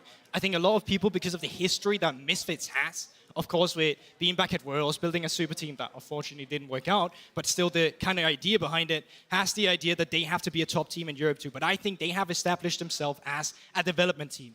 The fact that they're holding on to the rookies from spring in Zlatan, in Mercer, not only that, but adding another in Irrelevant speaks to the fact of how committed they are to this roster, but also how committed they are to developing the European talent we have in League of Legends here. So credit to Misfits. I think it's really impressive what they've kind of figured out with the roster. I definitely agree with you there, Goldborg. We do have a couple of minutes as a peripheral issue is being rectified on stage, so I'll give you another one of my puns. Go on. Ready for this one? Yeah, well, you know how... Not really, but... Okay, well, I mean, you know how the James Webb Telescope has recently released a lot of images of space? Uh-huh. I've actually put one of those on a jumper. I call it my star cardigan. Yes, thank you. Great. Really, Thank you. Do you write? Good, guys. Yes, give a round of applause for Medic, everyone. It's off the top of my head. Yeah, that was actually going to ask you that. So when you make these puns, and be honest with me, are you writing all of these? Are you writing all of them down in advance, or is it in the moment? All of these ones today, because they've been pretty bad, let's be honest, have been in the moment. Ones like Cows on a Plane, Stakes Have Never Been Higher, those are just classics in the pun world, you know. So. Well, that's another one for that, but I don't think that's suitable. Yeah, you can't use that one. Yeah, I know. It's a PG-friendly broadcast. Either way, I think it's really impressive. But I appreciate that. Thank you, Goldborg. With the teams as well, moving forward, I hope that they can be able to adapt on the fly as well. Misfits. That's the worst segue. I was really trying hard, okay? I was really trying hard.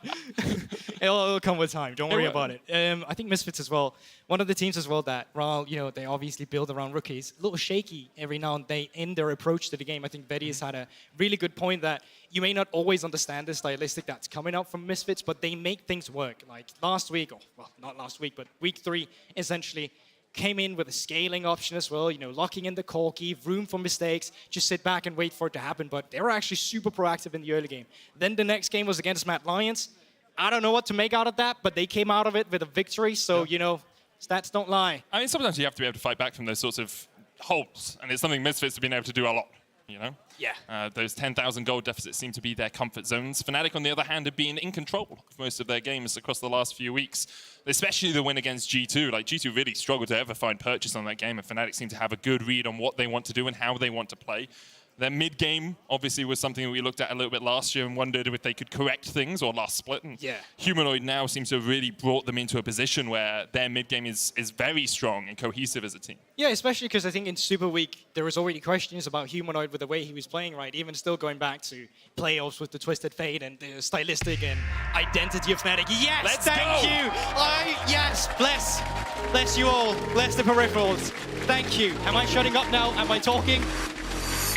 Toss.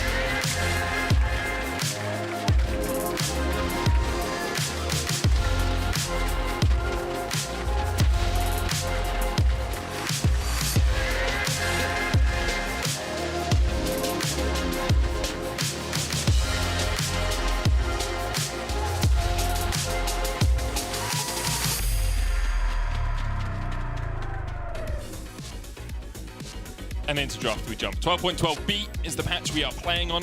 Misfits stamping their brand onto Fnatic there for a second, as Fnatic will immediately ban away the Lee Sin. No surprises with Schlatan on the enemy team.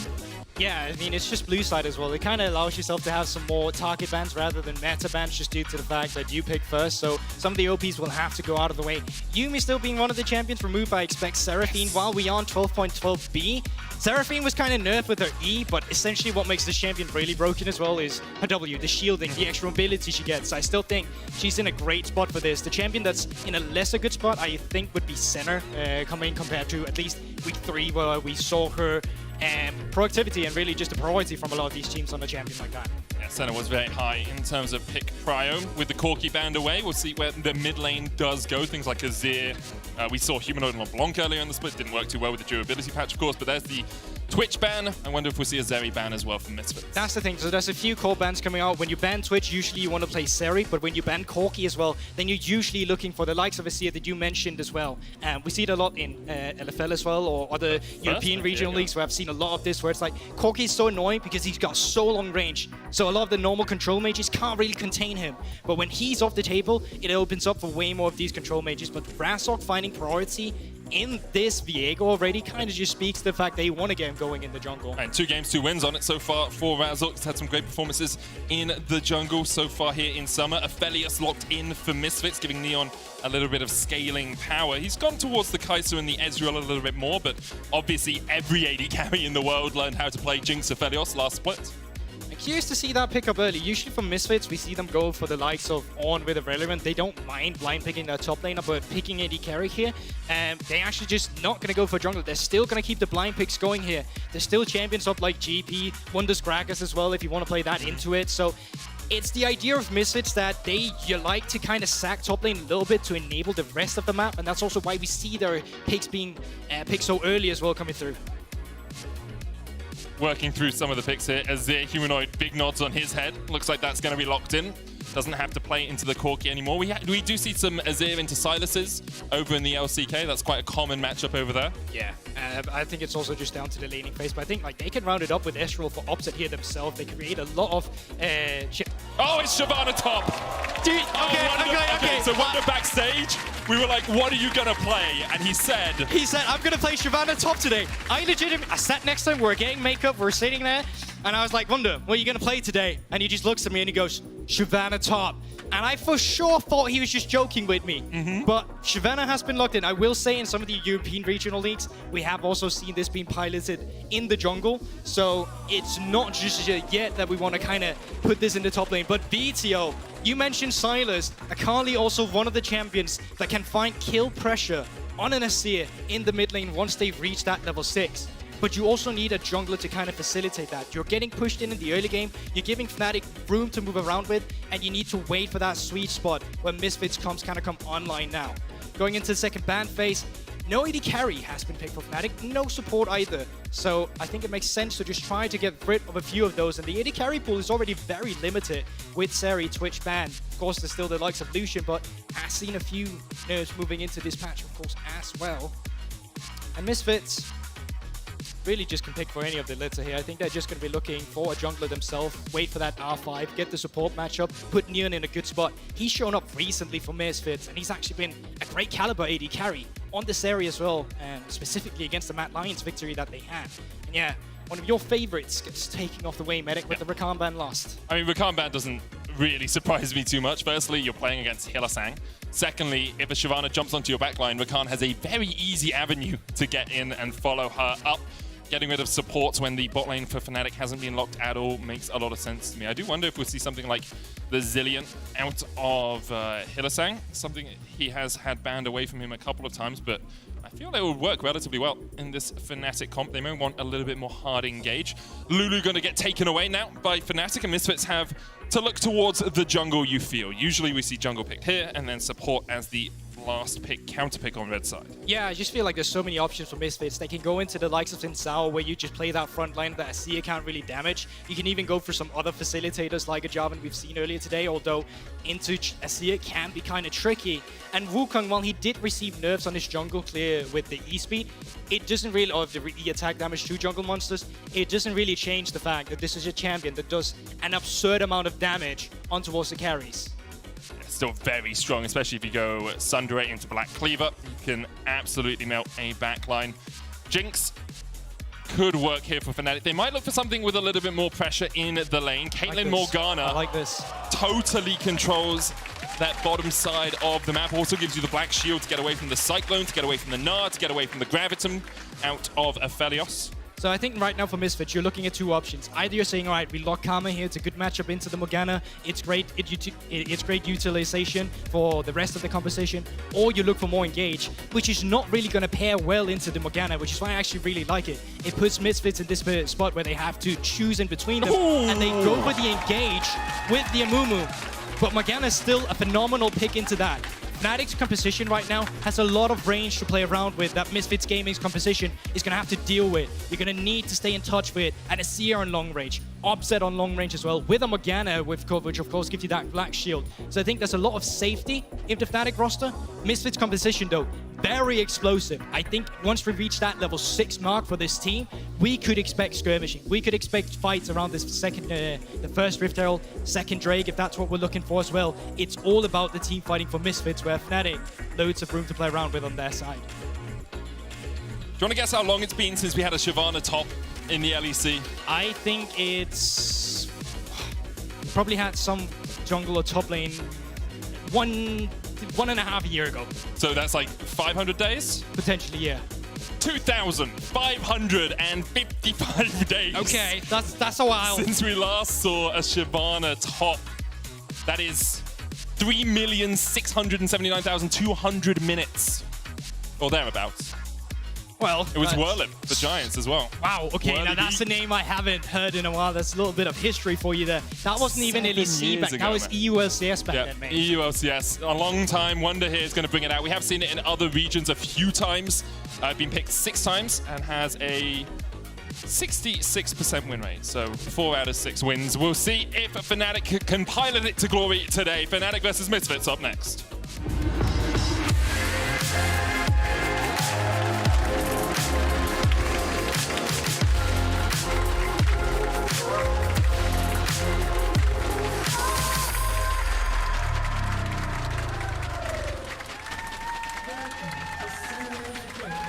Let's get into it. Ghost, teleport, Fort Wonder up towards that top side alongside the press the attack. If you haven't seen top Shyvana, firstly, welcome to the club.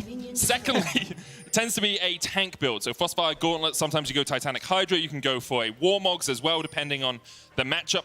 That's where I expect we will see Wonder making his way towards. On the other side, nothing too surprising. Neon going for the cleanse to try and get away from the Dark Binding later on in the game, or even the Spectral Maw, the stun that comes out from Viego.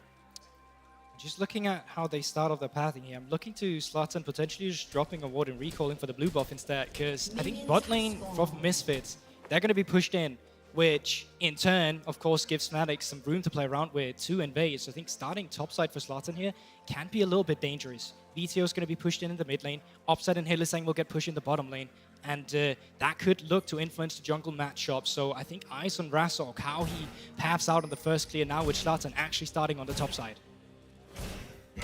Keep our eyes on the jungler from Fnatic. Has had a good couple of weeks over the last few, weeks in the LEC. And him teaming up with Wonder has been a sight to behold for Fnatic fans around the world. For the moment, though, just going to start on the top side and mirrored by Razork. So both of them will be working their way down towards that bottom side of the map. Yeah, so let's talk a little bit about the bot lane matchup as well. Amumu, if you're not familiar with him in the LEC, that's fair. We haven't seen all too much of it. But around the world, we've started to see this champion a lot.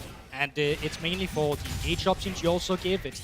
Well, it's all about team fighting. You get quite tanky yourself later on. Having that big AoE where you just kind of root everyone up, obviously you're not going to be complaining about that. But one of the downsides, and specifically when you're playing into a range support like a Morgana, is that you have no lane pressure whatsoever. So as you can even see here, they are going to crash their waves, expecting them to walk back maybe, and then look to get some vision into the enemy jungle. See Mercer going for the minion dematerializer as well down towards this bottom lane because he knows they need to be able to wrest some control out of Fnatic's hands down towards that bottom lane.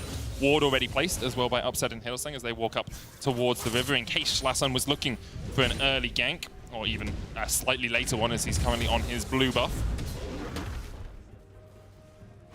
And, well, not much happening, so Humanoid's going to be pushing in the mid lane. Well, I was kind of... It's true. No, I left you out to dry on that one. Go, do you want me to bring something up and you can talk about it? No, I'll fine. I'll take lead. How about, like, you're pretty good at the game, so we can have a few conversation about this ourselves as well. I think, like, moving in with a mid lane crash here as well. Obviously, if you have a ward available, Humanoid can move into track on the Raptors as well, get the tracking down on Schlattern as well, on the Wukong. When do you suspect, Medic, that we're going to start seeing some action in this game then? Probably around the first Drake spawn, you know? Yeah. That's when I think we'll see things. The problem for Misfits is they don't have prio mid-bot, right? So as soon as those two lanes are pushed in, it gives Razork all the time in the world to try and control around this Rift Scuttler. Schlattern's going to try and steal it away. Does have the smite and does it. That's very well done by Schlattern, able to sneak around any vision that Fnatic had down. And now he can go towards top side because he has the push in the top side. Exactly, so he has to push in the top side. Mid is kind of even, but what he can do here is just help him push it out, move it up towards the top side. Lane is a little awkward for VTO right now. He's leaving him out to dry just a tad bit because now he can't walk up and it's pushing in. But either way, he is going to be double scuttling here. He's going to have a late reset, which of course gives Razork some extra movement to play around with. He can move himself up towards the top side. Look for a gank on a relevant off-timer where Schlattern is not going to be in a position to counteract on it himself. We have talked a little bit about Razork so far, but he has been having a very good start to summer, especially since in spring, I think, community sentiment that I don't think everyone agreed with, but was definitely going around, was that Razork was the weak link for Fnatic a lot of the time, like struggling to find plays, struggling to synergize with the rest of the team. But here in summer, you can see high kill participation. Everything that happens for this team in the first 14 minutes of the game is going through this man. Yeah, and I think he talked about like himself a lot as well. I'm gonna hold that just for a little bit as he out looking for action. PT is coming in from the side. Razork does have the flash. Shuriken's gonna land. Razork's trying to hold on to it. Flashes away. Counter flash by Schlattern. He's gonna have the movement speed here. Razork has nowhere to go, and just as I sing his praises, I curse him to his first death of the game. Yeah, so that was just not synced up. He thought he had the mid lane priority and that Humanoid would be able to move first, but just due to VTO dropping a few camps and the slow push coming in from Humanoid specifically, VTO was able to support his jungling type Mercer. This is a little difficult. It's one of those matchup. You've just seen Darkbinder go down, so you know there's still the Black Shield, but you have 2 Qs as a Mumu. You can stack those charges, so maybe he was just looking for a little bit of trade. Wasn't going to be able to get too much out of it, and you can see as soon as the Black Shield came down, he backed away. Was able to avoid those very tasty cupcakes while looking like a cupcake himself. I think the game plan next, moving forward for Misfits, is that they kind of are in a position where they probably realize, well, we don't have mid lane priority, we don't have bot lane priority, and moving into Drake that has now spawned, with Razork as well moving himself down there, your game plan is essentially just kind of to delay them starting up that first Drake. So when Rift Herald finally becomes the thing, at least you can cross-map that with top lane priority and all the likes of that. So I think that's what we're looking for really with Razork now making his move down towards the bottom side, Offset coming off of reset, Neon and Mercer still not having gone through it, and with a cannon minion pushing in here, maybe Offset is just going to be missing that, but he's not going to be missing much more than that for this wave. Still in XP range. I think Hylissang could have sapped that, but he's going to block the back. Stop the ports.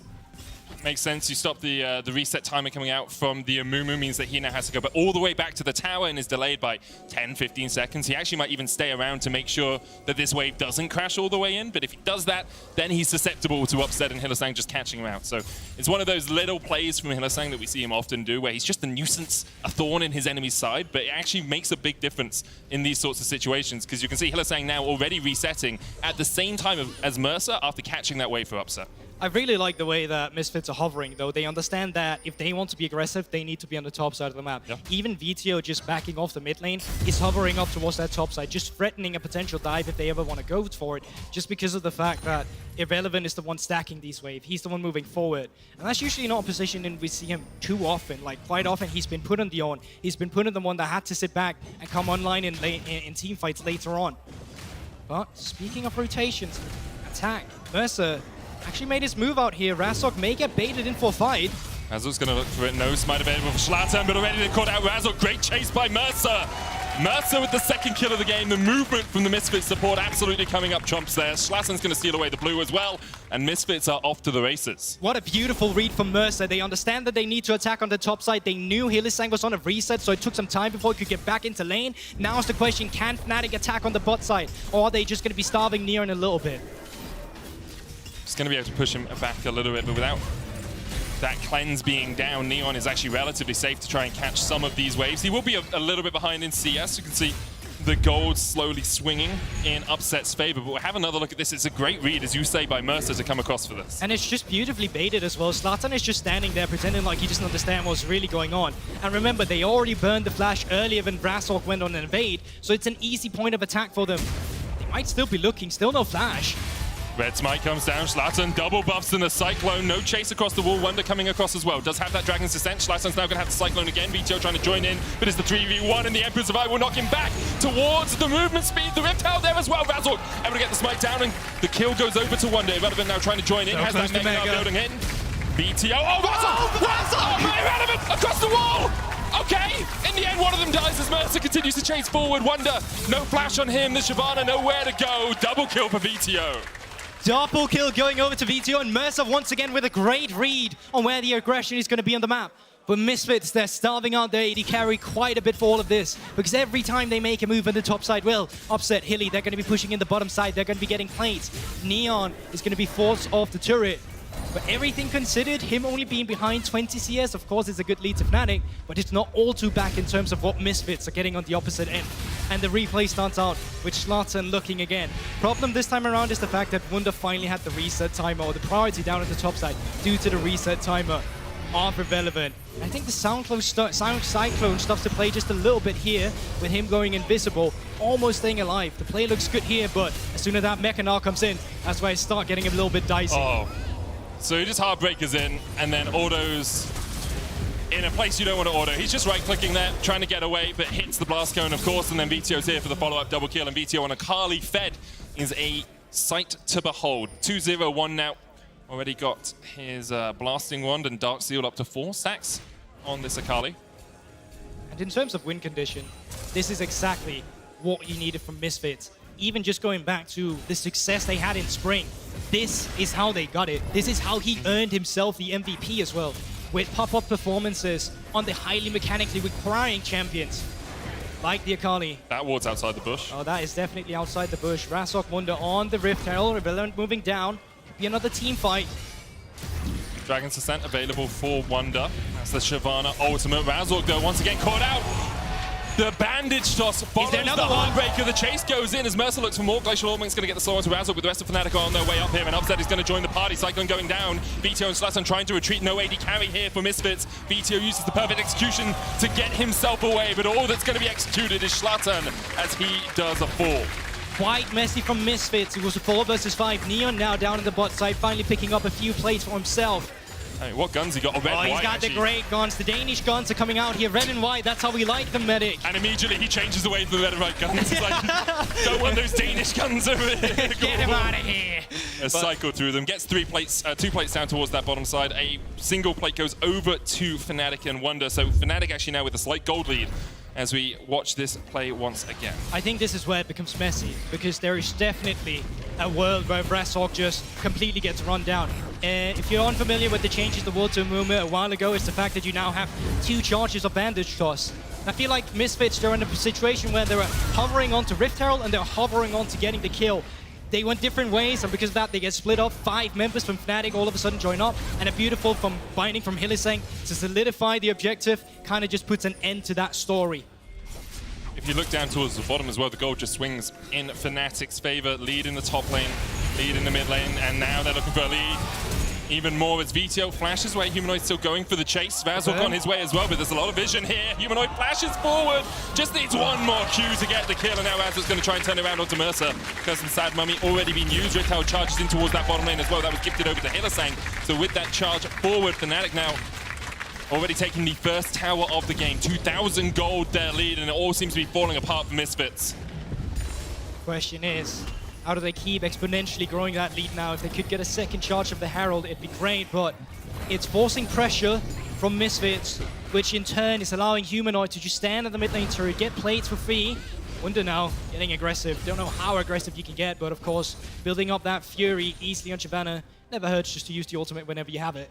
And Fnatic continuing the form they had in week 3 as well. 100% first tower, huge gold leads at 14 minutes, high kills to deaths at 14. Well, this game, you know, they're behind in kills, but they do still have that large gold lead. And they're only one dragon behind as Slatten's able to secure the first dragon of the game. So Fnatic playing towards their win cons. They have been gifted a little bit by that fight up towards the Rift Tower, but you can see Upset already with a Gale Force complete. He's almost 1,000 gold ahead. Humanoid has been the recipient of all the kills in the last few plays, so he already has that Leandri's Anguish finished as well. And it becomes trickier and trickier for Misfits to play these fights out because there is a lot of dive on Fnatic, and they can get onto your backline, and Aphelios is relatively safe, but is he going to be safe against the Shyvana who's jumping in on him? Yeah, that's of course the question. I actually think Fnatic could have been more aggressive with some of the Drakes in the early game just due to the fact they had so much bot lane priority. Yeah. Either way, they used a lot of that. I mean, Razork was also kind of just screwed in his jungle for all of the early games. So like, oh, can we play around Dragon? I'm dead. That is a very fair assessment as well. So in another world, perhaps, where, you know, he's not falling, but they still got the objective, they got the Rift held, and now with this bot lane suddenly being opened up, you can put the Caitlyn into the map. That's kind of the game plan every time you have a Caitlyn. You want to crack open the bot turret, you want to move your pressure around with this pick, and just dictate the tempo everywhere you go. Now with the mid lane pressure, you can get aggressive with your wards. You can put them into the enemy jungle, you can put them down towards the bottom side, so whenever Humanoid or whoever they decide to put in the bottom pushes the lane in, they can now move into the mid lane, get a man advantage, and just continue that tempo. That's what we're looking for currently from Fnatic. We want to see them stay aggressive. Not so much in terms of fight, but in terms of proactivity. Razork can do a little bit of damage on Irrelevant. That's a great explanation, by the way, Goldborg. If you see it happening, you draw some fancy lines, some fancy arrows, and try and highlight it to the audience, because it's actually really well explained. Very interesting to hear sort of the mechanics and the intricacies of these lane movements. Irrelevant here, building up towards Mega Gnar. Will get it out. Humanoid and Razork looking to see perhaps if they want it. Spectral more stun coming in. Upset as well. No ace in the hole for him, but the chase continues with the Gale Force forward, and Irrelevant is headshot to his death. Fine is going to land. Upset looking for a little bit more damage. They force Slattern away as well, and even though Mercer is here to try and join the party is ended.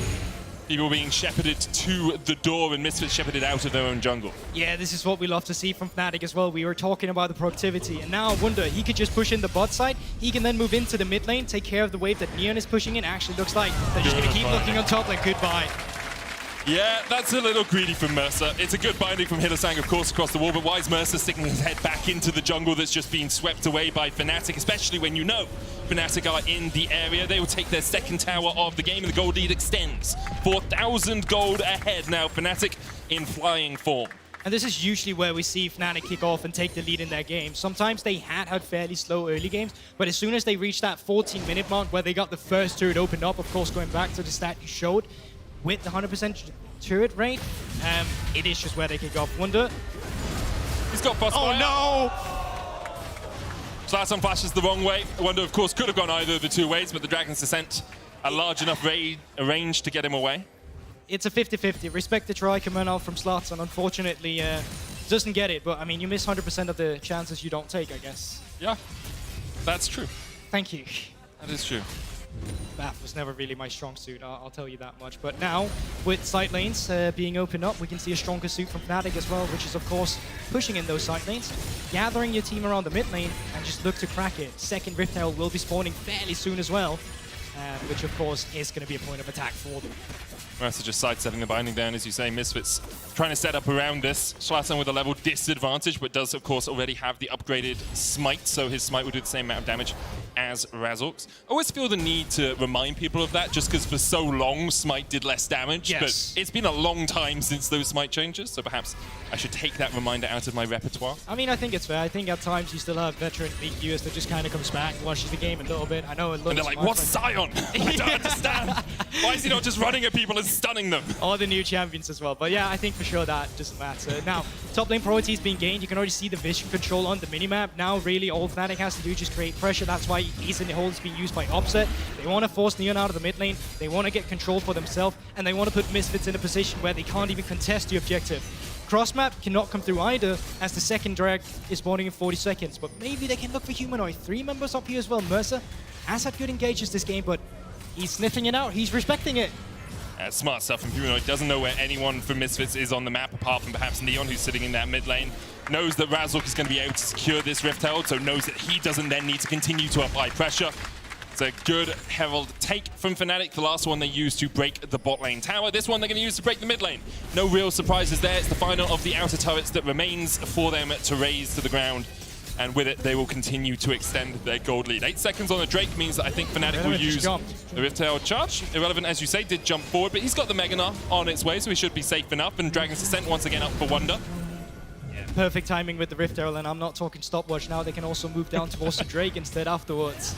And Zlatan does have that W to get over the wall. Oh, Irrelevant going in with the Mega Gnar, though. Immediate exhaust Mercy's on the chase. The curse of the Sad Mummy, the damage, the Inferno!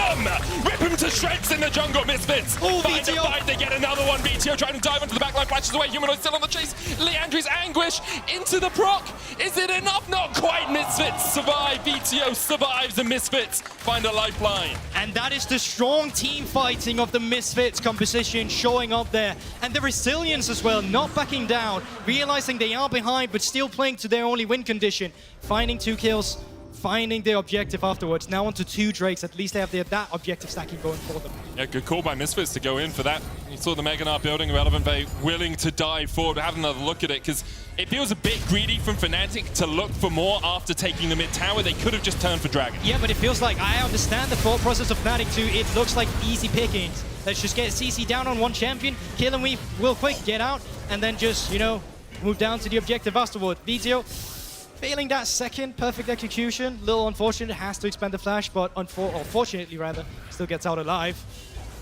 We'll be caught with the binding here. Hylissang just trying to be a nuisance and doing exactly that. Gold lead, though, still very much in Fnatic's favor. You can see still 1,000 in the mid lane, 1,500 for upset on this Caitlyn. Rapid fire cannon next on the menu for him. You have to feel. We'll see how far away from that he is. He's got 1.4k, so he has that rapid fire cannon now complete.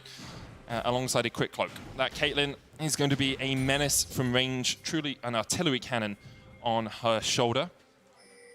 But still, behind in goal, and you see it as well, just compared to their counterparts. VTO, I mean, it's understandable you're behind in this matchup. You're not really allowed that much CS.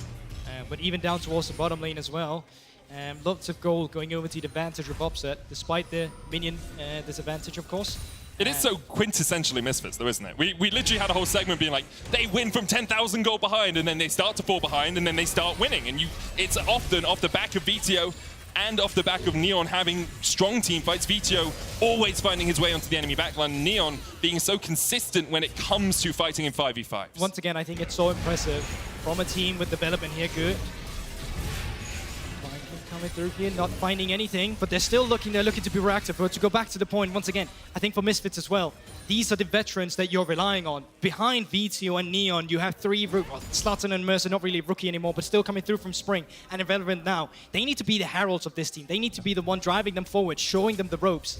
I think it's incredible seeing the growth they've had. Teleport now, coming through from Humanoid. Razork is up as well. I think as soon as they see Razork, they'll back away. Flash forward, though. They're looking for the damage on Zlatan, who will use the Cyclone. Flash in by Razork. Curse of the Sad Mummy. VTO looking for another as he takes out Humanoid. Shut down. The Azir will fall. The Emperor put into his sarcophagus. VTO looking for a little bit more as Razork does manage to defend the tower. Pings towards the mid lane as Wonder might be on his way to catch out Neon. Now, Neon does still have Cleanse and Flash and has the Severum as well for the healing. Wonder going to pop the Ghost to try and get in. Moonlight Vigil just wide. Wonder will just back away. So it's no summoners actually burnt there for Neon. Gale Force into Severum. It was enough to keep him healthy. But I really like the action we're getting in this game. You can see they're all looking. And once again, credit to Mercer. Stays in the fog of war, finds a way in after the teleport, baiting them forward. Down towards the mid lane then. Wonder looking for a play, knowing that Neon doesn't have any teammates around, but does not find in Gale Force. Good itemization from Neon in this instance. And we'll see that Misfits have been able to kind of stabilize that gold deficit that was building. 5,000 gold behind at their worst point, around the 18-minute mark, now down to only 2 and a bit. It's a much stronger position that they are in now than they were just a few minutes ago. And now moving forward in this game, what really becomes the key word is priority around the mid lane, just due to the fact that 1 minute, 30 seconds for this Drake. That's going to be the next objective we're looking for. For Misfits, it's quite essential that if they can be first of the objective, they don't necessarily have to take it. They can turn and look for the team fight that's favorable for them. And if Fnatic gets to be first of the objective, they can use their range to move Misfits away. Razork with Mercer around, might get caught, but loads of members from both teams around this area. As we said, it's all about the mid lane for now. 1 minute to that Mountain Drake spawns. And that Sundis gives you sort of pseudo tempo in the mid lane. It means it's so much harder for the enemy to push their waves out. You can catch the waves a lot further forward because you have the protection of a tower, or not as strong a tower as perhaps the usual ones we have on the Rift. So let's talk a little bit about how this next team fight's likely to go. We've got 40 seconds before that dragon comes up. Looking at the compositions, how do we feel they're going to butt heads into each other, Gordon? Essentially, I don't think Fnatic want to get out onto a full-blown team fight immediately. You're not looking for that Shurima shuffle. You're looking for binding from Hylissang. You're looking for the follow-up by Opsert and Humanoid, finding the poke before the team fight really starts. Because if you just engage in a full-blown team fight now, you're looking at VTO. He's sitting at 2 items, Spring MVP on a champion specific like this. It's a perfect scenario to replicate it, and the team fight around Misfits is also there to facilitate the backline dive. It's all about diving in. And even Neon with the correct guns, now he's got the flamethrower, can find that AoE follow-up that they need from long range. VTO TPing in. It's a fight up front. Fnatic on the top side of the river. Misfits on the bottom side. No flank possibilities. You can see Slatan trying to come around, but he's going to be spotted out by Pink Ward. Fnatic have a very strong vision line on the sort of upper half of the river. Misfits trying to control the bottom half. VTO spots that he's on a ward, but can't really clear it out, can't step too far forward. Mountain Drake started up. Misfits looking for it, trying to just burn it before they can get there. Misfits might be able to take this one before Razzle can get in. He's looking for the smite. No! 34 HP. No, not VTO now going to try and get off the backline. Mercer diving in as well. And Misfits might call the sound to retreat, but instead they call the sound to dive, dive, dive! And the Misfits star shines brightly today. A triple kill for Neon. Only Humanoid survives, forced back to his tower. Misfits turn their eyes towards the Baron. Irrelevant! That Nas set up the team perfectly. The follow-up was there immediately after. Humanoid still low. But Baron is on the cards now. Low HP bars for VTO. Irrelevant. Mercer, Slatan. This could be dicey. Death timers still not the longest. Razok's going to be up in 10 seconds. Can they get this one down with Humanoid backing? He does have to teleport. There is a pink wall behind in the pit if he wants to look. Baron down to half HP. They might just let it go, and there you have it, Misfit. After the brink of a great team fight, finds the Baron. Impressive stuff from the rookies once again. And now they have the gold lead, 900 gold ahead. They did lose the Dragon, 34 HP, the difference between that and a soul point for Misfits. But Fnatic lost the team fight, and as you say, Irrelevance Gnar, so impactful in more ways than one. After this point, who even cares? Razok stole that Drake. It's an unfortunate fight, 34 HP left.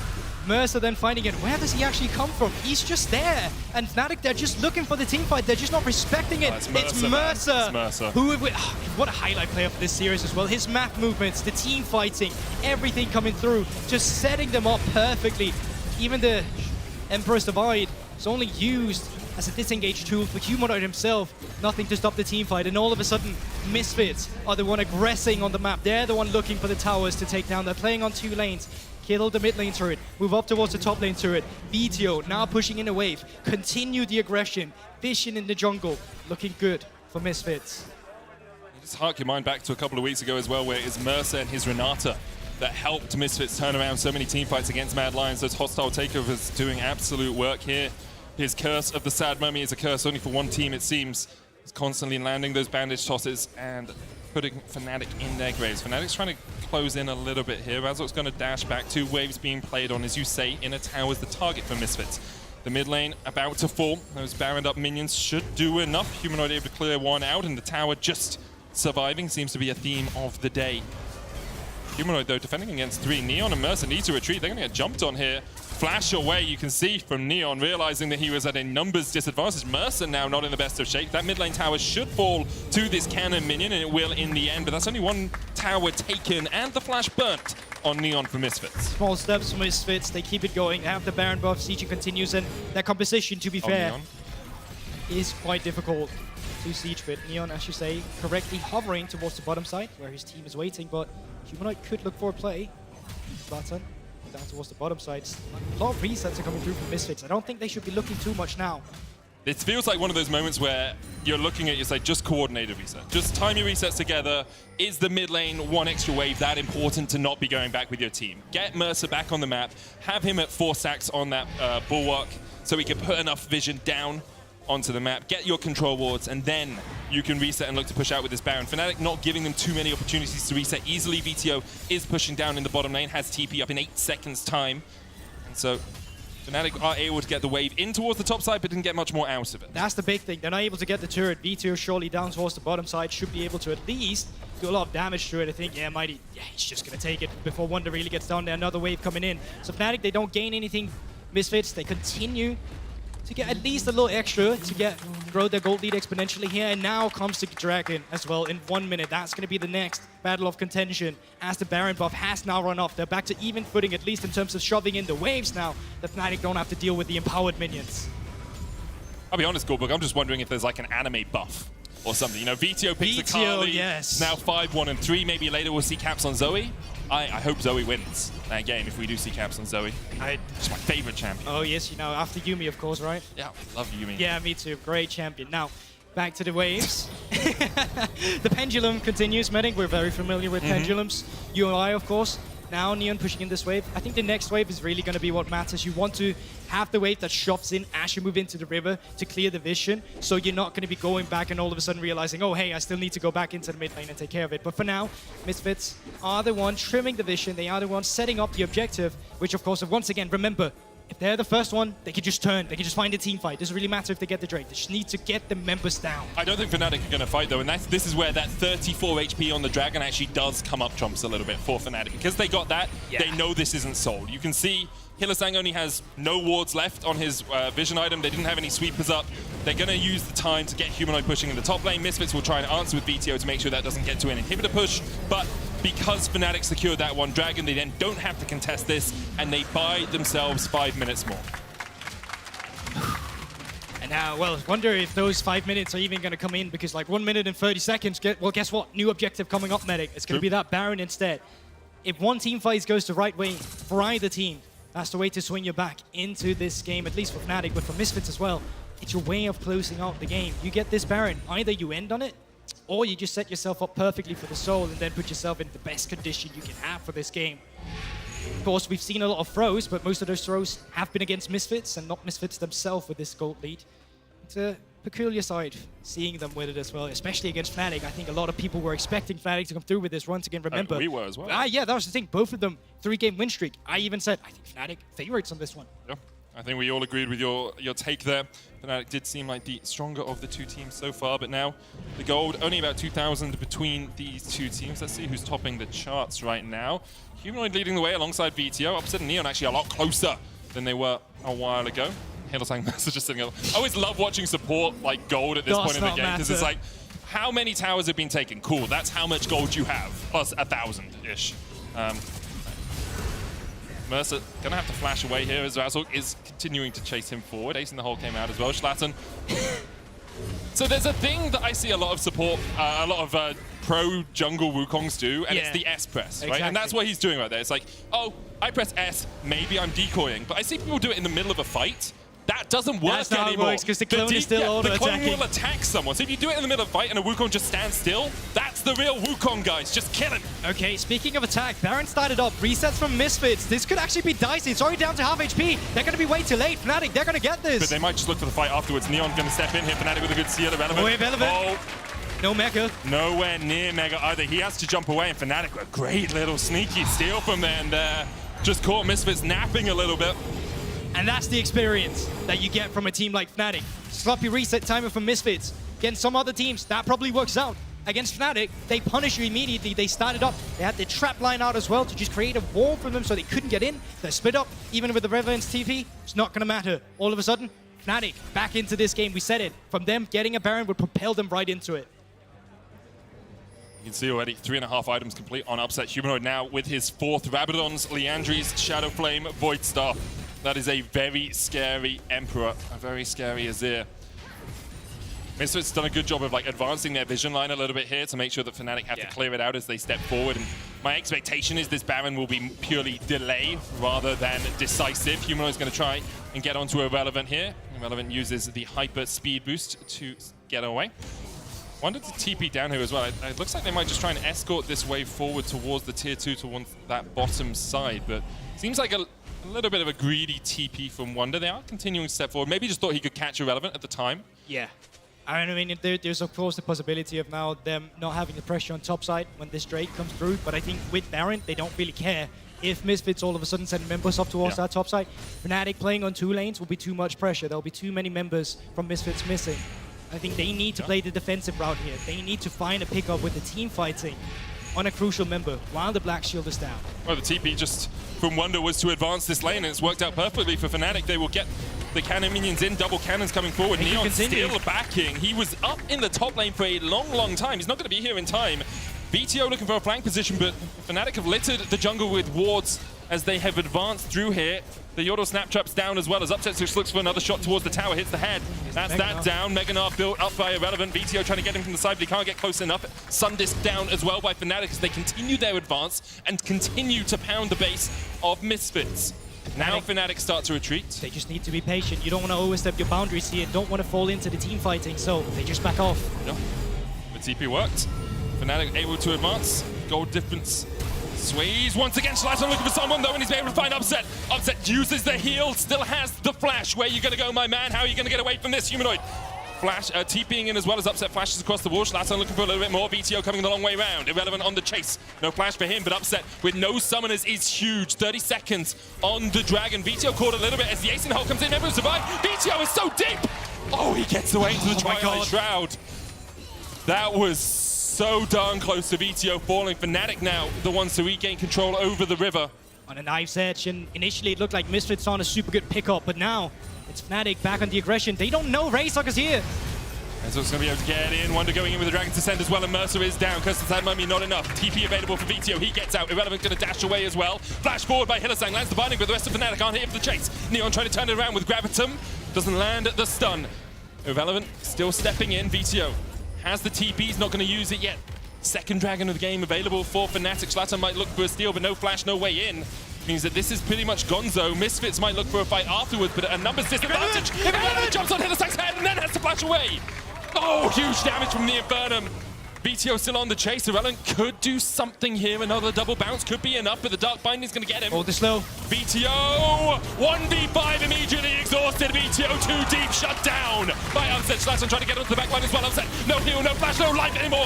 Schlatter onto Humanoid as well. Another Cyclone's going to chase them in. Irrelevant with a double bounce. The Nah flashed away. Hylissang locked against the wall. Neon, what you got? You got a flash. Humanoid hit with a brick in the back and he's down. A double for Neon, a second for Irrelevant, and Misfits are on the chase. This could be it. There's 40-second death timers. They could try and look for it. It's a small wave they're playing on, but there's another wave coming through. Wonder, you have to stop the minions here, or it might be over. He's rooted up. Do you just Dragons to send the wave? Maybe you do, maybe you do. Cannon minion coming in as well. The minions will push forward. Irrelevant will do the same. How long we got? 25 seconds on Upset, 20 on Hylissang, 20 on Razork. They're pushing for the win. Mercer on his way as well, but he might be too late to join them all. Wonder tries to clear out the wave. You can't kill them quickly enough. One cannon down, but the second still alive. Irrelevant putting the damage down. Neon under the tower. Mercer misses the flash bandage toss. The Gnar into the wall, but there's only 6 seconds on Razork, and Misfits have to call the alarms to retreat. Get out of there, get out of dodge before Fnatic can get back and take your lives. Wunder has done it again. He continues to show up for Fnatic, and while his team are all dead, he's the sole survivor, keeping this game alive for them. Let's have a look at how they're playing out again, because it's Irrelevant jumping in all by himself, and I think if Neon does not hit this crucial Moonlight Vigil with the flamethrower, that would have been a completely different fight. V2 are then creating so much space for his team. Yes, he almost gets taken down immediately, but it's the fact that he splits them up. He opens up for Slartson to come around, and this is where the team fight goes live from Misfits. And because Upset had no flash and no heal from earlier when Slartson caught him out on the back in that bottom lane, the chase continued. Neon untouched through the entirety of the fight. Humanoid, Irrelevant not letting him get away. Chucks a Ming Dynasty statue at his back, takes him out. Gold even. Dragons won for Misfits in advantage. 20 seconds on the Baron, and Misfits aren't letting that one get snuck away from them again. What we got in terms of TPs, VTO has his, Irrelevant has his, and Wonder has one of his own. So Wonder's the one relegated to a side lane, pushing out the minions, pushing out those supers. Teleport in the middle of everything. Is there a punish? No, Misfits. Wonder stepping in. Irrelevant only has half the Gnar bar. Ace in the hole is going to come out as well. The stun lands onto Irrelevant, but he's fine for the moment. Good damage, but they're pushing into the mid lane here. Fnatic themselves, Misfits, they'll have to make a decision. You going to rush it? Mid lane not going to be pushed in any further. Mercer flashes, gets away. Hylissang looking for something here. Dark Binding goes wide. Razork can jump in with a Heartbreaker. No flash on him. Dragons are sent away by Wonder. Mercer already low. VTO trying to get into the back line. Dark Binding misses, and VTO He's gone. just assassinates Upset. And he may have not met anyone that made him fear in lane. But Upset is damn scared of VTO now. Another kill for Misfits. They wipe up the team fight. Only Wonder alive, and I wonder where he's going. Down into the dirt. Misfits with a start to the split with a 0-4. Now continue with a win streak off for themselves, equalizing their scoreline. And against Fnatic, of all teams, it's great. It's a clean team fight, and this should be it. What a great upset from Misfits. They're now pondering down towards the Nexus turret. The last few steps of the march to glory for Misfits. What a win from them. Once again, a comeback to end all comebacks. Misfits take their 4th win of summer. And it is so impressive from this roster. It's not always done in the cleanest fashion, and I thought once again Vedius said it best on the analyst desk. You don't always know what you're going to get from them, but they make it work. And once again, they show up. They come in with a different style. We saw the scaling aspect with the Corki last week. We saw the game they had against Man. Now full team fight comp. And Mercer as well on their Mumu. I cannot give enough props to this guy. Rookie last split, coming in now, really being the one dictating the map pace against Hillisang, who's quite often, you know, regarded as one of the best, if not the best support we have in Europe. What a beautiful play, or game rather, from the Misfits. Great game all around from them, as you say. And their winning ways continue 4 in a row right now. And everyone on that team stepped up when they were needed to carry for their team today. Fnatic, on the other hand, had it in the palm of their hand. They were 5,000 gold ahead at the 18-minute mark, and then bit by bit it started to slip. Misfits team fighting just too darn strong. Neon said it himself. They like to be at a deficit. Yeah. They might be the new Astralis, except they pick up their wins afterwards. Sure. So it's looking real good for them at this point. What a great performance from all of them all around, and even Neon towards that late game, stepping up. Watch your step as you're walking up here. Great game, but Fnatic as well, their game streak just lost here. Yep. Being ended up. And, you know, Kia, player of the game, I'm a bit sad on this one, but I'll mention them. You can pick between, of course, well, I just lost them. Irrelevant. And 2 other players that we can't see right now. Yeah, right now. Well, Irrelevant's we'll one of see them. them I in a think moment, Vito is one of them as well. I mean, the thing is, all 5 of the players were really good. And I would put it on Mercer, yeah, no but we're doubt both about it. He's support getting mains. it. Nope, he's so getting it we're no always matter going to what. say it was Mercer, and we don't actually know if it is Mercer yet. Mercer number 1. We'll find out in a moment who your key player of the game nominees are, I'm sure, as they move the auto queue for us. Oh, there we are. Irrelevant, VTO, and Neon. So Mercer not there. But you can write in your votes. All you have to do is send a postcard to gulborg@polsa.com. I have a hot dog for you dinner. don't send postcards to .com addresses, but we can pretend. We can pretend it exists. I'll go home and make the email address right now. Exactly. But yeah, great performance by Misfits. Another great comeback win for them. And of course, I think we are going to hear from one of them in just a few moments' time as Trevor is standing by with the Amumu King himself, no longer lonely. It's Mercer. Number 1. Berlin, are you not entertained? Mercer, I know that you started playing League of Legends at the end of 2013. Is that correct? Yeah. Do you know the last time Amumu was played competitively in this region? Not really. In 2014. What? You are the first person to play in 8 years, and you picked up the win. It only has 3 wins before you. You're now the 4th. Why did it work for you today against Fnatic? Yeah. I mean, first of all, I'm proud of myself for picking Amumu after a very long time. And other than that, like, Amumu got a small buff, like his Q nerfs got reverted. And like, we knew that like Fnatic is a team that like, when he is on like champs like Rakan, Nautilus, like engage champs, he's way more like scary. But yeah, since he went for Morgana. Can I ask, why is Misfits one of the most entertaining teams to watch? Because it feels like no matter how much gold you're behind, no matter what crazy situation you're in, you always manage to find these surprise wins.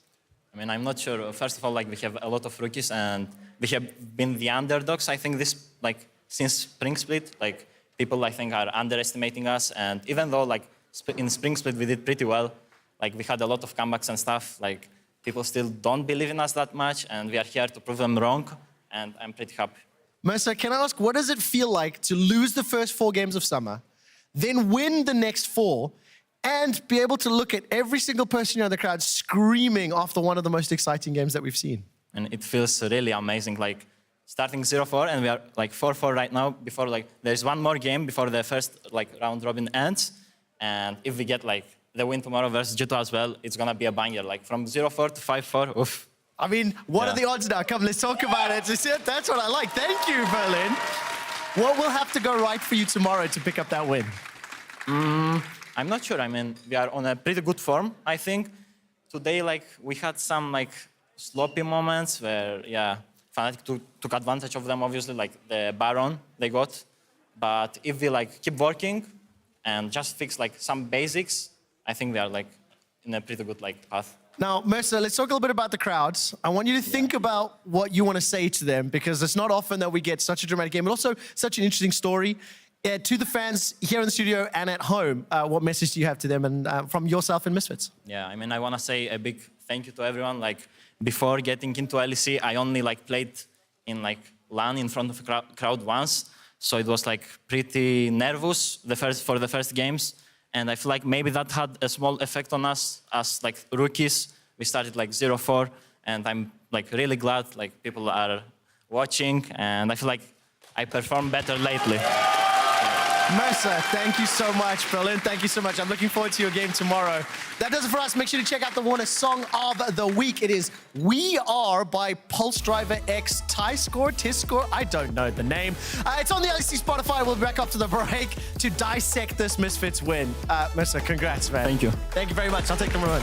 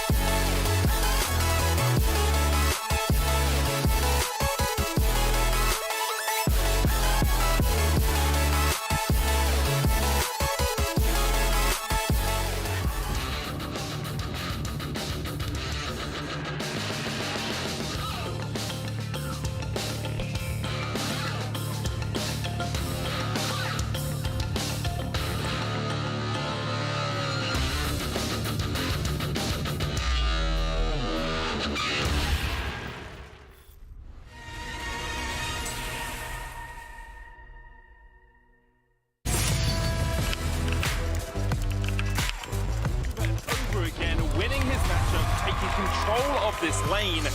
Incredibly impressive stuff. Really inspirational. And here we go. He's looking for something. What a move! This man is on fire! That's the kind of play which makes me want to be on stage. Hold on.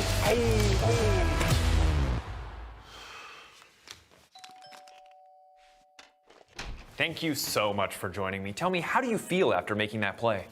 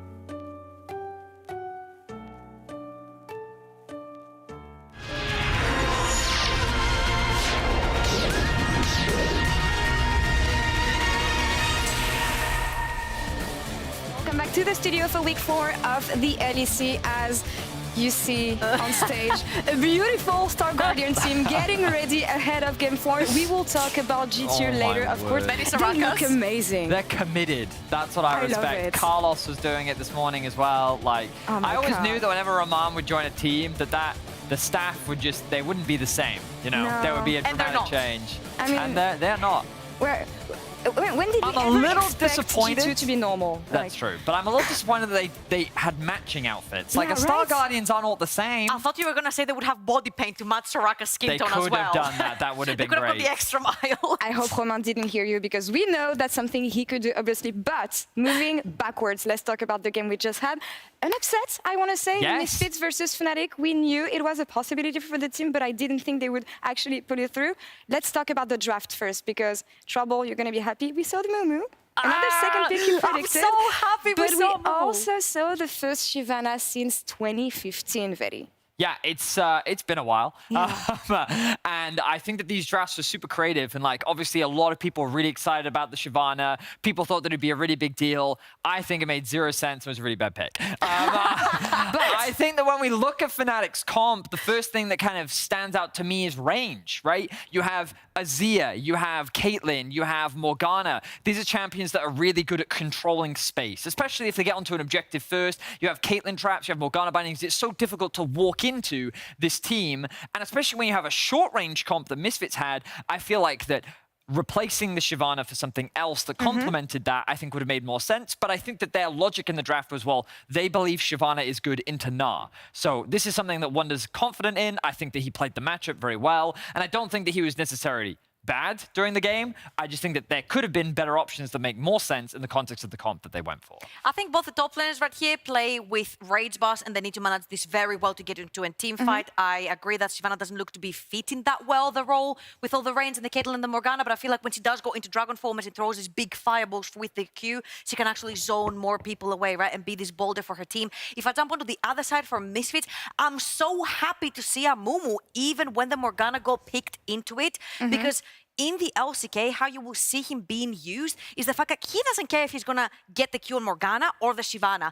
Whoever he touches first, that person gets engaged and taken out of the fight, because the double bandage toss into the ultimate, which zones away the enemy team from engaging onto you, isolates that target. And when you have Wukong, Akali, Aphelios with the right items, you can actually 100% to zero the Shyvana real quickly. And I think that when you look at Misfits comp, you're totally right, Trouble, in that it's very clear they're making a team fight comp, right? And their whole goal is to dive in and get the fight. And the way I saw this was, okay, the team fights are going to boil down to, can Fnatic leverage their range to stop this engage from coming through, or will Misfits be able to find a way to get into the fights? The biggest concern and the worry for Misfits is this early game, because you have a pushing mid lane, you have a pushing bot lane in favor of Fnatic, and you have a jungler who loves to leverage this prio to try and get early advantages. So I really felt like that the early game would go rapidly in the favor of Fnatic. And this is where Misfits found opportunities, I feel, because it's in these early skirmishes that VTO got stronger, grabbing 2 kills with Akali. This is everything that they needed. Yeah, absolutely. I feel like the fact that Razok kept continuously getting caught off with Zlatan. You see this top side fight as well. Zlatan is first, the river catches off Vito. It's too far away from my short-sighted eyes to see them come. Then Vito joins in, and unfortunately for Fnatic, they do not have any point-click CC to stop the Akali from snowballing this fight. I think that the way in which Misfits responded and the way they kind of sacrificed waves in order to be able to collapse first in the fight, the fact that Mercer was always there was really important. And this was another Herald contest where we saw Misfits being primed and ready to go for the fight. And I like this early game proactiveness. The problem here was that their execution was slightly short. And losing this Herald, I thought would be a really big death sentence for Misfits, because we all know, we're very familiar with these Caitlyn Morgana lanes, that the moment that they get opened up on the map, they really start to snowball. And we saw that from Fnatic. They brought the Herald bot, Caitlyn Morgana gets unleashed, they go top lane, they make their way mid, and you're like, okay, it's the traditional Fnatic early game. They can't get engaged on. Things are looking great for them. But then Misfits do what Misfits do best, which is find fight after fight after fight. And all they needed was that one good fight to swing the game. And lo and behold, it resulted in a Baron. They really did. And it was the over-aggression also from Fnatic that helped Misfits, I think, because very, as you said, for the draft, it was hard to access the backline given the range that Fnatic had. But when you look at the fights and the way Misfits played them, they were able to find these opportunities. We literally talked about this. Mercer finds Wonder off of 4. What does he do? He instantly engages on Wonder, stops him from engaging, then finds access to the backline. And I feel like, yes, it's really hard for Vito to find an angle to get into the backline versus such long-range comps. But when you do bundle up in these very small, narrow points, which is the river or other choke points such as the ramps and stuff, Akali really thrives. Morgana Qs are hard to hit. Her ultimate is hard to hit because you can run out of range. Black Seal does F all at this point because this Akali got 2 kills very early on, and Shadow Flame, if anything, you put the Black Shield on, you activate Shadow Flame, somebody dies even faster. And I think that with Fnatic's comp, a large part of the success of this comp relies on getting to the objective first. And when we jump into our final replay, which kind of like surmises how the game rounded out, it was a situation where Fnatic, while even being able to sneak away a Baron, you could see how hard the fights became to play when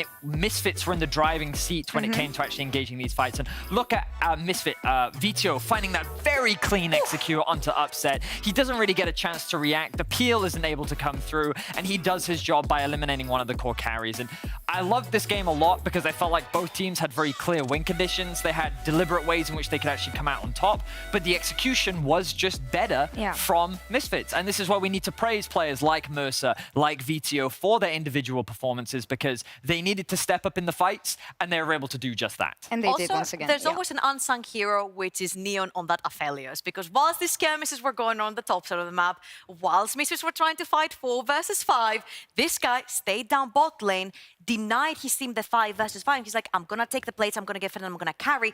And that he did. So I think it's very important when you put resources on a player that they're able to give things back. And I think we saw the damage meters right there that Aphelios was popping off. Bouncing back on what you were saying, VTO got the key player of the game, of course. Super performance on Akali. I'm not even surprised on that. The fans chose him.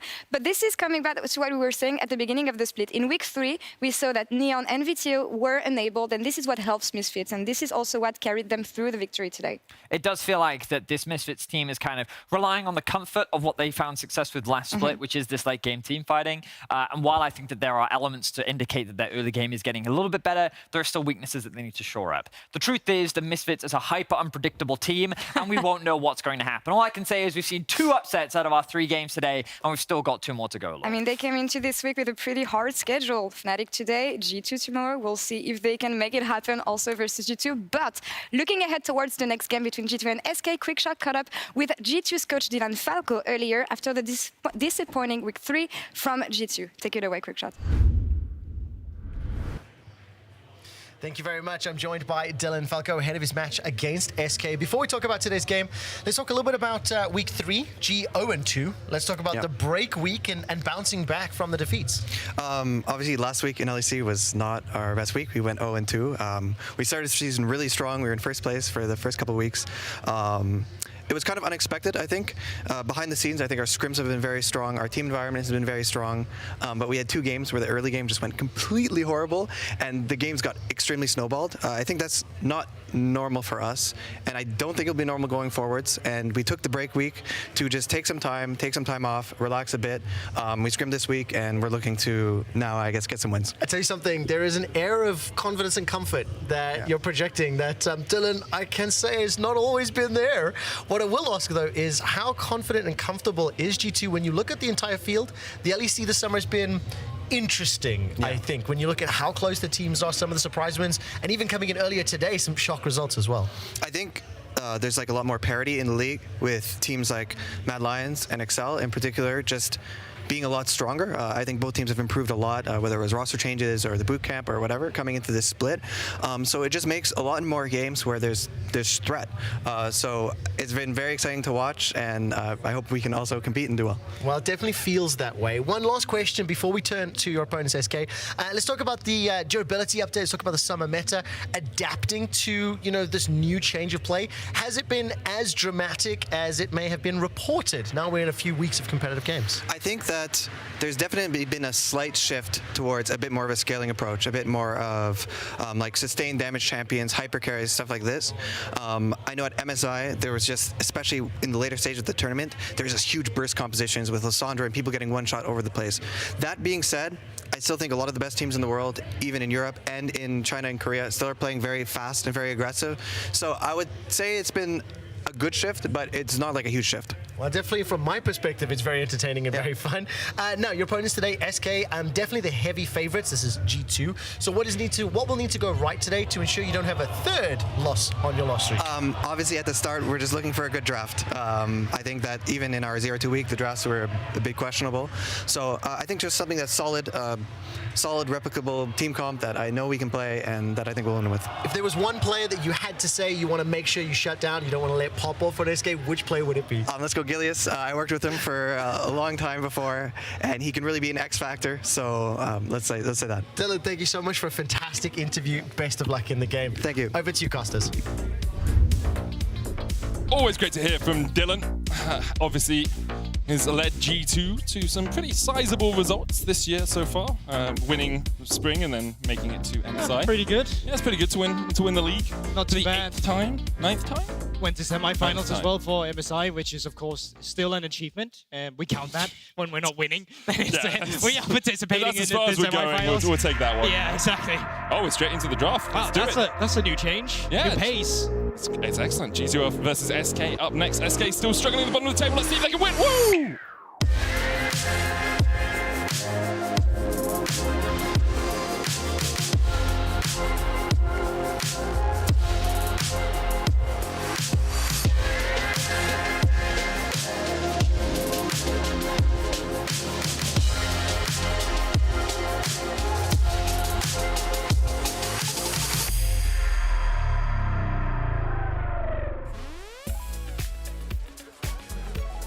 Took a different, yeah, I was going to say, that took a very different vibe, didn't it? Have you listened to Star Guardian Sessions, by the way? Oh, no. I'm legally required to say yes. Are we legally required to say yes? No, I'm joking. I'm joking. No, I haven't listened to it. Right, it's good. Oh, okay, well, maybe I'd give it a listen. Let's get into the draft, though. GC on the blue side, SK on the red. Kalista, Yumi bans. I heard some cheers for that. I saw a sign for it earlier as well.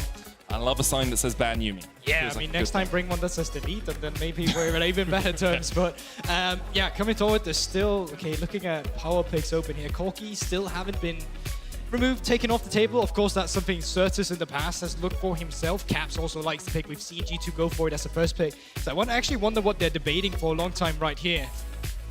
Do we get rid of Seraphine? No, it is going to be the Sarah Queen put on the bench here instead.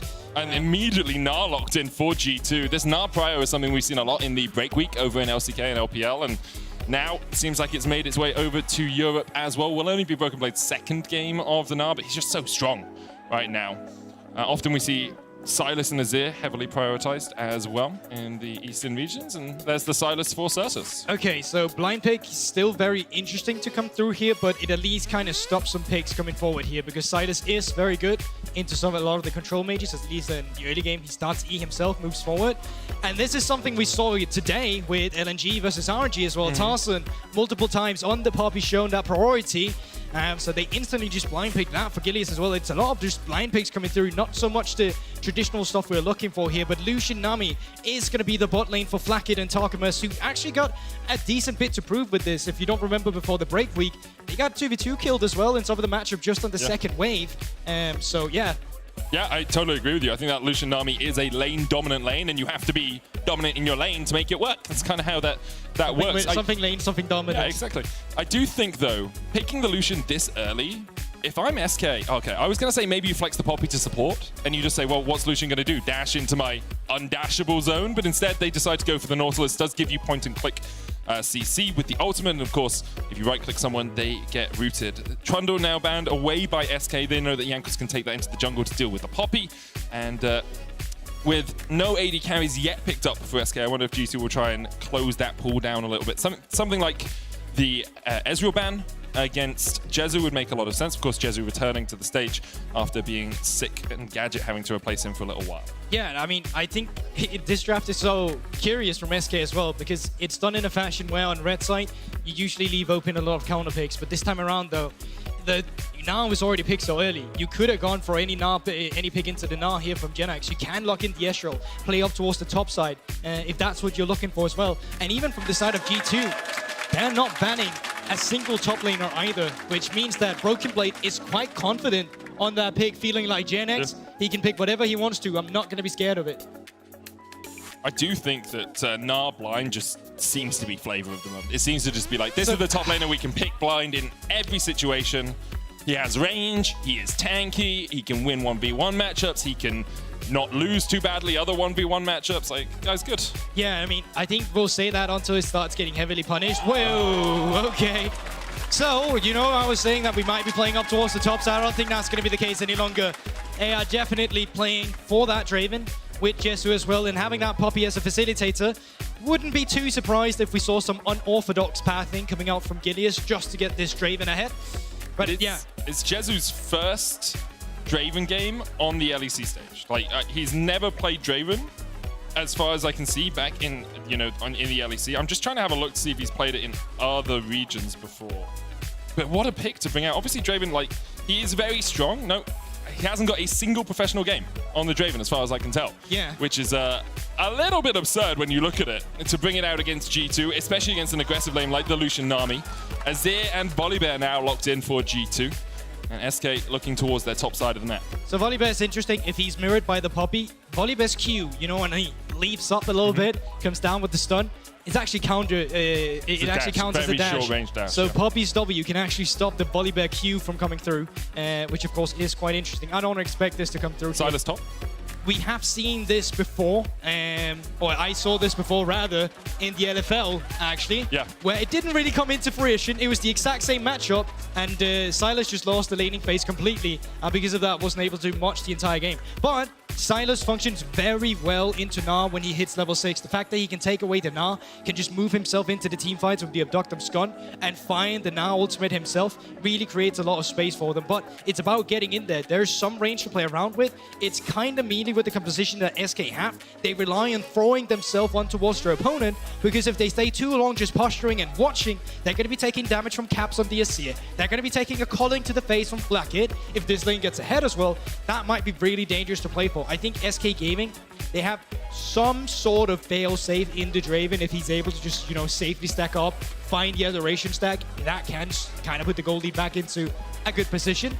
But I think that there's not a lot of room for mistakes on the side of SK. They have been making a few mistakes so far in summer. We'll see if they can rectify things here. Silas top being played twice in major regions. Once by Dudu for Hanwha Life versus T1. They won that game. It was into a Gnar. And once by Hoya for TT versus BLG, and they won that game, and that was into a Gnar as well. Expect to see Leandri's, maybe a Cosmic Drive, maybe a Zhonya's out of that top lane. Silas, more bruisery than full burst, but does do a lot of work. Let's see how it plays out in this game between G2 and SK.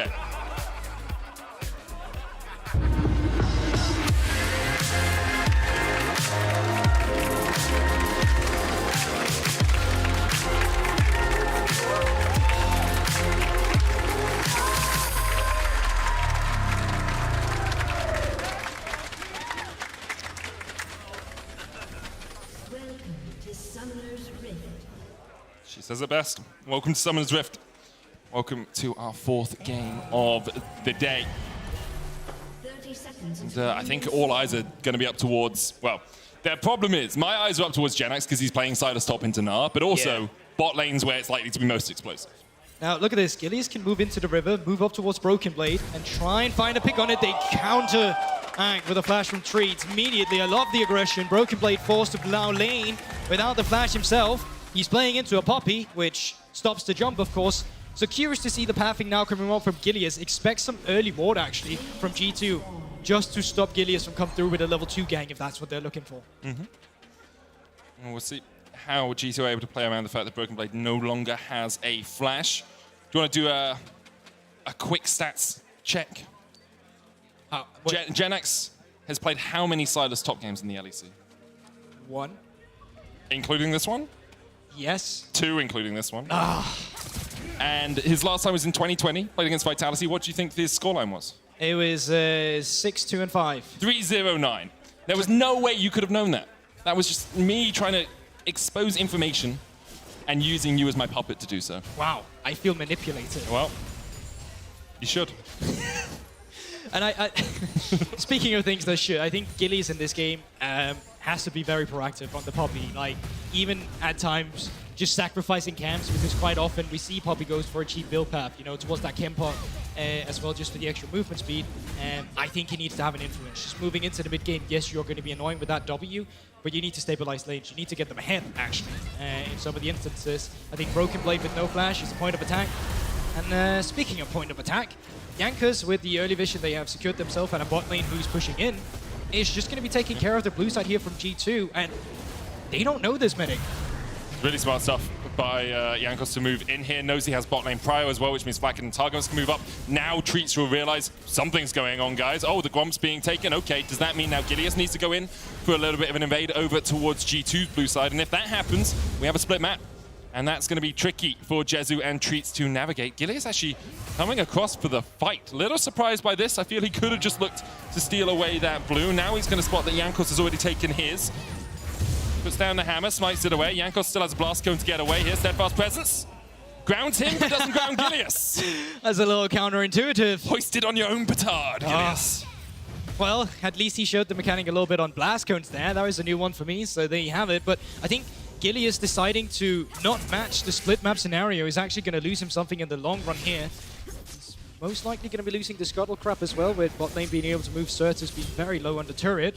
Jankos has the smite, so he's already been able to smite away the Scuttle Crab. Gilius, of course, used his smite on the Wolves. Janex trying to trade onto Broken Blade. Janex still has flash here, puts a lot of damage down as Broken Blade, who tries the double jump. Janex no longer has that abscond. Abduct used it for a bit of the damage in the trade, but you can see, especially having the flash advantage makes this lane so much easier for Silas, can consistently harass up towards that top side. Good warps on caps here. They instantly spot Gilius, and with this Broken Blade, he just decides, you know what, there's a big wave pushing into me. I'm just going to go for a recall. Can always just TP back up, and yeah, there you have it. Jenax realizing it as well, having 0 mana. It's going to be going back. Gilius, you can't really invade here. Your mid laner is half HP, your top laner just reset, and this can be very dire if G2 decides to respond to it. And so counter TP has been used in the top lane. Janet's going to get back into the lane. In the mid lane, Certus is low, but he's trying to harass Caps down a little bit. Caps running the teleport flash, what we tend to see out of his ears in professional play. You can run Ignite if you want a little bit more damage. Jankos, no smite for 7 seconds. Gilius still has his, will smite the blue buff, and in the end, Jankos does come out on the winning side in terms of total camps, but Gilius was able to get a buff back for himself. I think Jankos just expected him to give up that blue buff because he was like, well, Janex is not in lane. He's probably just going to back out, and thus he went back to the Wolves.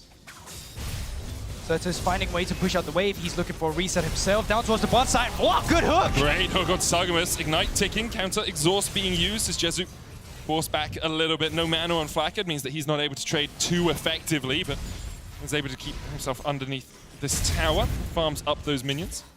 And also no flash on Targemus now. That's a very squishy Nami. She gets hit by another hook while Gilius is nearby. Certus moving down after he gets over 6. Oh, Treats. Was he spotted there? He's worked his way through the outside. Okay, he's fine. I wondered, because he delayed his recall to try and catch this wave. But if he'd been spotted, it would have been really dire for him, because he can just get chased down by the Nami, and the Lucian wasn't. And so now he'll try and put down that Titan's Wrath and catch this wave. Yeah, he still has 2 pots to play around with as well. Gilius is on the bot side, while Jankos is responding, and they're not going to be looking for it. So great setup here for Jezu. He can just freeze this wave outside the turret. Gilius now with the information that the enemy bot lane has just backed is going to be starting up the Drake. And Jankos is really the only one around to stop this with Caps if they sniffing out. They have a blast cone, but it's not used on the Drake either.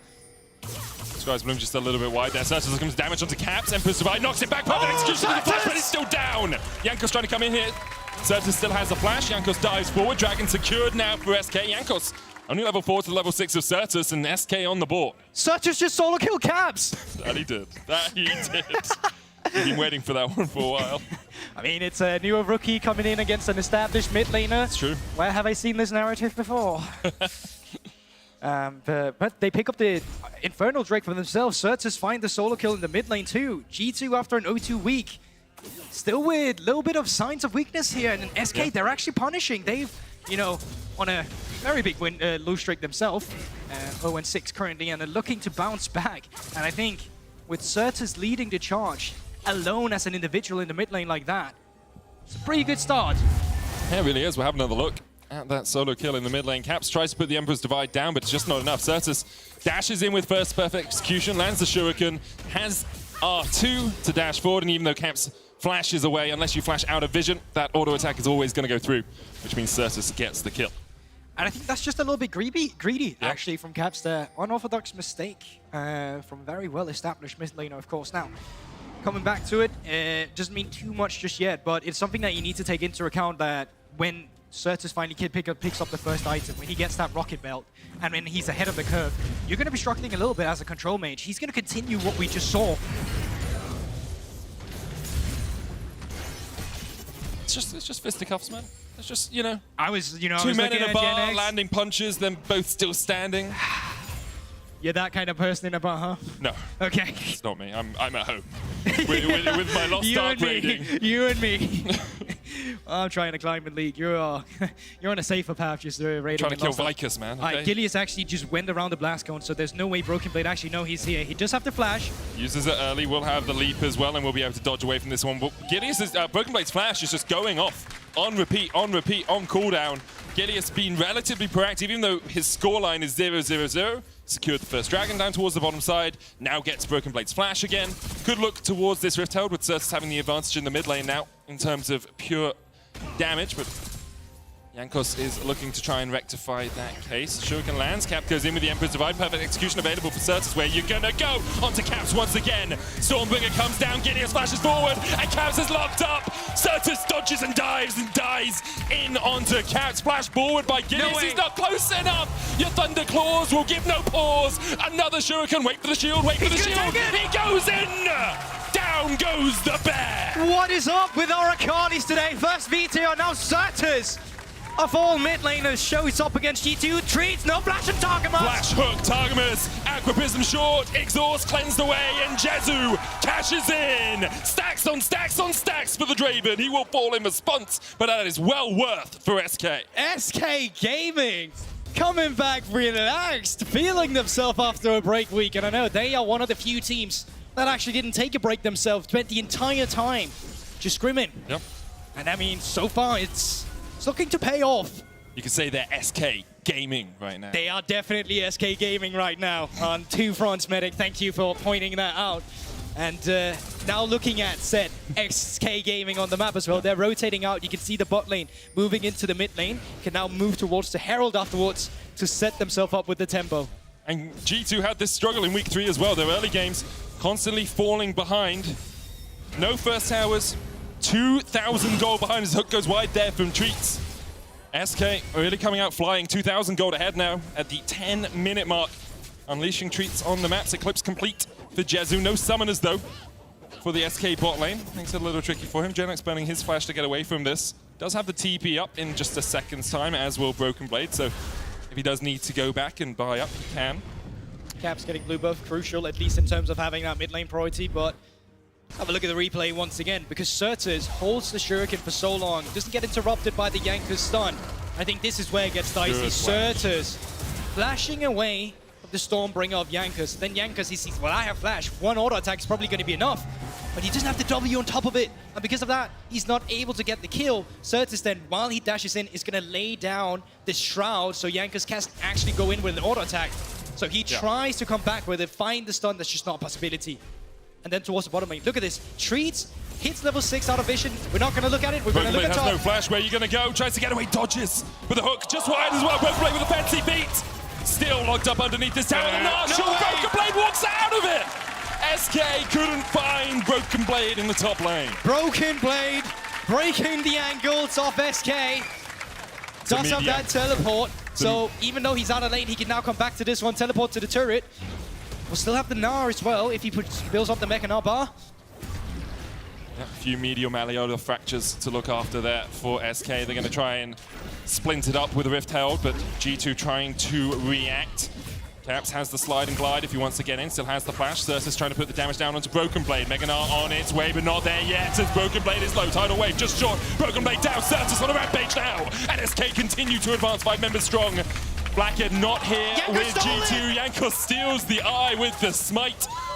and will be able to keep SK from getting that neutral objective. And actually, in terms of return of investment there, you can actually see that Flackett is down towards the bottom side. He's going to be picking up plates himself. If he picks up 2 plates, that's going to be equal gold of the amount that they, of course, picked up with the kill there on Broken Blade. And at the same time, somebody needs to get the wave to pick up the farm. But yeah, good TP response coming through from Certus. You could have taken that plate, lads. Oh.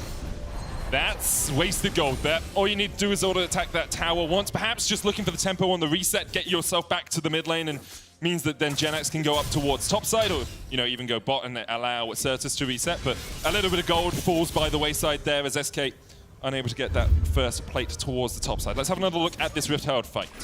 And it's Certus individually looking as well. He finds a pick on towards Broken Blade. Broken Blade, little split from the rest of his team. They're down towards the right side. Broken Blade running up towards the left and isolating himself, allowing Certus to look for the play. Then great round comes through from Gilius. All he has to do is press W, and the fight is just instantly won. How Jankos is allowed to do this? That's one of many questions. Either way, he manages to do it, and well, that could have been way worse for G2. It really could, but it's still looking pretty darn bad for them, Goldborg. 2,000 gold in the hole. SK really found their form in the break week that we took, as you say. They didn't take one. They were just scrimming and practicing through the entire time. Second Dragon of the game now. That's a 23-minute soul. Only a Cloud Soul, but I will say, with things like a Poppy, a Cloud Soul can actually be really impactful. Your ability to get onto that backline can be helped quite a lot with the extra movement speed. And then Akali definitely helps. And G2, they need to look for something soon as well, because their composition gets kind of hard to play when they fall behind as well. They have some team fighting tools, but not as many team fighting tools as you see on the side of SK. If they just continue with the gold lead and exponentially growing it on SK sides, moving forward to the third Drake, G2's not going to be in a good position to contest it. They're going to have to cross map. Then you get on towards the fourth Drake as well, and you just kind of have to take that shot where you need to move forward. So G2 need to look for play soon, or at least just retain an even gold state of affairs here. And you can see Certus leading the charge in terms of total gold, represented by Santander. Flackett, who was meant to get a big advantage down towards this bottom side, hasn't been able to find this. The Lucian Nami lane, once again, not as dominant in the laning phase as you expect it to be. Obviously, Draven Nautilus can match well. If you land a hook onto that Nami, we saw it a couple of times, she will just get burst down, but the cash in, the extra gold for Jezu has really bolstered the pocket books of the SK bottom lane. Crown of the Shattered Queen coming out from Caps here as well on the Azir. Trying to give himself some extra defensives. But at the same time, and I'm just saying, Akali does have a Shroud. She can proc it, go into the Shroud, and then wait for the damage. So I think it buys them a few extra seconds.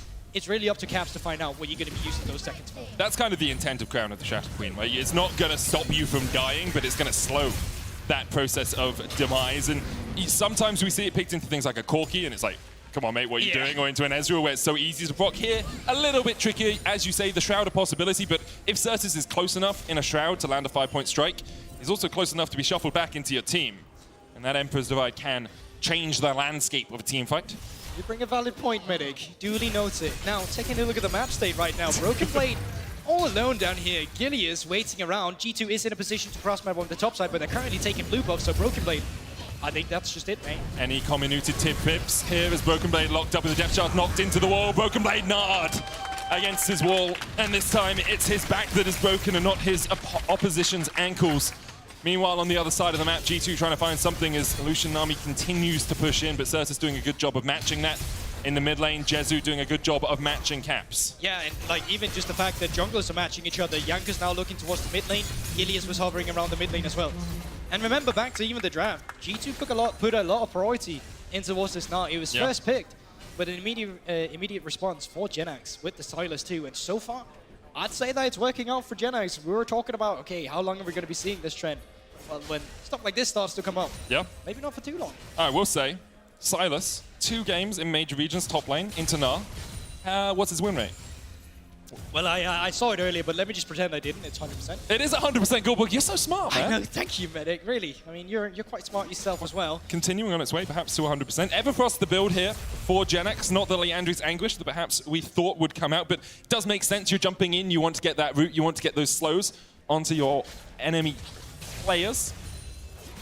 And so now we'll see if he's able to really influence the fight. Because right now, SK all grouped up as 4.5 as Certus goes back towards that top lane. G2 playing 3 lanes right now. Treat, the hook's gonna land, and there's the tidal wave coming out as they try and turn it back onto Treat. Janex with a flank, the Everfrost short. Treats will go down, 1-for-1 so far. TP coming out as well. Janex has the Stormbringer. Caps has the soldiers to distract and dissuade SK from going any further. Gilius not in the best of shape, so Broken Blade's on his way up here. Gilius, there's the stun route that you were talking about, but he's still gonna get locked up with the Aqua Prism, tries to turn it around. Keeper's verdict. The verdict is the Stormbringer still finds his mark. Caps takes the kill. Great start from Jankers there. The only unfortunate part for G2 is that it's not early enough, or late enough rather, in terms of stopping the Drake from coming through. SK is still going to be in position where they can try and go for that. And on the top side, they are at least getting an objective for themselves. But for G2, in terms of stabilizing themselves a little bit, they do find their window spot. It all came from Treats looking for an engage. And SK, they're relentless. They're aggressive. I like it. I'm loving it. Treats has a homing beacon on this anchor. Flash, hook. One of them's going to die. Gets the flash, gets the dash. Still bends it like Beckham around the corner, and Blackhead has nowhere to go. Yeah, it trades 1-for-1 in that instance, and I think, of course, kills does go over to Gilius being a little out of position here, because like even if you go down towards the bot side, Broken Blade is going to be waiting for you there. So just the wrong positioning, doesn't cost his team too much, but it is an unnecessary death in the grand scheme of things. That was a very Thor sort of entrance from Jankos as he came across, you know? Was. Bringing the thunder. Jankos going to try and start up this Rift Herald, but Genax is here, has stolen away that Volibear ultimate, that Stormbringer. Giddy's going to start up the 3rd dragon of the game, and this will be taken. You can see G2 trying to prioritize getting the Rift Herald for themselves, but they can't do it. SK able to distract them from that, and Gideus able to distract a few moments of his own time with a dragon take. 3rd of the game for SK secured. Janax here. That ultimate has worn off, so G2 now can step forward and try and gain some control. They're also letting Broken Blade get a bit of time with this bot lane tower. Jankers. Forced the flash. And he did not have that Stormbringer, so if anything connected there, he would have been dead, and in turn, that would have been spelled Herald over to SK. Now, with the way they're posturing right now, it looks like G2 is favoring a fight too much. Broken Blade still in the bottom lane, picking up a turret for himself, retaining some gold, and the rest of G2 in the mid lane, shoving in a wave. And huge credit to SK. Like, we prepared this graphic thinking SK are great at taking first dragons, but not many more dragons or objectives on the map. You can see FH means first something. So FD is first dragon, FH is first herald. You can see they don't take that many first heralds. They do take quite a few of the heralds in their game, but most of the time it's the second. They take a lot of first dragons, but they don't take that many total dragons. Here, they lost the first herald to a smite fight, but they have controlled every other neutral in this game. Yeah, to give context to this as well, quite often teams would go for that herald instead, and SK would be able to pick up the first few drakes. But then in the mid game, they would never really be able to hold on to their lead. Yeah. And even getting a lead at times where SK had been difficult. So I think specifically for this game, you have to give extra credit to Certus. The fact that he found a solo kill really just exploded how SK could allow themselves to play on the map and what threat he suddenly became. Now having the Rift Herald, they can keep this for a while. They can look for a play in the mid lane here. They got loads of possibilities. You can even see Genax just pushed in the bot lane. He's going to be moving into the mid lane now, creating extra pressure just to help them try and take down this mid lane turret. Certus was a relatively quiet player in spring. Had that one Orianna shockwave, I think we all remember, when he called out 3 people and won the game for SK. But it's important to recall that it is only his rookie year, although not his rookie split, of course, with it being his second. And here against Caps is putting on a good showing so far. The rest of summer hasn't quite been to this level, but if this is a sign of things to come for the SK mid laner, I will be watching with bated breath. Yeah, me too. And I mean, even just in the studio, surprising amount of cheers for SK today as well, which is not really something we usually get here as well, of course. Yeah. Very storied organization, got relegated in 2015.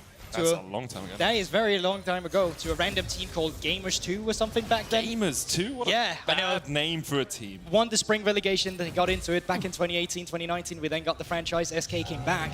They're now looking to solidify themselves again. Maybe not as one of the best teams, but at least a team that can still remain a threat, as we're currently seeing right now. I mean, especially since if you look at them, if they lost this game and lost, say, both their games this weekend, they're at 1-8. And historically, you need 8 wins to make it into playoffs, or thereabouts. Like 7 is like the lowest we usually see.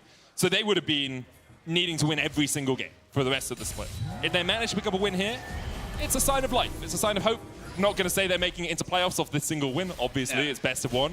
But it is definitely a heartening thing to see, especially if you're an SK fan. Jezu Now going to farm up these Razorbeaks, has 2 items complete on this Draven. I wonder where he's 330 stacks on that adoration.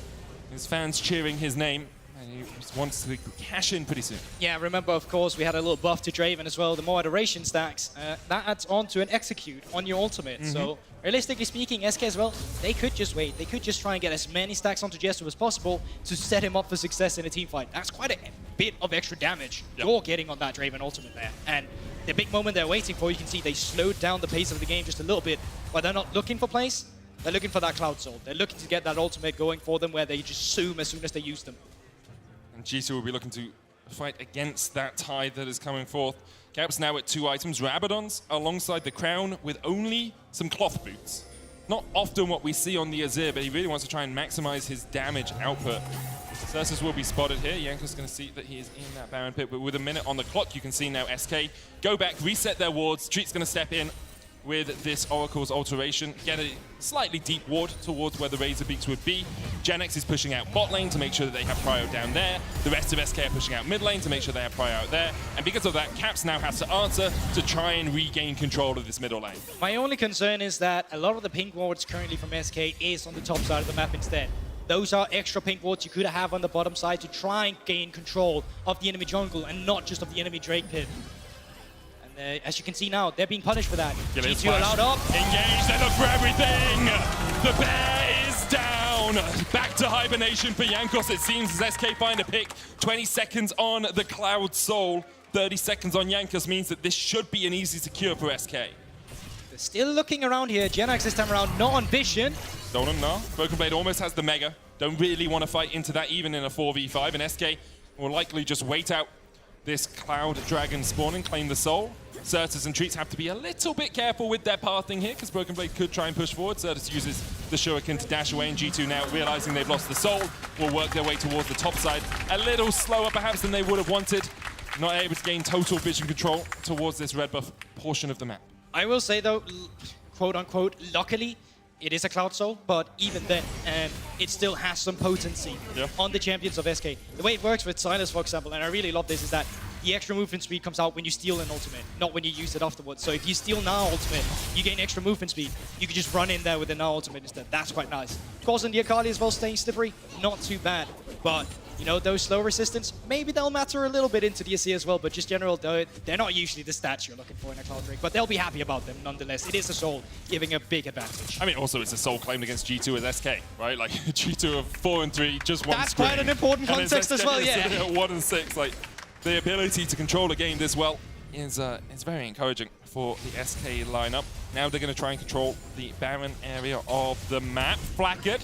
Oh, hook just short. Jankos there. Depth charge onto Flacket. Here comes the movement speed. The stun off towards the side. Treats a bit of extra movement speed, but SK don't really want to chase any further. So what do we burn? Hex Flash on Treats and the depth charge, but that's already a third of the way of cooldown. Nothing too much invested there from SK. Treats decided to go for a sprint, not a marathon in this crew iteration here, but still they retain that control of the Baron area. And it's so crazy. G2 now have objective bounties once again against SK. A little bit of worrying signs. 0-2 week, potentially down to an 0-3 week as well. I think something that Kadra says often on when I listen to his stream, as I'm farming my cats, he will often say every team has a moment where they falter in a split, and right now G2 are faltering a little bit, but they are able to find Genex. Poke's gonna land on the Caps, keep his verdict Stormbringer stolen away, and Genex able to survive. Caps trying to put the last bit of damage down. The Whirling Death coming in as well as Certus has a good flank position here, but he's already exhausted. He's stunned up, he's shut down. Caps will fall as well. SK trying to retreat to the safety of their tower, but the Stormbringer makes it not safe anymore. The follow-up, Genex does have a TP. Broken Blade flashing forward, looking for a bit more damage on Treats. Knocked back by Jesu. No TP burned by Genex. 2 kills over to G2. But that's a jungler dead. That's the most threat member of SK dead as well. G2 could potentially look for a Baron here, and yes, they're moving towards it. SK, watch your move. You're 3 versus 4. Don't have ultimates just quite yet, but they're coming up shortly. Genex looks for the hijack here, steals away the Gnar. Doesn't have flash, but can dash across the wall. Jankos, no Stormbringer, no flash, no way to get away. The hook just short. Jankos trying to get back in to tank this up. Genex looking for something with the Gnar. Jankos smites. Jankos just down. Jesu takes 1, Jesu takes 2. Is the double? Is it a triple? Make it 3. Jesu cashes in, and Genex is not done. Targamas has to flash away and dash away and try and escape, but now the Baron turned back on by SK. Caps TPing in. Jezu, I think he's not keeping the Baron aggroed. Caps might look for a little bit of something across the wall here. Genex going back forward, the hook, the Hex Flash. Caps down, 4 in a row for Jezu as he lines them up and knocks them down. SK turn their eyes towards the Baron. And just like that, the extra caption as well. You can even see the gold lead. Afterwards, they'll pick up Baron. Probably end up around the 5k, or 50k rather. 5k wouldn't be too much. But let's have a look at how it all pans out again, because G2, they are the aggressors. Targamas kind of doesn't come with them here, but they find a good pickup, and they find a moment where a lot of things actually goes wrong for SK. They don't knock Caps away. They don't find the pickup on towards him immediately. Certus as well. He's going to be TPing in. When he TPs in, he doesn't quite find the mark. He gets hit by a bubble immediately and just taking down with no chance of responding. Certus actually TP'd back, and then Jankos was knocked back to where Certus was, meaning that Jankos, who has the only hard CC of the 3 players that were beating up Certus, was able to take him out. We'll have a look at this, because Jankos stays within the pit. He tries to smite the health, but Jezu is just so strong on this Draven. And it's just about finding that execute. You see the crit again and again just there. Black, it's already dead. You are having no way of surviving. Triple kill coming through. Genex looking for more, and yeah, we know how it goes. The TP in by Caps wasn't enough, and SK now, Elder Drake up in a minute and a half, 2 minutes on the Baron in such a strong position. Coming back to your point about G2, it is worrying signs, but also every team has a falter. Every team has a slip in the regular season, and that's the time to do it. Try and reset yourself towards playoffs. I think the expectation that G2 is making it to playoffs is still one that is very valid, and should be our general thought about this team, even if they do have a few mistakes here and there. It has been a bad 3 games for them, though, so we will need to see them buck things up. But for now, SK, though, looking to lose that lost streak of themselves. They're playing on 2 lanes. They got waves coming in through the bottom lane. Not fully synced up with the mid lane just yet. 2 cannon waves down to the bottom side. No, the lack of synced minion wave is going to mean that the tempo gets stopped a little bit, and that allows G2 to clear up the waves, slowing down a potential end a little bit, but I don't think SK cares too much about what's happening right now. What they're looking forward to is that 1 minute counter. You see in your left top screen here is, of course, the Elder Dragon medic. And you can see they've just got total control of this area. Before that, Treat's also resetting where the rest of his team stays out so he can have a full complement of wards. Places a couple around just to make sure that they know exactly where Caps and G2 will be. And this time around, Vision, way better. You can see the aggressive pink wards. There's something to fight for. The best setup around a Drake when you're ahead is not set up around the Drake. It's set up in the enemy jungle, so they can never step up. Because they can never step up, you get an objective for 3. And that's exactly what SK is looking for. Certus has TP in 6 seconds here. Might look to save it. Goes back. It'll probably be Alexa into TP in instead. Should go to one of the control wards. Does, so that TP can be spotted by G2. See that on the minimap. He joins up with his team, though. G2 trying to make a work through the bottom lane here. Jankos chunk just a little bit. Treat still looking for an engage. Cap's going to step forward. Sundis down. Bot lane prio now for G2 as they push forward. Janex looking for a bit of damage. Jankos going to eat a couple of chains to his face. Jezu can start up the Elder. Both the far side alterations popped in the Elder pit. Jankos low. Everfrost Stormbringer used. That's huge. Whirling Death coming out as well, and Jankos will dodge to the side of that, but he's got no health. He's got no way of getting into the fight. No flash on him either. SK continue to control this area of the map. SK just needs to keep the Elder Dragon aggro. They just need to force G2 forward. They need to force their hands, and there they come. No. Dodge away from the flash hook. Tidal wave coming in. Treats needs to get away from this. Off towards the backside. Knocked into the wall is Gideus into the back of the pit. Certus going in for the great Gnar. G2! What a fight from G2! The Gnar knocks back Certus. Genex able to escape. Jezu trying to re-engage, but no whirling death on him. Caps is down. SK have lost 2 as well. Flat Kid low. Reset coming out from Broken Blade. He has the TP to rejoin this fight. Jankos, his ultimate about half the way off its cooldown. Does have the flash now as well. Elder restarted by SK. Genex has the TP to rejoin his team. He can do that in a moment. He's going to TP to the mid wave. G2 start up the Elder once again. It's the exact same scenario before. 3 versus 4. Jesu's still alive. We saw the amount of damage he was able to dish out earlier. He needs to repeat it. Genex going in. Whose ult you're going to steal? Broken Blade has to be the one you feel. Don't take away that. No. G2 disengage. Elder stop Caps. 12 seconds on him. Has the TP once again. So it will be a 5v3 for a couple of moments because there's no TPs on the side of SK. Gideus sprinting his little legs all the way towards this, but he's going to be a little while before he can get there. However, the health bars are on the side of SK. Here's the problem. Caps does have teleport, but Certus doesn't. So despite him being respawned now, he's still not here in time. And I wonder, G2, can they use this window? For now, it's looking like no. And they're getting lower and lower. Flack it down to half HP. But G2, they're still looking. X-Flash. Gilius going in. Caps tanking it. Trees looking for the long way around, the longest flank you've ever found. Jankos, no Stormbringer on him. Tree's going to get locked up and just taken down immediately. Tidal Wave as well, but Certus gets onto the back line. Onto Blacker, that's exactly what he needed. Perfect execution. It's a 1-for-1 trade so far. Certus has the ability to go further, but they decide against it. Emperor's Device still available for Caps. Stormbringer now back up for Jankos. SK, you're going to do this dance again. It's a merry-go-round as we all just dance around. Bring around a Rosie's, it feels. Certus misses the Shuriken, Broken Blade into the mini-Narf form. G2 once again step into the jaws of death, into the darkness, but they can't find the engage they're looking for.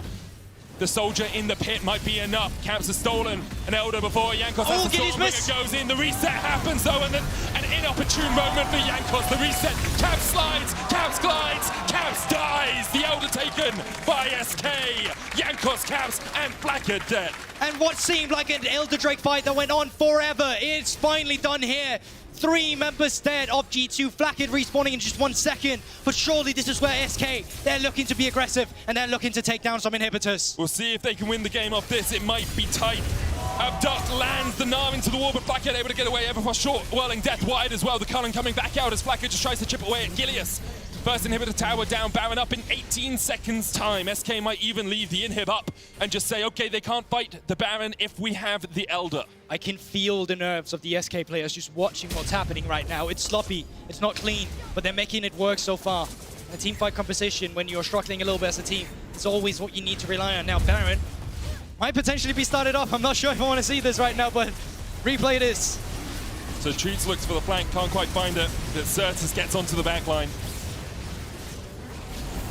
They're just able to continue with it. In the picture-in-picture, you can actually see it. SK, they pick up the Baron. Now sitting with an Elder Drake and Baron buff. Going back to the Elder Drake fight that started all of this. They posture back on towards it immediately. Caps in a position where you said, of course, could look for that. Empress the Vibe. Gilius as well, charging up the ultimate, looking for Jankos. Whips it. Jankos jumps in way too early. And they're able to pick him up. After that, Caps sees the hero play. 4-man Emperor's Divide, but what's an Emperor to a god? Very true. Yeah. Very true.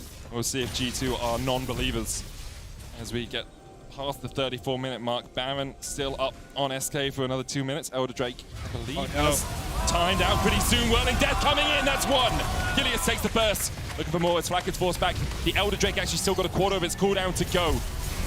Because of that, SK able to find a pick. Now they look towards more. The inhibitor in the mid lane will fall. Who's up? Caps, Flackhead, Jankos, and Broken Blade against the world, against SK with an Elder. The Stormbringer stolen away, both the Nexus Towers disabled. Certus goes in, pops the stopwatch. This Nexus Towers need to die before they come back online. Certus exhausted, Certus down. But SK, with the Nexus in their eyes, with a win in their eyes, take down our spring champions. We had 2 upsets, now make it 3.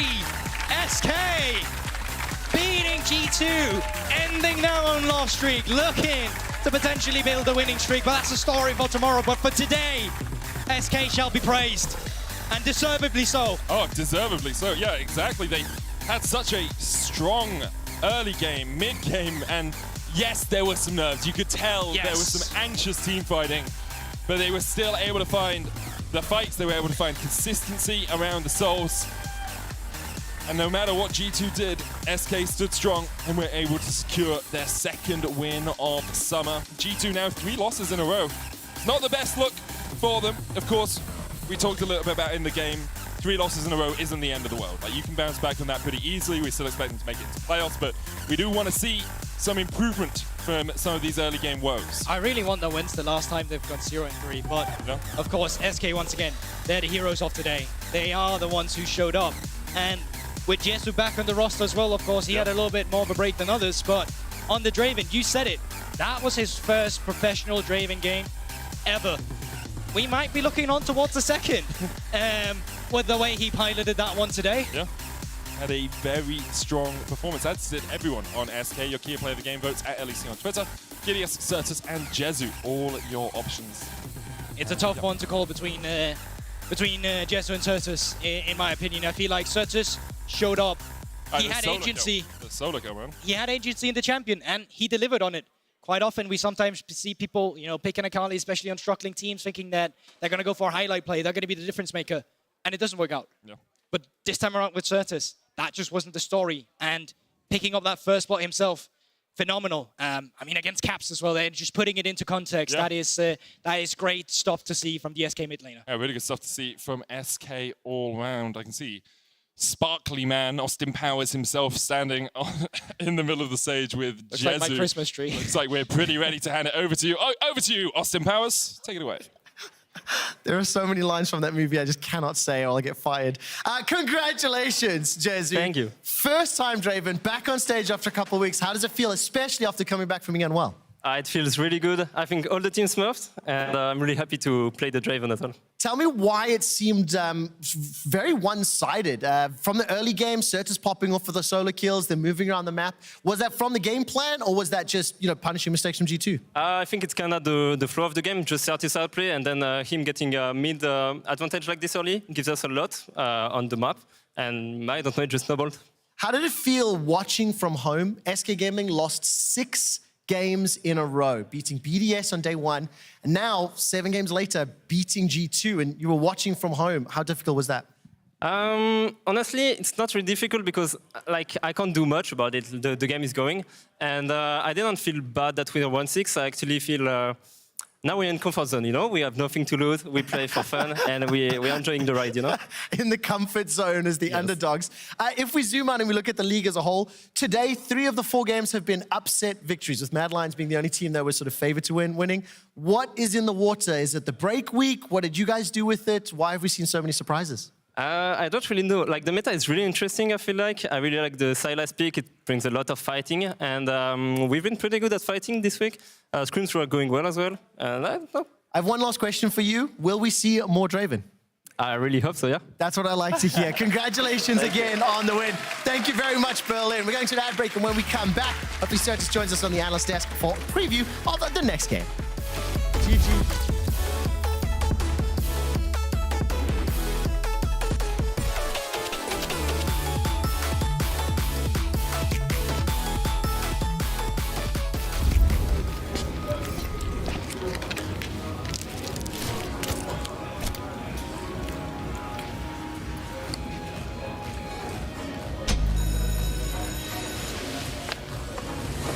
Even the biggest champ needs a break. And some Kit Kat for you, and some Kit Kat for Elder, and some... No Kit Kat for that.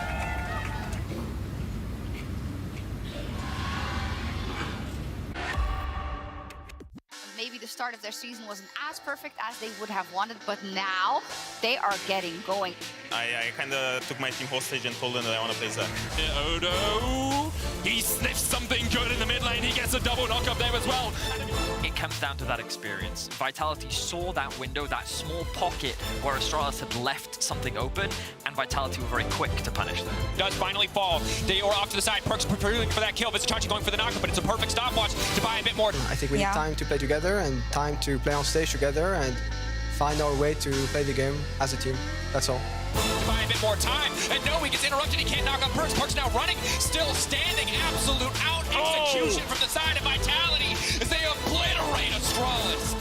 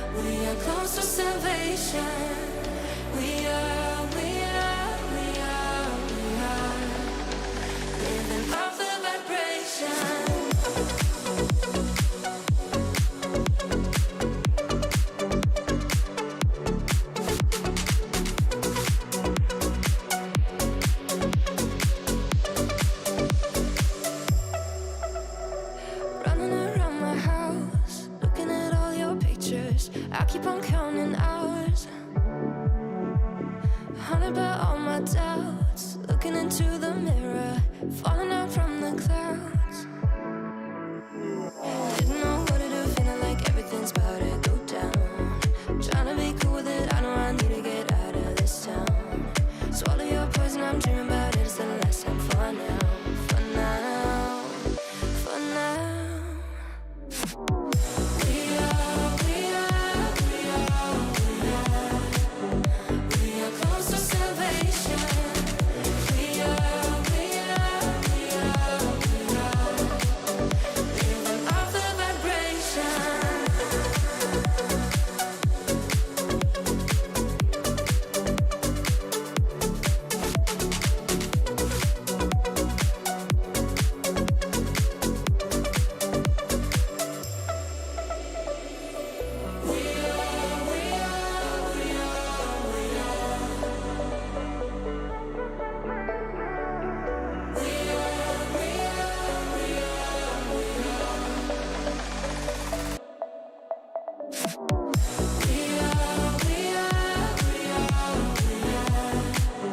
We are close to salvation.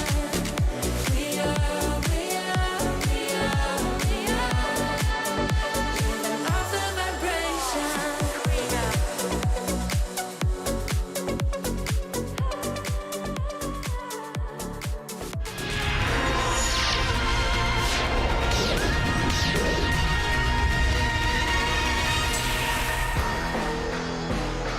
See, after SK's impressive upset win over G2, and we have Certus here with us to talk about this fantastic game. First off, congratulations, that was amazing. How do you feel right now? Relieved. Yeah. Finally, we broke our lose streak. We were 1-6, and now we bet G2, right?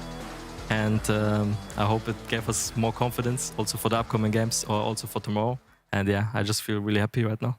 Very your talk on the game. As we're watching Well, you I backstage. mean, you solo kill Caps. That's got to feel pretty good, right? Yeah, like of course, like solo killing everyone, especially Caps, the solo killer was pretty great, yeah. Of course, a lot of the early game went heavily in your favor.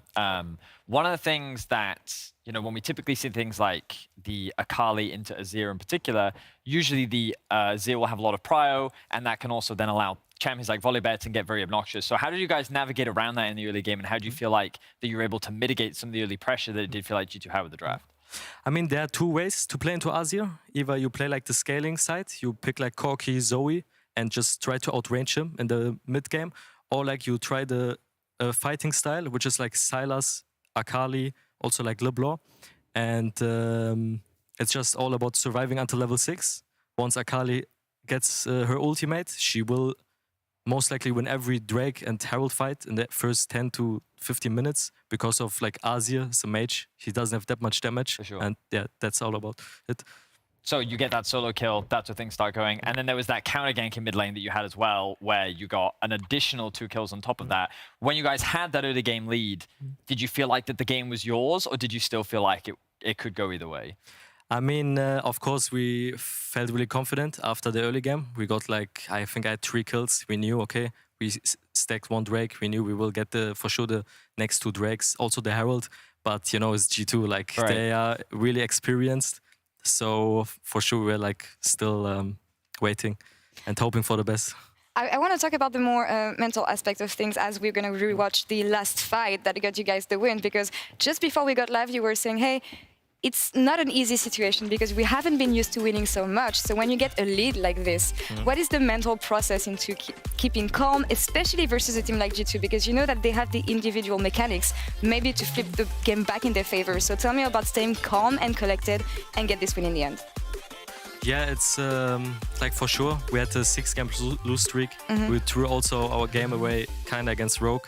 So there's for sure a pressure where you just try to do as least mistakes as possible, and then comms like just be like calm and breathe a bit, and then just focus on the next play.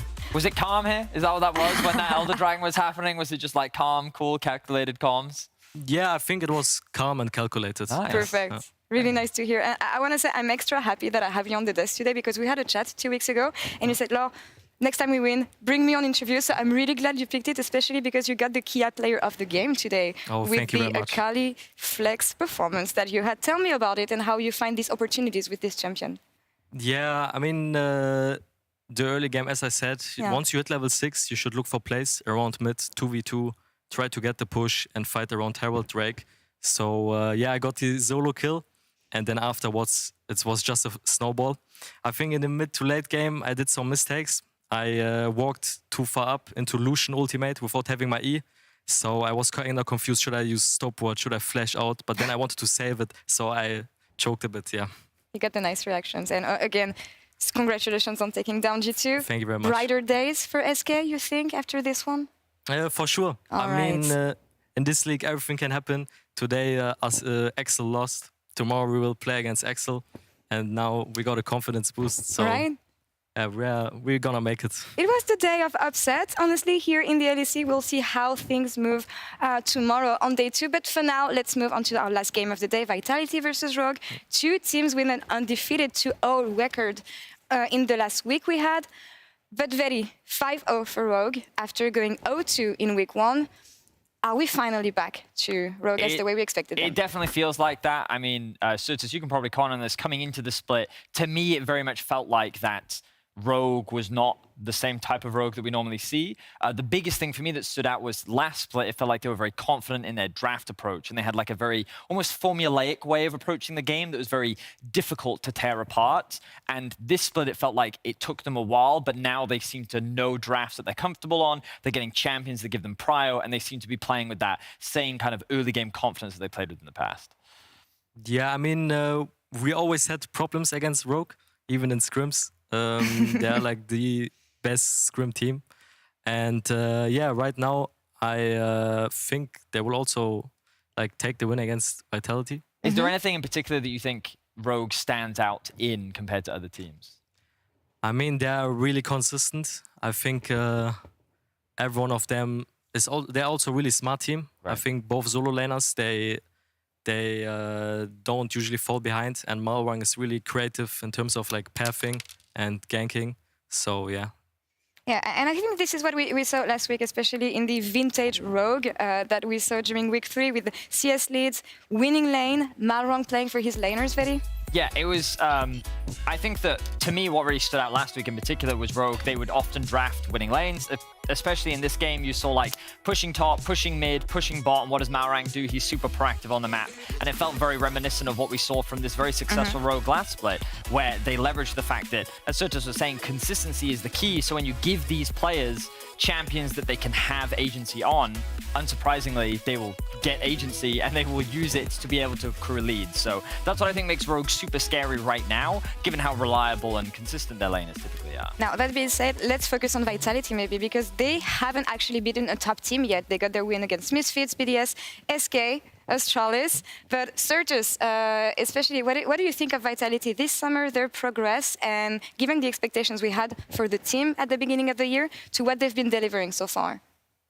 Yeah, I mean, in the beginning of the year, everyone thought like it's a super team, right? Which will be like they have the star players, right? Alfari, Perks, and all of them, I guess. Kinda, yeah, I want to say. And right now, yeah, I think like Haru is new in the roster, so maybe they need to like still get used to him, right? I think it's a big change compared to Selfmade, and also, yeah, I mean, I think they need maybe a bit more time and try to get like better synergy, I think. Yeah, and go ahead, Vinny. What I will say is that, like, one of the things we talked about when we looked at this match in particular was when we think of Vitality, we think of them having pretty solid and reliable laners as well. And I'm curious, in like your experience, you've laned against, well, all of the mid laners like Larson and Perks. And when you go up against each player, do you find that they are both like immovable objects? Or, like, what's your experience when playing against a laner like Perks? Against Perks, it's like he tries to get a mental advantage. I always feel like playing against him. He plays really far, like forward in lane, even though like his team is not around him. So yeah, I think he's kind of a mental, like tries to like mentally get an advantage. And but he's also really smart. He's definitely a great mid laner. And yeah, Larsen's more like controlled, I would say. Like he really tries to take every CS and tries to have a perfect lane. Let's focus on one last one because with the graphics that I see behind me, of course, I have to talk about the Korean battle in the jungle for this game, Haru versus Malrang. Different styles, Vidi. One more focused onto, I want to say, level 3 gankers, and the other one more focused on farming champions. Yeah, I think that when you look at the two junglers and you kind of think about the approaches of both teams, Rogue is a team that leverages the fact that their jungler is very active in the early game and he will try to play towards his strong laners, whereas Vitality seem to have adopted approach of trying to play more for Haru. I think you can also call, like, when Gilius locks in things like Hecarim, your responsibility is to play more towards him, right? You want to try and make sure that he can get the resources to be more of a carrier later on, and I feel like that Vitality plays in a similar way. Would you say that you've kind of had that similar experience when playing against Vitality? Yeah, for sure. Like Vitality, they usually wait for Haru, like getting some like levels before like they do something around the map, and that's why also, for example, Perks played a few times Azir to give him like this this window, because with Azir like you have lane prio, you have kind of an early game, you have a lane you can play through as a jungler, you get prio and move with Azir. And that's what I also did in scrims. So when you think about these two teams in particular, I mean, you've had experience against both of them. Who are you more afraid of typically when playing against, and who do you think is the harder one to make that upset happen against? I think I would be more afraid of Vitality. Okay. Yeah, because like Perks he's like clutch player, you know. But I think it's harder to win against Rogue, I would say. I think our games against Rogue, they look good so far. I think last split we went like 1-1, and like 2 weeks ago we also almost bet them. And against Vitality, we always had problems. I think we are 0-3 right now through the whole year. So I would say Vitality. That's fair. Scrims is another form of data, let's say, compared to official games. But Vidi, I want to have your take on it, because as we said, Vitality is still yet to pick up a win against a strong team, and facing off against Rogue today, where do you think they have the tools to beat them? Well, I would say that like mid lane is where I look, because I know that fans in particular love to be very critical of this this roster, in particular their laners. But I think that one of the things that you can't dispute is the early game consistency in terms of their lane approach, the aggression that they often display. Like Certus kind of summed it up really nicely in how Perks approaches his lane, where it always feels like he's trying to win the lane rather than just like gain a small advantage. That's something that's very difficult to play around. The problem is, I think that the wall that is Rogue that they build during the regular season is so difficult to overcome that you need to throw a strong enough curveball or catch them off guard. And like, sure, there is the meme of Rogue time that you can look to try and take advantage of, but I just don't have the same level of faith in Vitality to have that same level of consistency that Rogue can. So I'm more in the Rogue camp. I have a little bit more faith in their drafting, their early game approach, and overall like their consistency. But I definitely see a world where Vitality can provide that wrench that can kind of change and flip the entire game. And it has been the day of upset, so it wouldn't surprise me if Vitality then ran the day out with another upset. Anything can happen, but is it really an upset given what we expect from both these teams as we jump onto Champion Select? Sergius, you're going to stay with us. We're going to do the draft together. Before we go, you were on the Vitality side. Where do you think that they're going to strike? I think they will... I feel like Perks will probably play Sylas today. Okay. I think Sylas over like in LCK, also in LPL, it's like high prio pick right now. And I think it fits him, you know? Like he's really aggressive, he tries to like make the enemy sweat, and this is the perfect champ for him. So. I will say that like it's not European exclusive, but we've seen now 2 Akalis into Azir. Europe has always loved Akali as an answer to Azir. You already talked about how it's a champion that can kind of like fight you at 6. Do you think this is something that Perks could look to do, especially when you look at Larson, who's like one of the go-to Larson players that we have, Azir players rather, that we have here in Europe? Yeah, I definitely can think that Perks will play like something like Sylas or Akali into Azir. Okay, they already banned Azir. I guess they just... They don't want to have to deal with it, I guess. I guess they don't want to have to deal with that. It's probably Larson like did some like crazy plays probably in scrims or something. I will also say that with GP being removed, this is something that was a typical first pick from Rogue as well. What does this suggest to you? When you kind of see these bans coming out from Rogue, what does it indicate as a first pick? Maybe a Gnar. I think right now the two top lane champs are GP Gnar. You can either trade them and try to gank Gnar in early game, or like you just first pick one of them. And the Kalista open. A pick that Comp likes, of course. For sure. So this suggests to me that Rogue is once again looking for that like early game proactivity. We saw Comp bring this out before. Do you feel you need to pair this up with the support early, or do you think that you can like save the support for later? No, I think you can save the spot for later. I think Kalista with like counter pick Soup is like probably one of the strongest lanes. And right now what you could look for is getting an early game strong jungler where you can like play through bot lane. And yeah, I think you can wait with the support pick. So we see the Gnar and the Zeri also coming out from the side of Vitality. This shouldn't really come as much of a surprise. They're two pretty strong champions in the current meta. So this was literally just talking about how the top laners right now are Gnar GP. So do you feel like Rogue is pretty open in terms of their direction right here, or would you look to try and lock in a top laner if you're Rogue? I think you're pretty open. I think Gwen works. You could also pick like Camille maybe. And yeah. How is Gwen doing these days? Because we don't see the champion so often now. I think Gwen got nerfed, right? Yeah. For sure, like she dropped prio.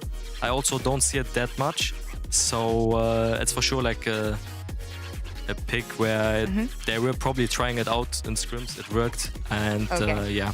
This draft from Rogue seems super weird to me, because like I think I would have preferred Camille, especially when you're playing in something like Azaria to give you a little bit more lockdown and backline access. But on top of that, they're blinding the Sylas, and then, okay, so talk to me about this matchup, because you've probably played both sides of it. Yeah. What do you think? Okay, so like I think they locked in here Sylas, because Sylas right now you can just blind pick it, and also like Gnar ult is one of the best ults for Sylas. Right. And this mid lane matchup, like it's the mid lane matchup to try to skill gap someone, I would say.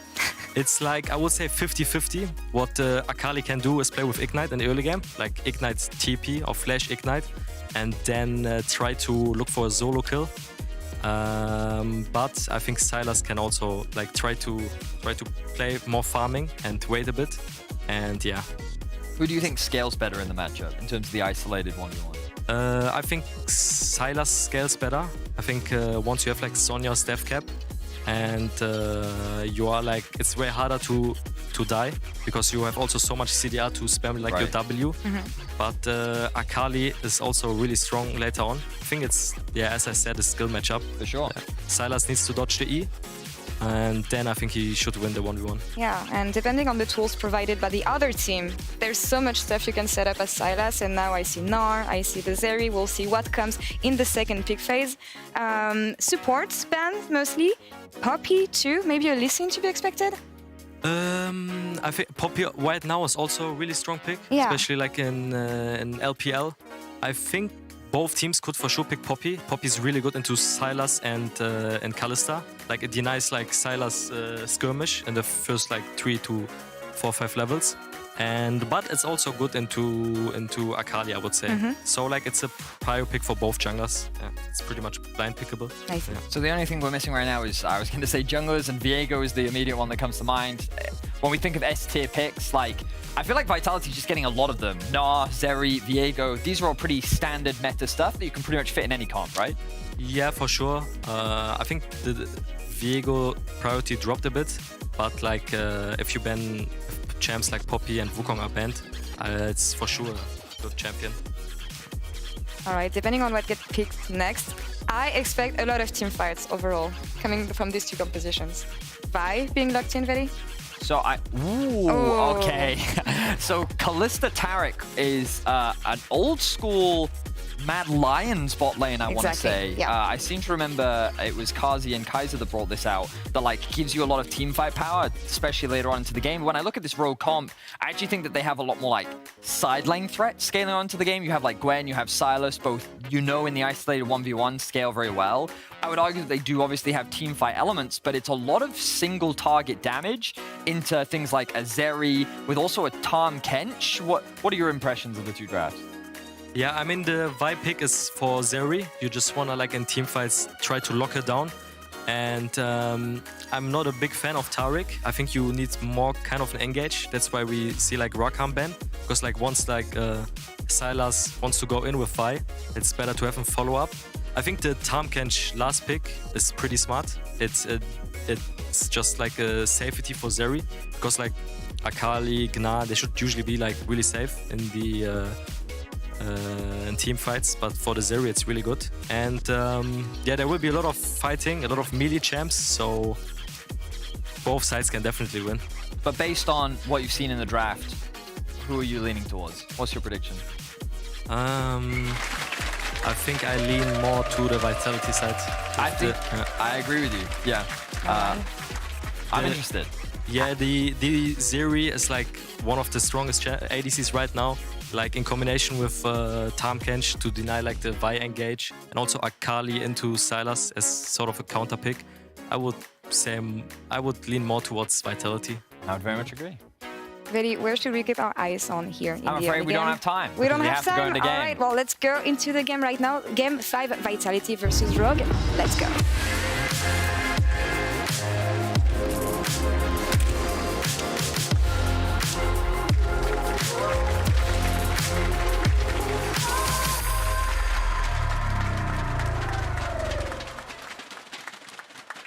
Let's get into it.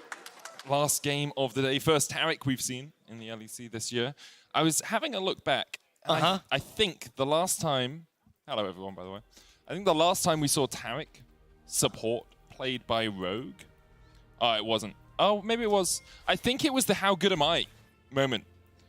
Or was that Vander playing on Misfits? I think that was... Oh, don't ask me about it. Anyway, I'm not going to answer it. All I remember is Vander doing How Good Am I, How Good Am I, TPing to top tower with his ultimate up and saving his top laner at the time. But obviously, now Trimby, the support for Rogue.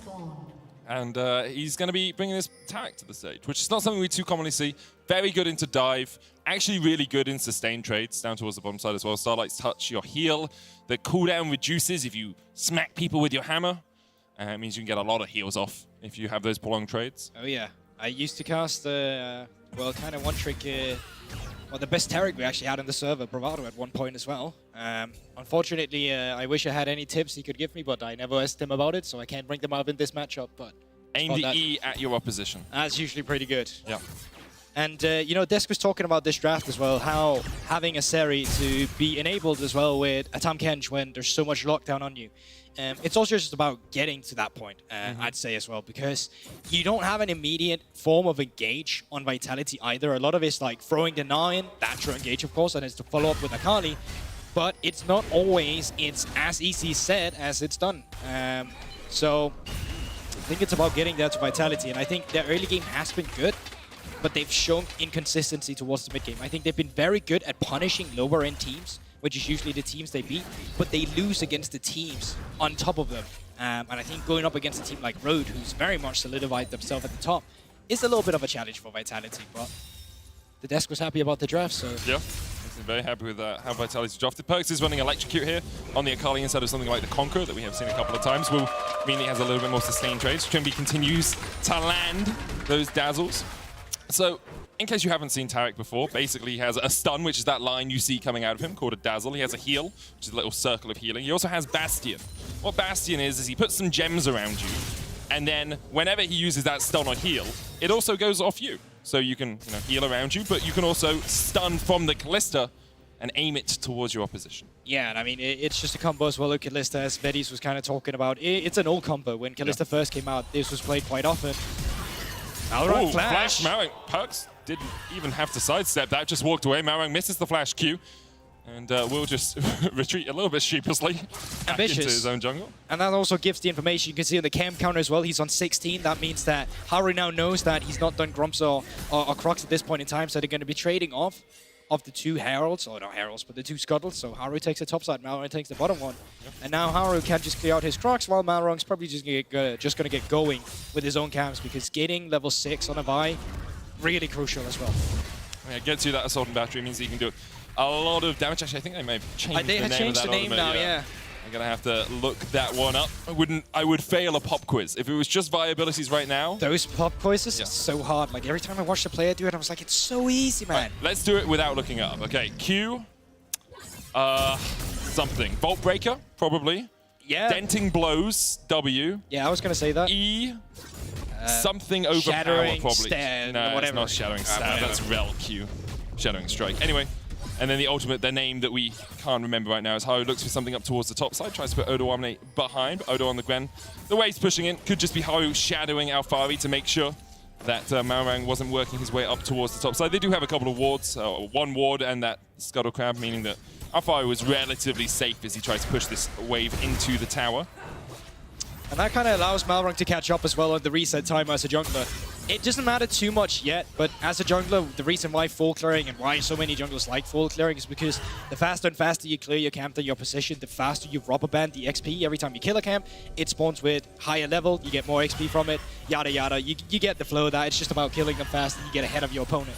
Now they're even once again, and that's kind of decent for Malrang, who's a little behind the curve, you know, a camp before or after, but it seemed necessary just to make sure Alphari could get the push in. Comes back up with Mercury Treads to deal with that Gwen. That top lane matchup one we will keep our eyes on, but mid lane perhaps a little bit more explosive. Larssen and Perks. Actually, Larssen having a very good start to the season, although he has struggled in a couple of games. Perks kind of middle of the pack, does get some large CS leads, but struggles to translate that into more for his team. Yeah, but the big takeaway is here that you're watching two of the best laners we currently have in the LEC. And quite usually we see them on control mages, on Auri. This time around, that's not the case. We're seeing them on two melee champions where it's also about the mechanics. And in that kind of repertoire, Perks has always been highly regarded, where Larssen sometimes... We've not seen too much of him. I think this is a great chance for him to show it, though. Well, Breaker charged up by Malrang, no flash to follow through, perfect execution. Perks dodges across the wall. Perks still has that ultimate available to him. Spectral Maw was channeled by Haru. Perks uses the R2 to get away. And Larssen will retreat as well. So neither of them able to find the upper hand in that trade. Perk's actually in a pretty good position considering he's about 10 CS up on this Akali. Does have slightly more range than the Silas with that 5-point strike. As Labrov and Haru now teaming up to try and get a little bit of vision into the rogue jungle. Don't really feel they're going to get too much here. I was like, excuse me, Trimby, I would prefer you on the other side of this wall. So just knocks him over. Malrang not too far from level 6 either. He needs to clear the Crocs and he needs to clear another camp. He will have it. If he can secure that before Perks gets the perfect execution up again, that could be a point of attack in the mid lane. Of course, bot lane is a possibility as well, with Labrov still being level 4 and Tahm Kench really not offering any defensive for you AD carry after that little rework he had. Yeah, the Devourer you need level 6, of course. No longer the W. Trimby looking for a trade here. Dazzle's going to hit. Only onto the Tahm Kench though, and he's very happy. We're cheering every Dazzle. Is that what we're doing? Every time Trimby hits an E, we're going to cheer. Oh, that's great. I can get on board with that. I can get on board with that. Now hey, he hasn't hit one yet, guys. Don't get too over ego, okay? Malrang, though, actually just dashed over the wall at the Drake pit, so he's currently not spotted on this scuttle here. Haru is around, though, but I don't know if he's going to be making his way in. Just going to be waiting for the Grump, yeah. So first strike should just go over to the sides of Rogue here, pretty uncontested. Yeah, 7.5 minutes in as well, relatively early for the first Dragon of the game. There's the Dazzle, hits the Dragon. Good one, Trimby. The Bob, though, could have missed a Voyage in here. And he does. Slow, gonna go forward. They get the knock-up onto Trimby. Fates calls them out. There's an ultimate invested, but Trimby gets to safety without having to burn a summoner. Comp did burn his flash, though. Larssen with the long-range chains there. Pulling Perks all the way back in, but unable to get much more out of it. Hijack a possibility, but of course there is an internal cooldown on that. Larssen can't do it on the same champion too many times in a row. So what's Malrang going to look for here? He's currently clearing his red buff. There's a possibility for him to move down towards the bot side. He also has his entirety of the top side respawning, and that's why he's going for the recall. Rift Herald has also spawned, so for the side of the bot laners, it's going to be a fight of priority. Whoever gets to push in the bot lane and recall first gets to be at the objective first, and that's of course what both teams will be looking for. Yeah, looking for that Rift though. Both these teams pretty good at gaining early game leads. Gold leads at 14 minutes. Pretty high up there. A lot of the good laners in this game. But I will sadly inform you, if you look at the kills and the deaths at 14, they're both pretty low. So, you know, Vitality die a little bit at the 14-minute mark, Rogue die not that much of the 40-minute mark, but neither team gets too many kills as Kazi looks for something down towards the bottom side. Comp exhausted, cleanses the way the Dazzle lands, but Lebrov has the thick skin and Comp doesn't really have anywhere to go. Pulls back the spears, that's one, make it two. A double for Comp, the Dazzle coming in clutch. Brilliant stuff from Rogue. Finding the 2v2, especially in a scenario that looked out is finally going to go in favor of Kasi. They get to push in the mid lane. They can get a favorable reset towards the Rift Herald as well. This is great stuff from the Rogue bot lane. This is huge for them as well. Jimby using all those auto attacks to get the Cosmic Radiance out. You can see just how quickly you can heal up Comp in these fights. The plate will be given over as well to the AD carry. I wonder if that will... yeah, it will. It will die, but I'm wondering if it was split go. No, full gold over to Comp. 160 in his back pocket. Now 1,000 gold the lead for that Kalista. Needs to be a bit careful though, because the bot lane needs to get that reset through before you get aggressive up here. Laprov obviously died. Because of that, he gets out with home guards. And I can't tell you how many times top laners don't respect when you solo kill bot lane and they run up with home guards immediately. But let's have a look at the replay once again. Great eco out there. Yep, the audience approves of it. And it looks so great, but Comp just dodges behind the minions, not allowing Kasi to hit those bullets that come through from his Q, and that just really solidifies the play for the Rogue bot lane. It's one of those small things, but you look at how many times Trimby was able to auto-attack in that, and how many times he got that AoE heal off. It was huge for the bot lane. Obviously, Comp doing a great job as well, dodging behind those minions. Play's going to go down in that bottom lane too. Over to Kazi, will get himself a little bit of gold back in his pocket. So we did see Trimby working his way up towards the top side. Rift Herald, though, should be secured by Malrang. There it goes. And Rogue have that to try and garner more leads, garner more gold. Perhaps for Oda Wamne, but with the wave in the state it is, Alfari really can't stay around here. Oh, but he will. He's going to dodge, he's going to dash, he's going to leap. And Mininar will escape any further predatory nature from Malrang. Still not a nice situation. You have to give up that topside wave. Odoamne can freeze potentially outside of his turret, go for a recall himself, match the reset coming through from Alfari. Looking in the mid lane. Malrang is back, does have that ultimate. Bolt breaker flash forward, cease and desist, Perks nowhere to go. Except back to the fountain, Malrang on the board. Yeah, great stuff there. Malrang just immediately topside, moves down towards the mid lane, and Perks just not respecting the fact that he's coming behind that pink ward, Malron and Larson punishing immediately. And I have to say as well, I think these two specifically, Malrang and Larson, is one of the better 2v2s we have in the league as well. Malrang has spent so much time around that mid lane. Oh, you can now dive. Can they use that extra pressure, move it down the bot side. Laprov does have that ultimate. Could be a little bit dicey, and I would call the dive off. But Trimby has his ultimate. Good point. And use that to dive pretty effectively. The Taric ult, when it lands, gives invulnerability to everyone within the circles, but they don't obviously go for the dive. Instead, they just take the plate and back away. Haru is on the bottom side of the map, but Rogue out to an early lead here. 1,000 gold ahead. 11.5 minutes into the game, and the longer Comp and Trimby can keep Kazi and Lebrov in lane, the better it is for them. They already have that Immortal Shield Bow complete on the Kalista. And yeah, once again, tier coming through from Trimby. It's only just so you can literally just keep the Q slamming coming through. It consumes so much mana, so you need that extra mana regen, or just mana in general, come through from that item. I think as well, moving forward to these team fights, how the ultimates will come down for Trimby is going to be very crucial. I know Orcs specifically from the LPL quite often talks about this. Well, not quite often, but did at a time where Taric was meta. And one of the things was that you don't want to be using it too reactive. It's easy for your opponent to play around. It's very slow coming down. You want to be using it actively. You want to start the fight with the ultimate coming down, so there's no way your opponent can actually fight back when you do it. Similar to a Shen ultimate, right? Like if you go in and you use it aggressively, it can work out so much better. It's similar to Tahm Kench's Abyssal Voyage as well. You want to be using it to try and get into the fight rather than trying to escape. Rogue, though, yet to use it. That Cosmic Radiance stays as a possibility, a hypothetical invulnerability, rather than an actualized one. And Kazi and above just trying to hold this wave. Now Rift Herald still available for Malrang. 3 plates down towards this bottom side. You can see Haru thinking, yeah, something could happen down here. Starts his recall. Wave slowly pushing into Vitality. Haru still waiting. Spear goes out as Comp looks for a little bit of damage. They're going to turn it onto Kazi. Dazzle goes wide. Haru joins the fray and just helps clear out the way. Yeah, and right now there's still no availability for the top laners. We're only 13 minutes into the game, so while they have their teleports, they can't just join the fight off a minion with the bot lane priority.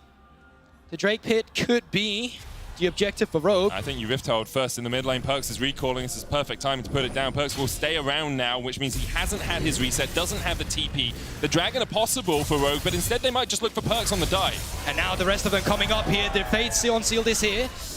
Malrang. Perks with a good flash across the wall. Now the Rift-held still charging in. That Bulwark will have been activated. The tower tankier than it was a couple of moments ago, and so only 3 plates taken from that mid lane turret. Now they turn back towards the Dragon. Perks still no TP for about 20 seconds or so. This will be Rogue with the gold in the mid lane. The Rift-held placed down, and the second Dragon of the game. But you can see how much of this comes from where Malrang moves around the map as well. Down towards the bottom side. Let Comb and Trimby push that lane in. And even in the 3v3 scenario, Vitality's not going to be looking forward with Haru. Move that pressure up towards the mid lane. They already have the Herald. Get some plating. Force Perks away. Move down towards the bottom side. Pick up the Drake. And now, counter-attack for Vitality. It's the top side. Are you going to be diving the Gwen? No Mecha not available right now. Doesn't seem to be the case. A control ward well placed as well by Rogue to spot out if Labrov and Haru are on their way. It's just been cleared by Labrov towards where the blue buff would be. Now Labrov works his way back down towards the bottom side. Could just be helping Perks push this out. Perks does have the TP. His last reset, not the best. Malrang on his way, as they say. Dazzle's gonna land, and the chaser is on. Perks, no flash, able to dash away. The Cosmic Radiance coming down as well will help Rogue with this TP in. Rogue able to take one. Labrov falls, Malrang takes it. And now a Vitality once again just have to retreat. Medic, what do you do when you just go for the Tahm Kench instead? They're talking about him not allowing his allies to get picked up. Rogue immediately realizing this themselves. Alfari. Roguebreaker's gonna hit. Alfari building up the Mega though. Larson on his way across, Haru chasing in as well. Malrang realizes he's a bit overstayed there. Larson has a flash of his own, will use it, as will Malrang. So 2 flashes burnt just to escape from this fight. Meanwhile, though, Comp has some free time with the tower up towards the top lane, and with it being past 14 minutes, he will shred through this. Kalista not the best at taking turrets, but still pretty darn effective. Haru has the Heartbreaker to escape any further players. Kazi goes in. Spectral Maw use. Bolt Breaker back, but Malrang nowhere to go. Haru gets the shutdown. TP's up towards the top lane. Vitality calling for the fight, calling for a battle. Trimby's going to try and land the Dazzle. Perks dodging in and out of the Shroud. Comp going forward. No Cosmic Radiance available. Comp brings back the Fate's Core, but he's locked up and shut down. Another to Haru. They're looking to make it 3.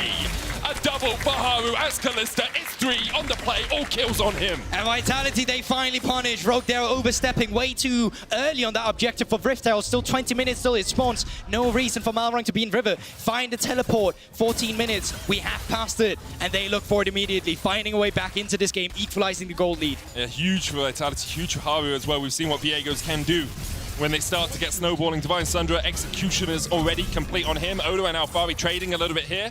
Larson could work his way across. Odo able to dodge away with the needle work. It will be 2 towers for 1 in total in this trade, but Vitality picked 3 kills out of it and Rogue got none. Let's have a look at it once again, because I think this is very overzealous. Okay. Odo. Everpost's gonna root up Perks. Just needs one more auto attack. He can't get close enough. No perfect execution for him. He's already used it. Perks still chasing onto Larson. Haru coming in as well, but great escape from Odo. Once again, the weak side king.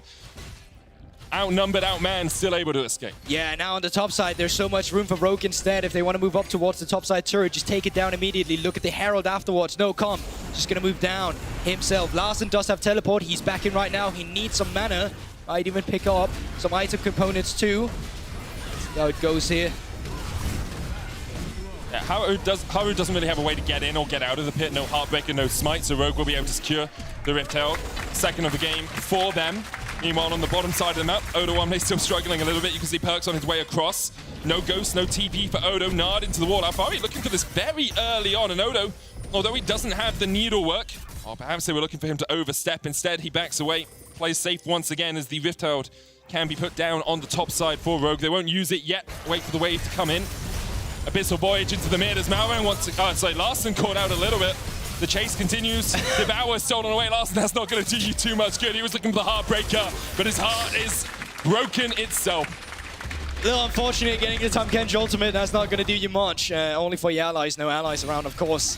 And Vitality surprisingly respond very well to the aggression that's coming out as well from Rogue on the top side. Just finds a pick in the mid lane. Reason why Labrov was able to find that Abyssal dive was, of course, that he's out of vision, and then it doesn't really show the HUD that you're coming in here, which Larson then got caught by. It's one of those things we're kind of baited by a little bit on spec, where you see this big circle under someone, and you're like, why are they not dodging that? Yes. If the Tahm Kench is not in your vision, you don't see that big circle. So it's a lot easier to get caught out.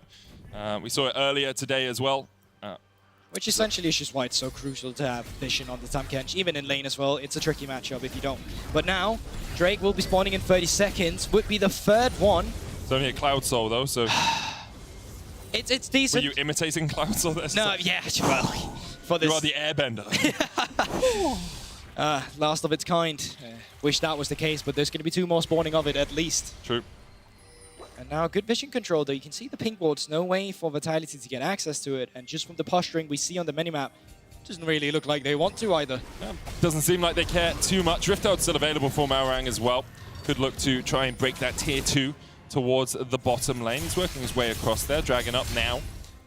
Can, of course, use comp to secure that. The spears, when you rend them, do quite a lot of damage, often out-damaging a smite. Can be used in unison with it. There's the Rift Herald down. Malrang's just going to apply some pressure here. They know Vitality don't really want to play around it. Everfrost coming in as the Rift Herald will charge forward. That tower's not going to fall. Vitality able to hold on to it for the moment. There's a lot of damage done to the tier 2. At least it's puts in a decent position to pick up the 600 gold for Odo. If he comes back there, gets a wave pushed in, it's just a couple auto attacks, then it does get taken down. On the opposite end of the spectrum, Perkz gets to push in the top side. Unfortunately for him, does not have a Rift Herald. TPing. Larssen, It's what from you got? Perkz. Well, he's got the hijack and he's got the flash. Perfect execution available for Perkz. He dives in. Larssen does the opposite. Easy enough escape. Just steal your ultimate, use it better, get away. Fancy feet from Larssen. He finds the ankle. Just gets the first part of the perfect execution out. Now Malrang and Comp is around the area if they would like to look, but they don't have vision on the other members. Don't know where Harrow is currently. But if Alfari continues with the push in the bot side, could be punished.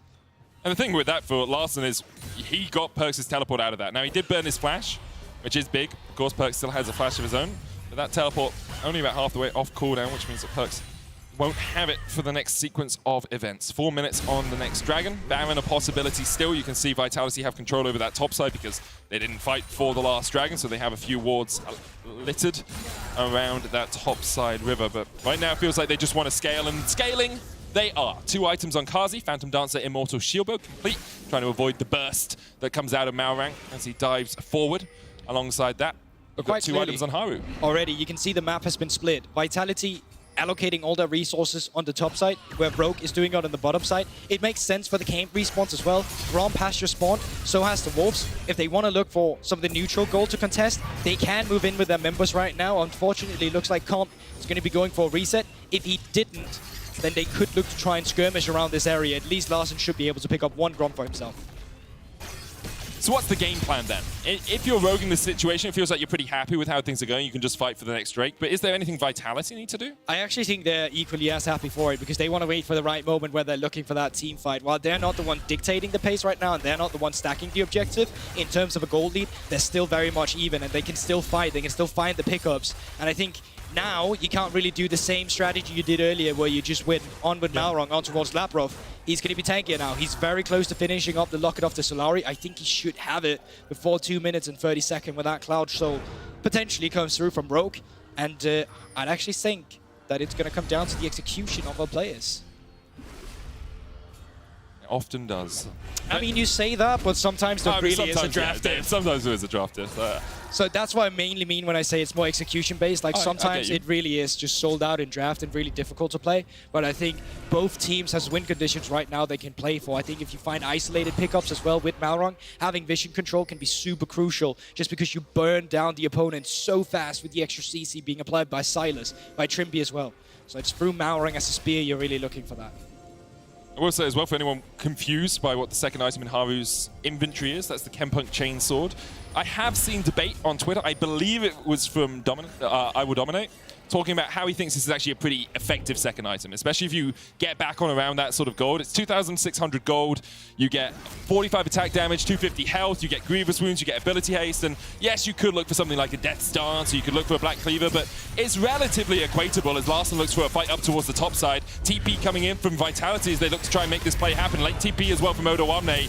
Malrang trying to trade onto a Perkz who dives in with a perfect execution. Great Gnar into the wall with a counter Gnar, it's huge! Larssen steals away the ultimate and just does it better. Cosmic Radiance now, gonna keep Rogue so healthy. Kazi trying to get out of this one, has the flash, can try and turn it around. This is where Zeri can shine, but at a numbers disadvantage, it's very difficult to do, and they just don't have the vision to play through the fog of war. Haru on a long flank has that Heartbreaker. No flash for him. Will Rogue start up the Baron?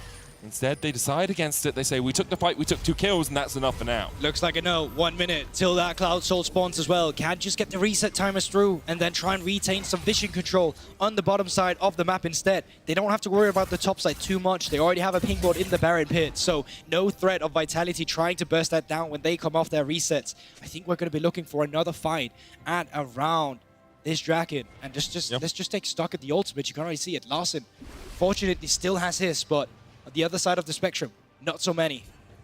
Alphari has that Mega Gnar just built up, but no TP, and he's on the top side of the map. 20 seconds on the Cloud Soul for Rogue if they secure this dragon. He's going to go into mini. We'll have an opportunity to rebuild it if they can delay and distract Rogue for long enough. Baron pinged by Vitality. Maybe they just don't care about the Cloud Soul. This just never works out because you always just leave one member to solo out the Drake, and then Malrang would just move in towards the mid lane to set it up. You already have a Kalista. Yeah, this Soul, it is just going over to Rogue. There should be no stopping it. And Vitality only using the time to get mid prio. They can then work their way towards the top side and try and get some vision. They have a few wards, but they're only in their own side of the jungle. Vitality's begin to retreat, and Rogue get the Cloud Soul.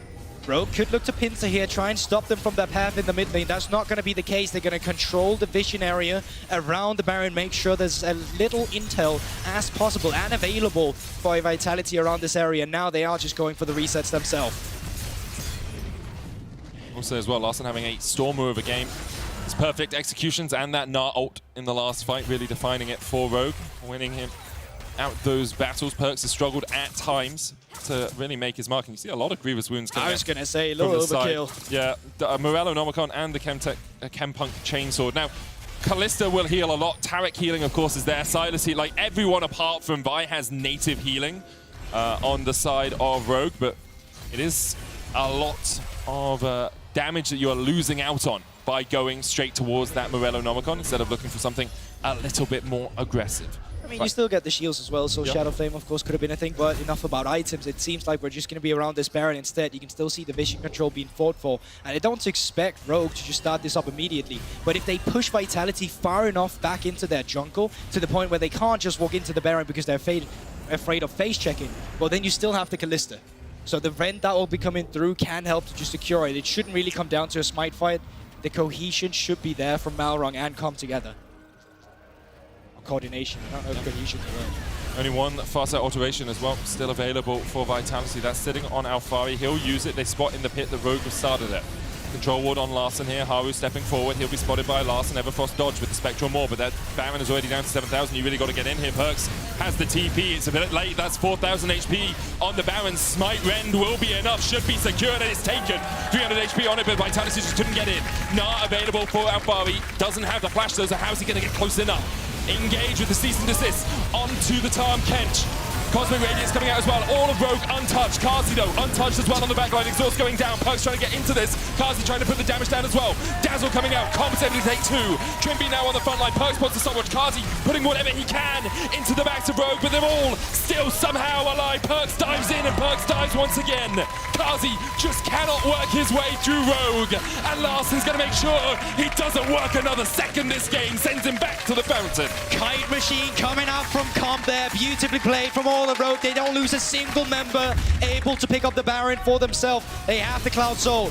Rend, well, it comes down, they pick it up, and then it looks like they want to move out, but the Cloud Soul movement speed you get here, as soon as everyone just presses those ultimate, Trimby, Khan, Bodoamne, they will just run forward, and there'll be no backing out. Trimby flash to get the Cosmic Radiance on Compo Bodoamne there, it's huge. It gives them the opportunity to step forward. They know they're invulnerable. They know Vitality can't touch them. And in the end, it just becomes such a split fight as well. Comp, it gets messy for him, but he counts around Perks afterwards to stopwatch. Kasi doing his best to apply the damage, but it just doesn't stick. Behind the curve, and many members to worry about. It's just not enough. Triple kill for Comp. Larssen picks up a double, and it will be the ace, of course. You can see how close it is as well, though. Like, it's so tight in these battles. Just Vitality unable to find that final little bit of DPS to take down Rogue. And now Rogue, 8,000 gold ahead. Baron for a minute, 20 still. They're looking to crack open these tier 2s. Will be the last one standing on the map as Comp's going to take it down. 4 items complete on the Kalista. Broken stopwatch, though, does mean there's a small opportunity for Vitality to catch him out. Playing on 2 lanes, quite standard for Rogue here. They're just going to be syncing up the waves. You can see Comp, he's waiting to attack the minions because he wants the topside minions to collapse at the same time at the mid minions. And now it's going to be a built-in wave. Malrong's going to be looking. It's going to force Vitality a bit forward, or backwards rather. Afari almost at Mega Gnar. Rogue only looking to go top of the standings, I believe. Would be 6 wins in a row for them as well. After losing their first 2, they really returned to that Rogue regular split form that we know and love from them. Gnar into the wall here, but Malrang really just too tanky for Vitality to work their way through. Comp takes a lot of damage, though. The tower is going to fall. Perks looking for a little bit onto Oda1. He dives in, immediately locked up, dumps back out. Larson going in, has the Gnar stolen away, only lands it onto 1. Karsi trying to put the damage down from the side as well, but Trimby locks him up again, and the Cosmic Radiance comes down again, and you just can't touch him. You just can't kill him. Rogue invulnerable in the faces of Vitality, and all they can do is stand and watch as their inhibitor falls. Marin goes back in for a re-engage, and it's 3v5. Larson dives in, the dazzle just wide. Karsi's immortal shield bow brings him just from the brink of death for a moment. Alfari under the towers though, Haru the same. Rogue diving in, looking at the Nexus, looking for the close. Karsi, Haru and Alfari can only watch the Nexus towers fall. Able to take down 1, Larson will fall, but Rogue have the Nexus in their eyes. They have their 6th win in their eyes. They have the demise of Vitality in their eyes, and they are making it happen. Haru left to his own devices, and in the end, the only device is the machination of death from at the hands of Rogue. 6 wins in a row for Rogue. Immune, invulnerable, and unbeatable Rogue today here. Looking great. You watch your Rogue made brilliant job here today. And Rogue solidify a victory against Vitality. It was a close affair in the early game. Vitality made some good counter-attacks, but throughout majority of it, it was a Rogue in control, and specifically towards that mid to late game, which is actually where recently they had faltered a little bit. We didn't see signs of that today, Medic. No, strong stuff all round by Rogue to be able to bring home the win. Said it a couple of times, 6 in a row, very impressive from them, especially after a slower start to the season. Vitality still struggling, of course, sitting in the middle of the pack, but things need to change pretty swift for them. Although they are tied, you know, at the moment with Misfits, G2 and Astralis. I kind of see Vitality as a gatekeeper. You know, they beat the bottom tier teams towards playoffs all the time, but fail to believe to beat the top side teams. I think the course of, well, their development across the split is going to be important to track, but for now, they are still the gatekeeper for the middle of the pack here. We'll have to see how they are able to rectify things over the next few weeks. Rogue, though, continue to go from strength to strength. Now, our first place team. You can vote for one of them in our Kia Player of the Game votes at LEC on Twitter. Malrang, Larson, and Comp are your options. Everything feels right again. Regular split with Rogue leading. That's the LEC I know It's and just love. the norm, you know. Go back to it. Rogue continue to look strong. Whether they can continue that form into playoffs is always another matter. Always the bridesmaid, never the bride, it feels, for this Rogue lineup. But that's just why it's so exciting, isn't it? You never know, Medic. You never know. You know. We still have 3 weeks of regular season after this. Still got our wait, 4 weeks? 4 weeks. We're only in week 4 right now. Yeah. So we have 5, 6, 7, 8. That's 4 weeks. Yeah, and then we move on to players afterwards. It all makes sense, yeah. Math's definitely my strong point. We can give you a little teaser, our preview of the PGL guest. Who do you think it's going to be? Well, I think it's going to be a treat. It is going to be a treat. It's going to be treats. You get it? Good one. Thank you. I tried. Thank you, guys. I do believe. No. I do believe we are about to toss a coin to our quick shot. Jaskier is standing by, ready to interview Rogue's Comp. Take it away. Thank you so much. Who knew all I needed to do was wear a shots. lot of glitter, and that's all I need for attention. Comp, congratulations. Phenomenal performance. 10, 1, and 3 on the Kalista. The game looked a little bit close, but you kept stacking those dragons. Eventually, the team fight happened. I mean, was it as close to you as maybe it appeared to me as a viewer at home? I think it looked close, kind of, because we're just trying to play it 100% clean. Like, we kind of knew that the moment me and Gwen hit some items, we can just force Nas, and we can always outsmite because we have the Kalista plus smite combo. So that's why it kind of looked close, because we're just waiting for items. But I think everyone felt like the whole time we were just ahead, right? So there was no issue. Let's talk a little bit about 100% clean. So on a scale of 0 to 100%, how clean was that win? I think if we don't include the time Marlon ended in the top lane when we were like swapped and playing around Herald and stuff, I think it was like 9% kinda. Okay, not too bad. I like that. Thank you, Berlin. 90% is good. Let's talk a little bit about the expectations coming into the game, facing off against Vitality, a little bit of a wild card. Vitality have both been phenomenal and they've kind of sucked. How confident were you playing them today? I think it was one of those times where we just like had a draft meeting right before the game, and it was like a really quick one because we sorted out the whole week what we were gonna play, and they kind of gave us picks we didn't expect, like the Kalista. So I'm kind of grateful for it.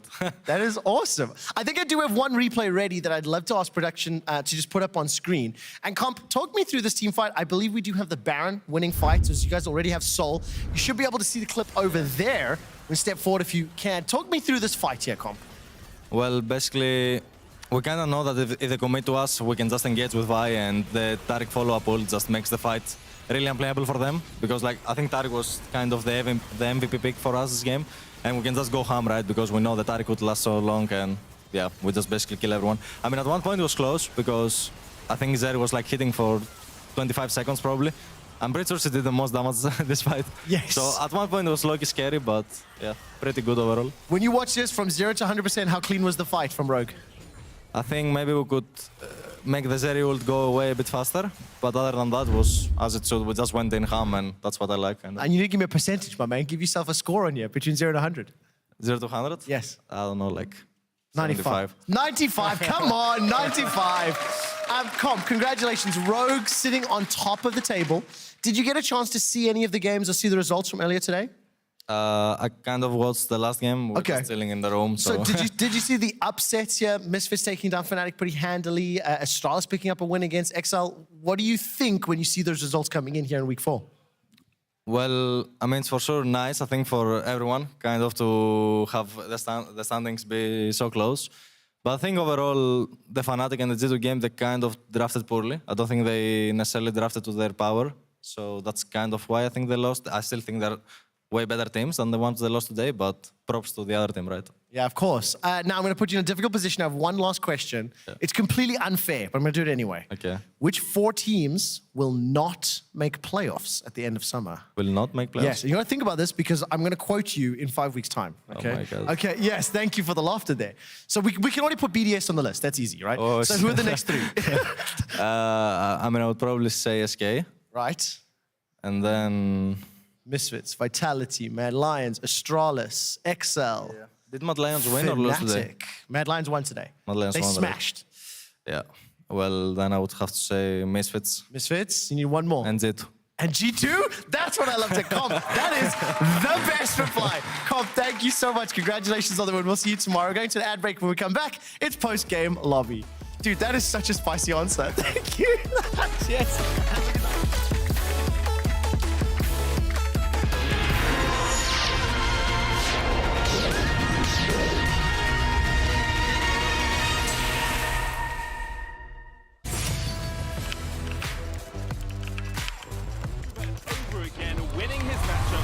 Control of this lane. Incredibly impressive stuff. Really inspirational. And here we go. He's looking for something. What a move! This man is on fire! That's the kind of play which makes me want to be on stage. Hold on.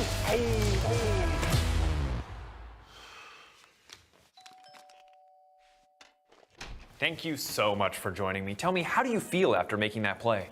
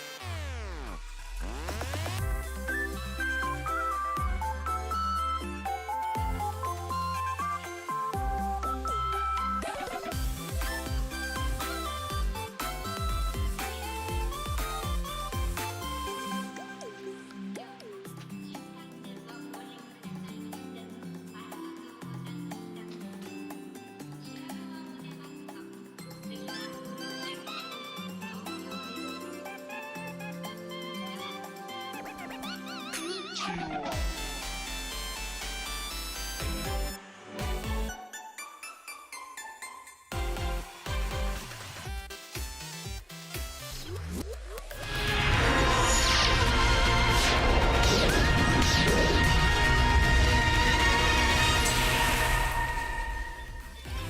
and welcome to the LEC post-game lobby. I'm Laure, and joining me on the show tonight is Treats and Trouble Inc. Treats, thank you for staying so late in the night with us to talk about. But you had a good day, I guess, with SK. So It was a good day. Yeah. It was a really good day indeed. In a day of upsets, Trouble. Yeah, he added another one with the team, of course. We had so many games that they were completely unpredictable today. I don't think that a lot of people expected Fnatic to lose. I don't think, no offense, SK were expecting SK to win. I guess, yeah. But I think even the last game was unpredictable, but for different reasons. We came into the day saying that Vitality still was yet to grab a win against one of the top teams. Rogue on a really good way, I want to say, for the past few weeks. Trouble, what did you think of the game when it comes to the draft and how the game played out? It was really interesting because we brought the junglers in the pre-game as well. And I feel like, again, stylistically, you saw the differences. Viego for Haru, Malrang on the Vi, playing much more aggressive, but I feel like Haru played so well with the opportunistic kills he got in the early to mid game. He found the fights, he's always there to shadow his laners when they were getting ganked, and getting a Viego ahead, you will always have that playmaking potential for later on. I think what always comes back to bite Vitality on the bottom is the fact that they seem so disjointed when it comes to team fights. As you will see in this particular replay, Malrang is literally ulting the Tam Kent. Odomne dives the backline to also kill the Tam Kents, but I think the big takeaway here is that Perkz has dived into the pit. He can't move up because he will die. He misses his E. He can't get back into the fight. So if you look at this entire fight, Perkz has barely been a factor for them, and we've seen 3 games of back-to-back Akali action where both Viti and Certus completely popped off on the champion. I agree, and to follow up on what you were saying earlier, Treats, I want to have your opinion on both Rogue and Vitality, in the sense that Rogue played through their composition strength, super strong team fights, but when it comes to Vitality, after the laning phase, it feels like the team doesn't have the necessary cohesion to bring these team fights alive. Yeah, I think Vitality's comp is a bit more X-Factor oriented. I think that the Zeri and obviously the Akali and the Viego kind of have to find some random kills to get the fights going, right? And for the Rogue side, they just click Vi R, click Taric R, go on one guy, just kill him, right? So it's a bit more Ooga Booga on the Rogue side.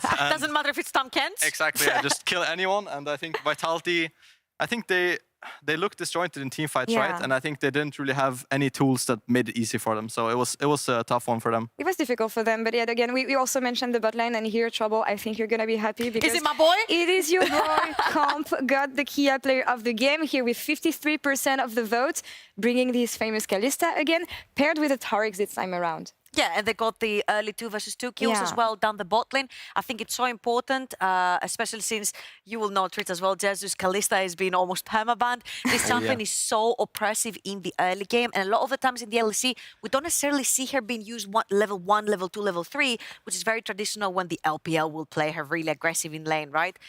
You guys managed to play it really aggressive. We also saw Rogue do it the same thing. Treats, any take on the Kalista? Because it's a rising champion, it feels right now in the LEC and in any major region. Also, how does it feel playing this champion in lane? And we know that Jesu is a Kalista enjoyer, so yeah, I guess you will have something to add on this. I mean, if we have Kalista, we win. It's kind of simple. I think the champion just adds a lot of diversity when it comes to fighting. I think early game and mid game is where it shines. Obviously, 6 items Kalista versus 6 item Jinx. The Jinx will win most games, but you have a lot of tools on Kalista and you want to use them. So I think when this champ is just farming and chilling, it's not really doing a lot, and you really want to go for the kills. So I think that's what separates the really bloodthirsty Kalista teams and the ones that pick it just to kind of survive lane. I agree, and also good tools to defend neutral objectives.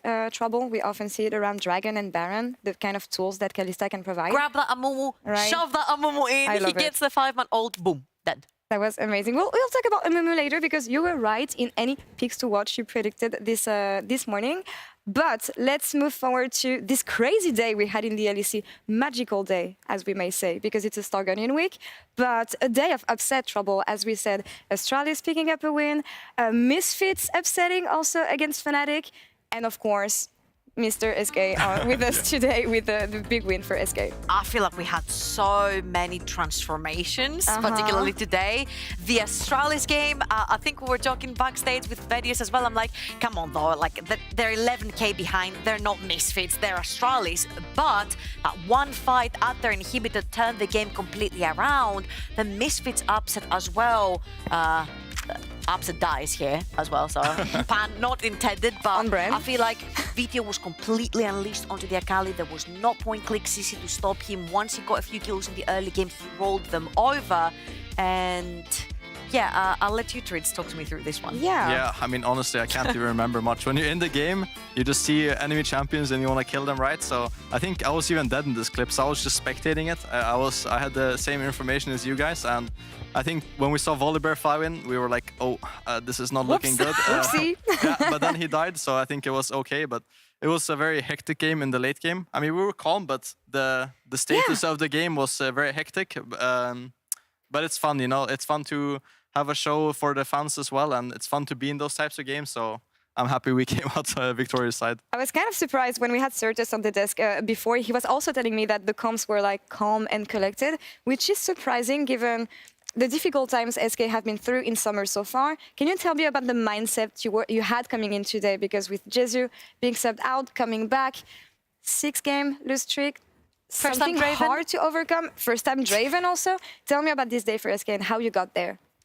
I think in general, our week of practice after the break was very useful. I think we practiced more than most other teams.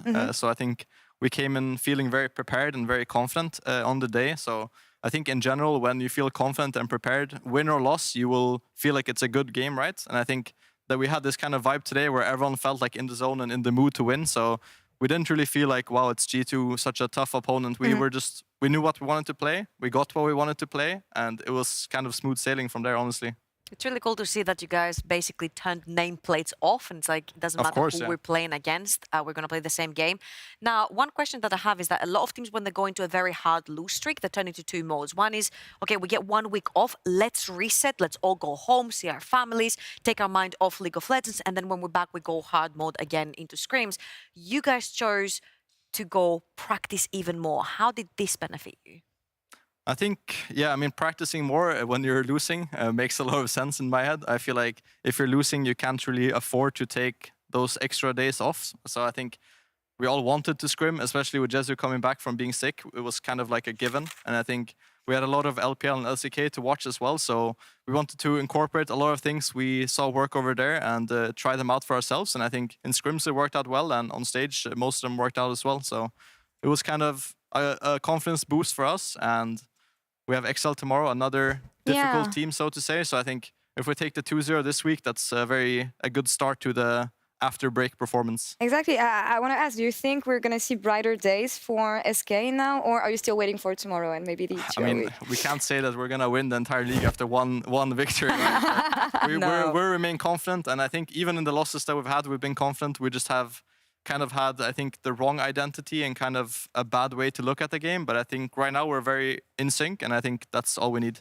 I like what you said earlier in the sense that you kept on working, and especially because you guys didn't find success, you guys needed to keep on working and improve, and especially through scrims. But I'm just wondering, how hard is it to have a healthy schedule and meaningful scrims when maybe you don't know where to look and how to get things better?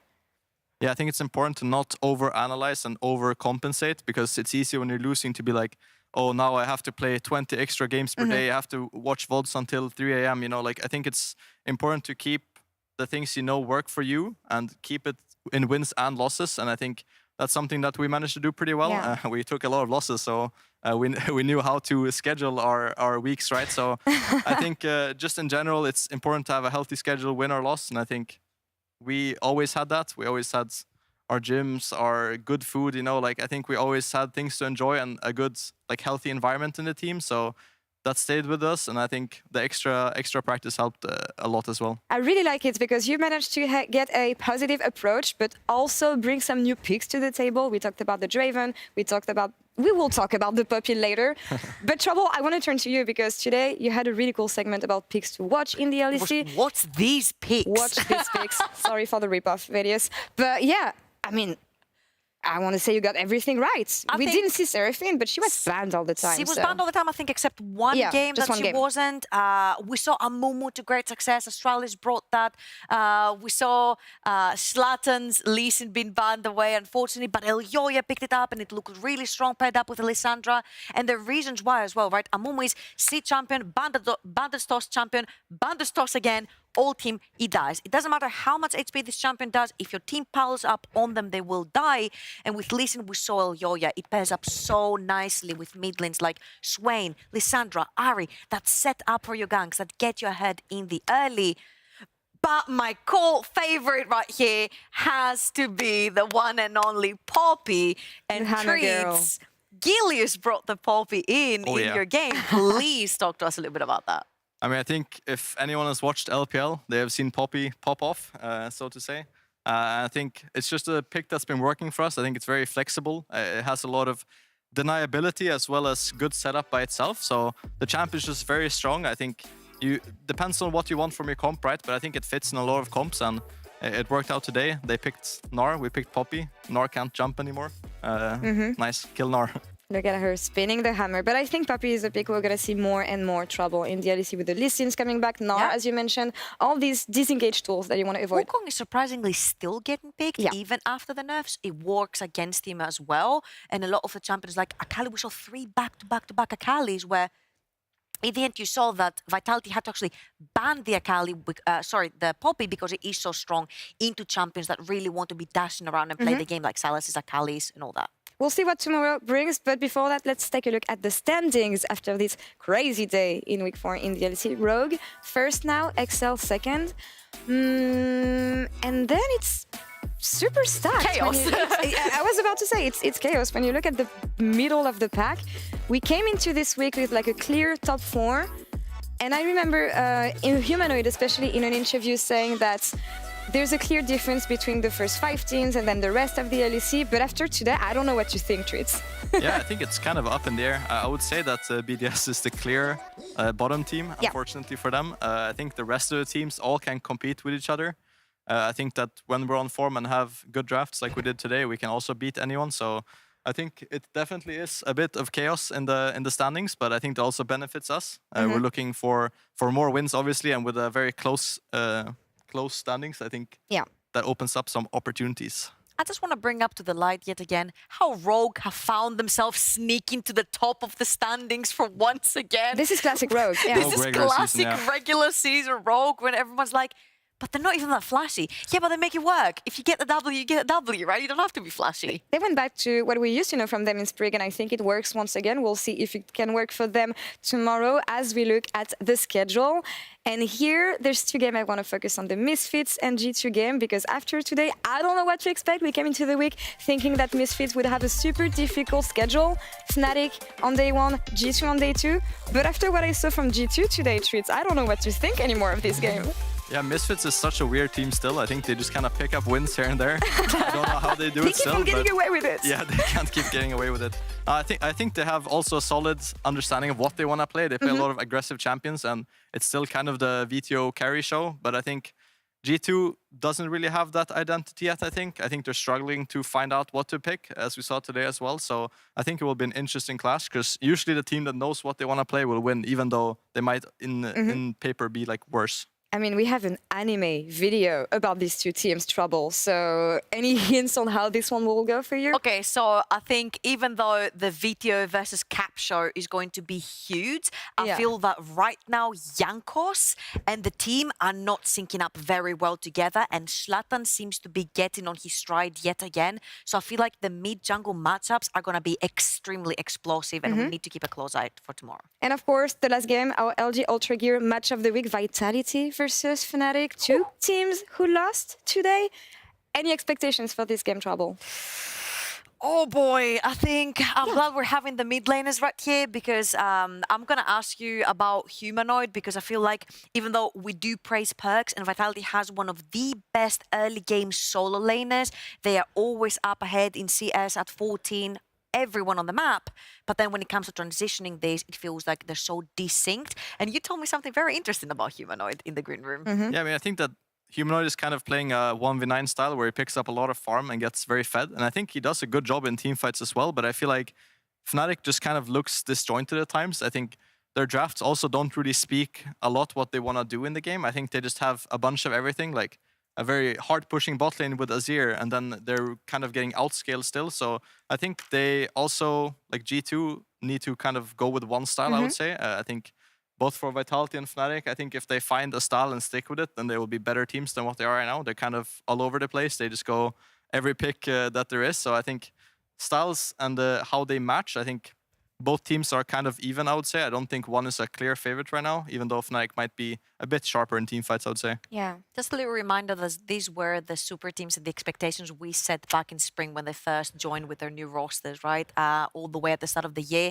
And the fact that we're sitting here right now, we're like, we don't know how they want to play the game is a big thorn. And I really hope they take that thorn and rip it off of their arm or wherever it is, because they really need to start performing, because playoffs are just around the corner. And Vedi also said the split ends faster than you think. Right, we're almost halfway through the season here. So we hope that this matchup can deliver tomorrow.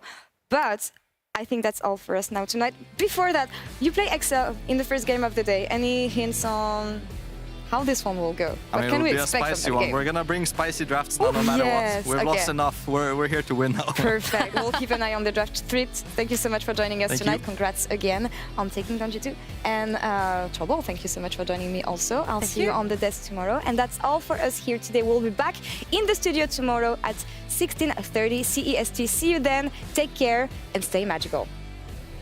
Woo! Where's the sound?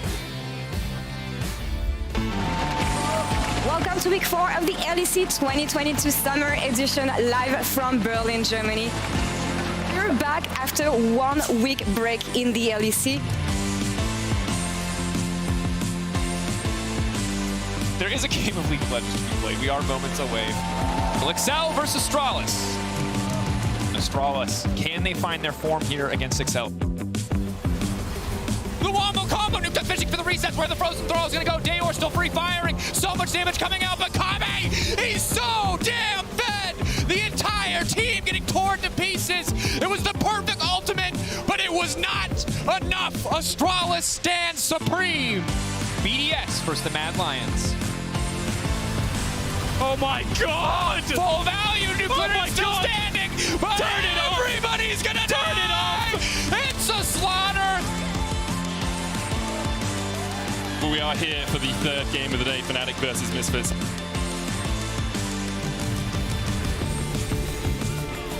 BTO trying to get on the backline. Darkbind, he misses, and BTO just assassinates Upset. And he may have not met anyone that made him fear in lane.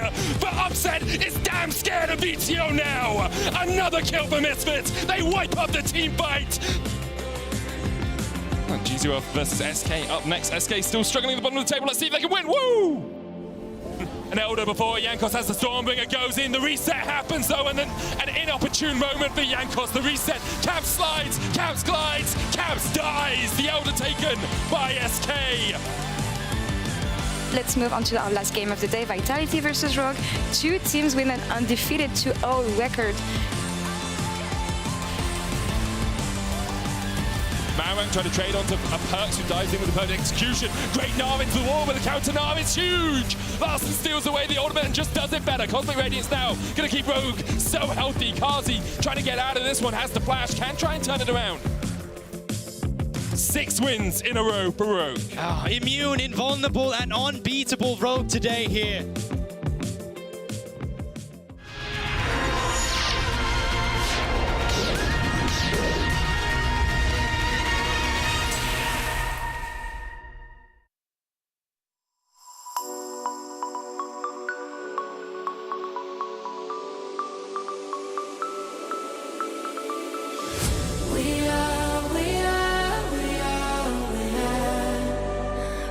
Close to salvation. We are living off the vibration.